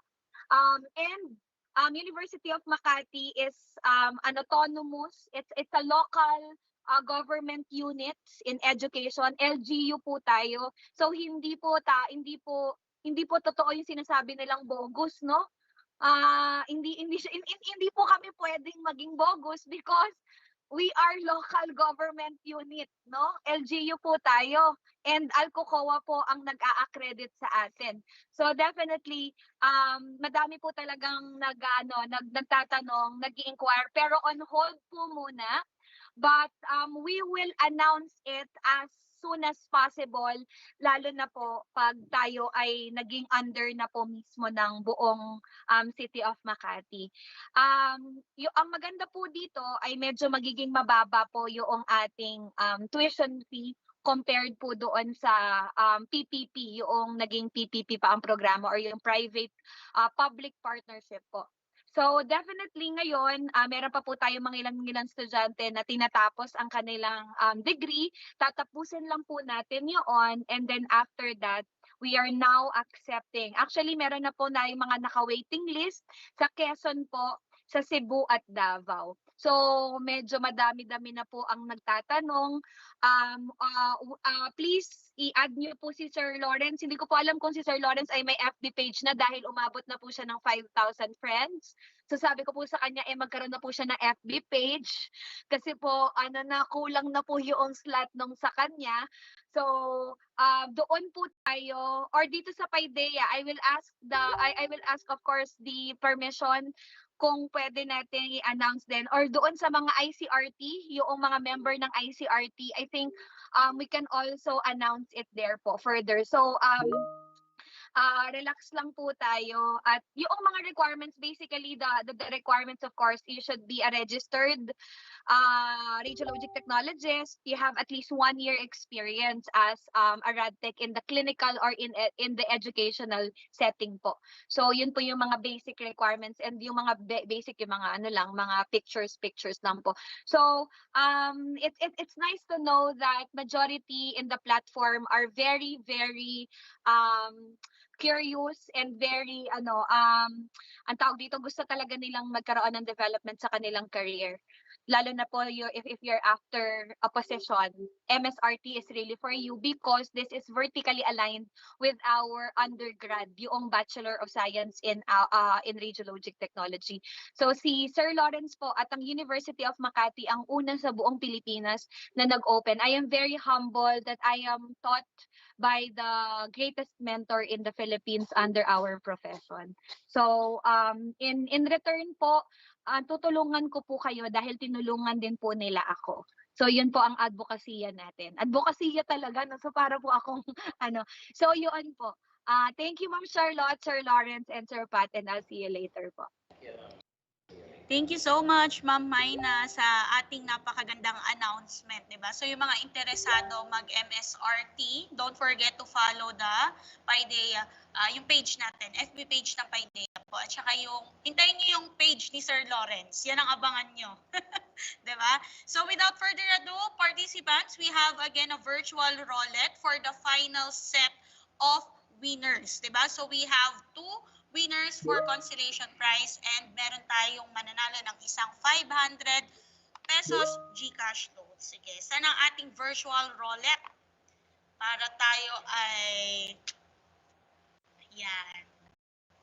Ayun, lumabas ang ating virtual roulette. So, ang ating unang set ay ang mananalo po ng 500 pesos. Okay? So, itong mapipili ng ating virtual roulette ay 500 pesos.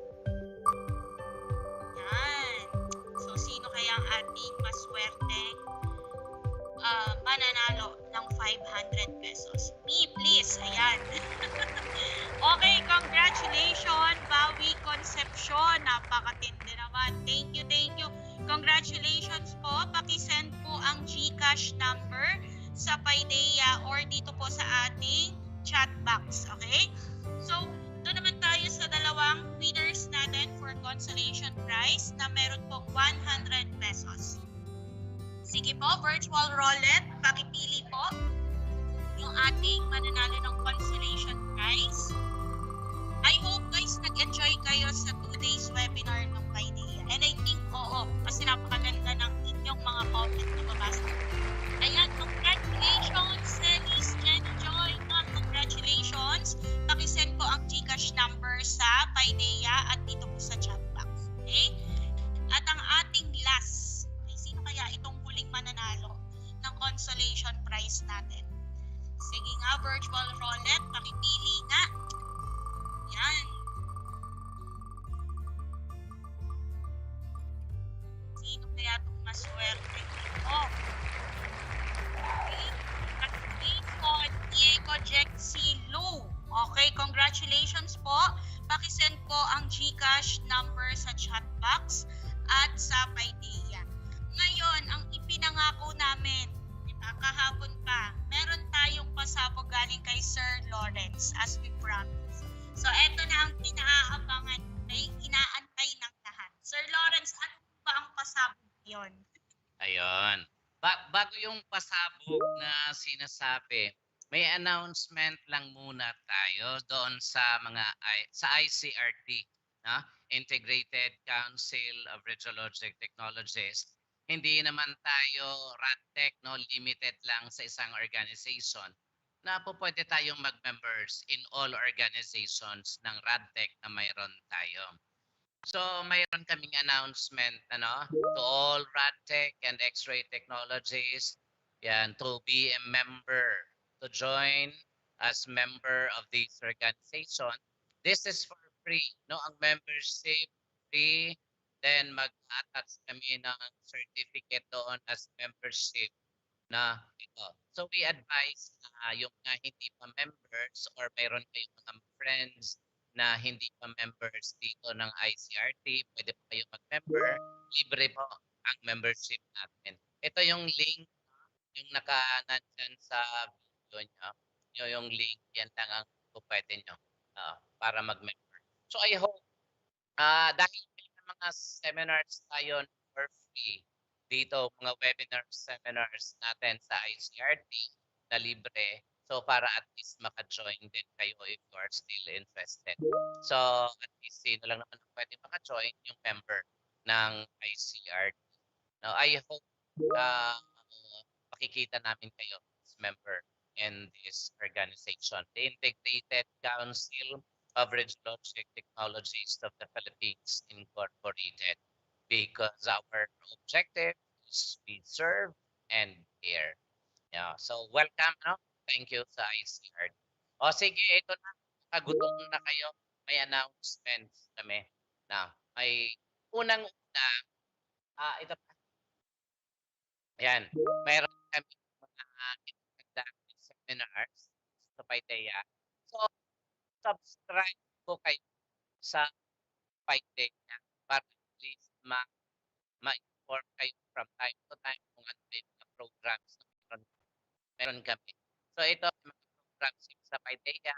We conduct a 4-day ultrasound training and workshop for general ultrasound and basic obstetric ultrasound. So meron message lang kayo sa PAIDEIA. Next. Yan. So kami intensive training dito sa PAIDEIA, message lang din, and the intensive training for ultrasound, general ultrasound is on June 19, and we also conduct the echo training and workshop. So may mga schedules din kami na ilalagay doon sa PAIDEIA. And well, yan lang. Yan. Okay.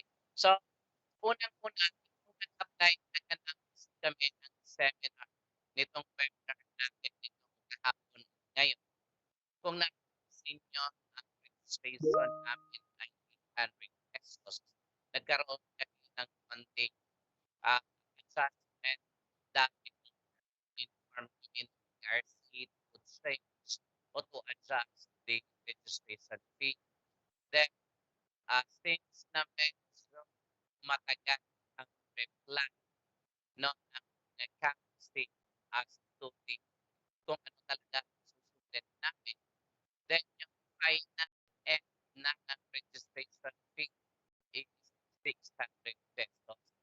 So, yung remaining na 200 pesos nyo, so if you wanted to refund the 200 pesos,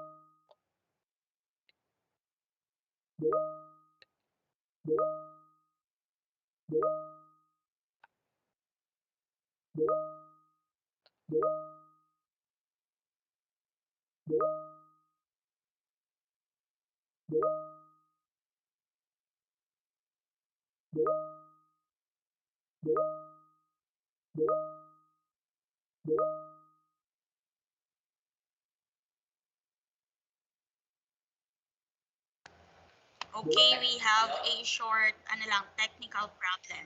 Okay, antayin natin uulitin ni Sir Lawrence yung kanyang good news. Ayan, sir. Okay.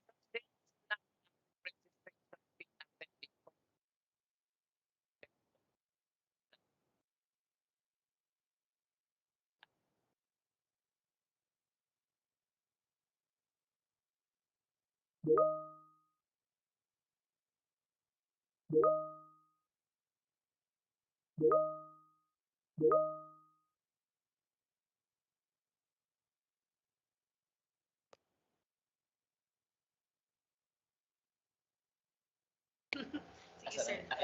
Akin na yung papel. Hello? Yan. Transfer ng venue. Uulitin ko po ulit, no? So, since nagkaroon kami ng adjustment ng registration fee, originally, ang registration fee natin ay 800, no? So, nagkaroon ng adjustment as advised by the CPD Council, naging 600. Hindi na namin na i-correct yan dahil nitong recently lang or last week lang yata, yung advice na yon, kaya hindi na namin na re-announce yon para at least to prevent conflict. So, you still have 200 pesos and we will give you a link kung ano ang option nyo. It's either to refund the 200 pesos or po pwedeng i-carry over na po for the next webinar with no cost at all. So, we will be having another webinar most probably on the first week of July. Then wala na po kayong babayaran doon. So kung either of the two na options nang po pwede. So yan ang announcement. Actually yun lang ang announcements namin. No? So itong webinar natin, this is 600 pesos registration. So nag-over po kayo ng 200. So mayroon po kayong dalawang option. So ibibigay namin po yung link doon kung ano yung options nyo po. It's either to refund or to carry over for the next webinar. So at least kung may webinar tayo sa susunod, 8 points, you are just paying 200 pesos. And we will be conducting other webinars for free, ang PAIDEIA at ang Integrated Council of Radiologic Technologists, because we care and serve and we love you, RadTech. Yan. So God bless. Fruitful Sunday, everyone. Thank you very much. Back to you, Ma'am Charlotte. Ako, portable pa yan. Okay, di ba? Magkakasama po ko. Naitatanong niyo po kasi magkakasama po kaming tatlo dito. Okay, so napakagandang option nun, di ba? So bibigyan po namin kayo ng link para may choice po kayo kung gusto nyong mag-refund or i-push po yung isang free webinar natin. Okay? So abangan nyo po yung link na yon. Now, meron tayo, as I said, we have a question and answer portion ng webinar natin. So this is from Sir Blight kanina. Nagtanong si Sir Blight in regards with Doc Manny's topic. So this is about forensic radiology. So this is the question, okay? So what do you think about the probability of including forensic radiology as another specialty for RadTech in Philippines? Just like mammography that are being commonly left behind but has a big and major role for breast cancer detection. I did research in Slovenia about breast cancer detection through medical imaging. The women's wellness section in Europe was very essential since the percentage of female population are higher than male. So ito yung question ni Sir Blight. So as per Dr. Manuel, he said na this is a full idea that could be a very reasonable thought to be included in RadTech curriculum. The CHEDs or TC or TP must be informed about it. Okay? So yun ang ating question na nasa chat box. Okay? May mga question pa po ba ang ating participants? Okay? Before I remind or may mga announcement pa tayo? May mga question po? Ayan. So, ang nakikita ko sa ating chat box ay about evaluation form. Okay. So, I think wala na tayong question sa mga topic natin kasi napakalinaw naman na ibinigay ng mga speakers natin. Diba? Napaka-relevant ng mga topics natin for the 2 days webinar po ng PAIDEIA. So before we end this webinar, meron lang tayong mga announcement and reminders. So yung mga winner po natin ng virtual raffle from day 1 hanggang ngayon, please send your GCash number sa PAIDEIA at dito po sa ating chat box. Okay? The evaluation form po, okay, this will be sent to your email. Antayin po natin, isi-send po sa email. And I may also remind po na kung sino lang yung mga naka-registered dito sa ating webinar, yun lang po yung maibibigay ng list of names sa PRC for the CPD units. Okay? So lastly, if you have any question, please comment on our chat box or message us, in PAIDEIA. Okay? So don't forget guys to like, share, subscribe in our YouTube and of course follow the PAIDEIA page. Okay? Para maging updated po kayo sa lahat ng webinar na ibibigay namin sa inyo. So once again, guys, maraming salamat po in behalf of sa bumubuo ng PAIDEIA. Maraming salamat po sa tiwala na ibinigay niyo sa amin dito sa ating 2 days webinar. Nakakatuwa po yung mga comment niyo kasi na-appreciate niyo ang effort speakers natin at yung mga relevant na discussion na ginagawa ng ating mga speakers. Maraming salamat po. So before natin i-end, mag-picture uli tayo like yesterday. Okay? So please paki-open po ng mga camera natin. Ayun. Patingin po ng mga RadTech natin from Luzon, Visayas, and Mindanao. Ayan. Sir, screenshot na to. Diba? Magandang tanghali po sa lahat ng RadTech natin. Yung iba nasa duty, yung iba nasa bahay, I think. Yan. Happy to hear teleradiology, yes. Diba? Napakaganda ng mga topic natin. From day 1 hanggang ngayon. Ayan, sir.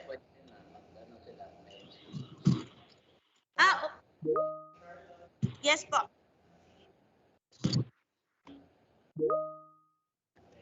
Ayun, ma'am. Yes po. May question po, ma'am.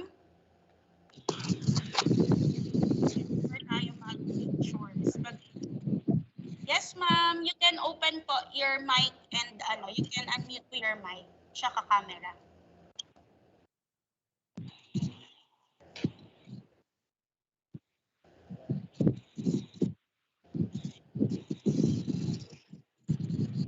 Ayun. Tsaka guys, remind lang kung may mga gusto kayong topic na i-discuss natin sa webinar, please mag-message kayo sa PAIDEIA or mag-comment kayo.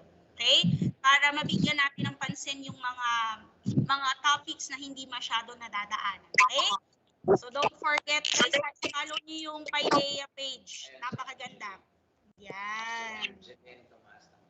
Ayun, si ma'am, may tumataas doon ng kamay. Angeline, ma'am. Angeline, may question po ba kayo? Hello, good morning. Ay, good afternoon. Ay, good afternoon po. Regarding po dun sa magma-masters ng RIT, meron po bang nagki-cater ng online masterals sa Manila or any part? Ayun. Ma'am Aina, nandyan pa kayo? Actually, on behalf of Ma'am Aina, if I'm not mistaken, blended program po ang ating MSRT sa University of Makati. So with this type of crisis na mayroon tayo, so possible online nagbibigay ang University of Makati. Angeline. Okay. Is it possible to know how much it costs at saka kung yung estudyante nasa Visayas, kung sakali kasi mahirap, 'di ba? Wala kasing masters dito sa Visayas. Yes po. Siguro ma'am, later Angeline, later na 'yon dahil yung nasa transition sila. So we will keep you posted doon pero definitely mas cheaper since na this is under the local government unit of Makati. Yun ang assurance na mas the cheapest possible. Thank you. Thank you, Angeline. Yun, maraming salamat po, Ma'am Angeline. So may mga question pa po? I think wala na tayong question, guys. No. Okay, sige, let's do the grouping virtual. Okay, Sir Joe, paki-screenshot po. Okay, guys, paki-open po ng camera. Smile. Smile. Sinong magbibilang? Ako. Okay, 1, 2, 3 guys. Smile. Pakita po ang ating mga mukha. Okay. Okay na ba? Okay na. Maraming salamat po sa lahat. Thank you po for attending the 2 days webinar of PAIDEIA. See you po. See you soon sa lahat. Ingat po. Keep safe everyone. Thank you. God bless everyone. Po ng marami. Thank you po. At nag-enjoy kayo sa aming 2 days na webinar. Maraming salamat. Thank you po. Yes po. Don't forget po i-follow ang ating PAIDEIA page. Yes po. Hello, Ma'am Charlotte. Yes po. Ma'am, may for the seminar. lang po. Ma'am, yung sabi po kasi ni Sir Rebeldes kanina, yung regards sa CRT po, yung membership. Bali, Membership. post po ba yun sa email din or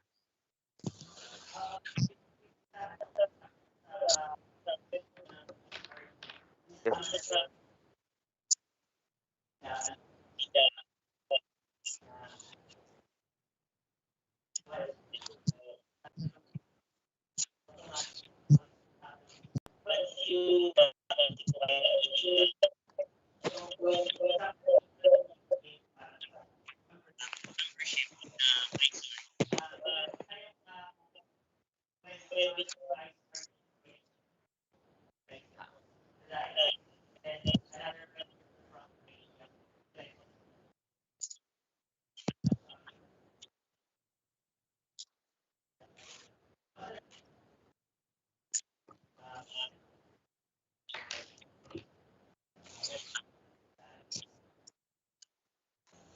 Hello, Jefferson, Hello. Ryan. Sir, bali, Hello. follow-up question lang.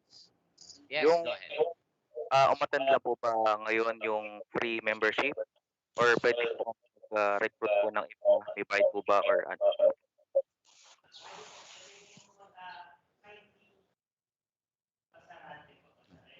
Sir, hindi ko po marinig.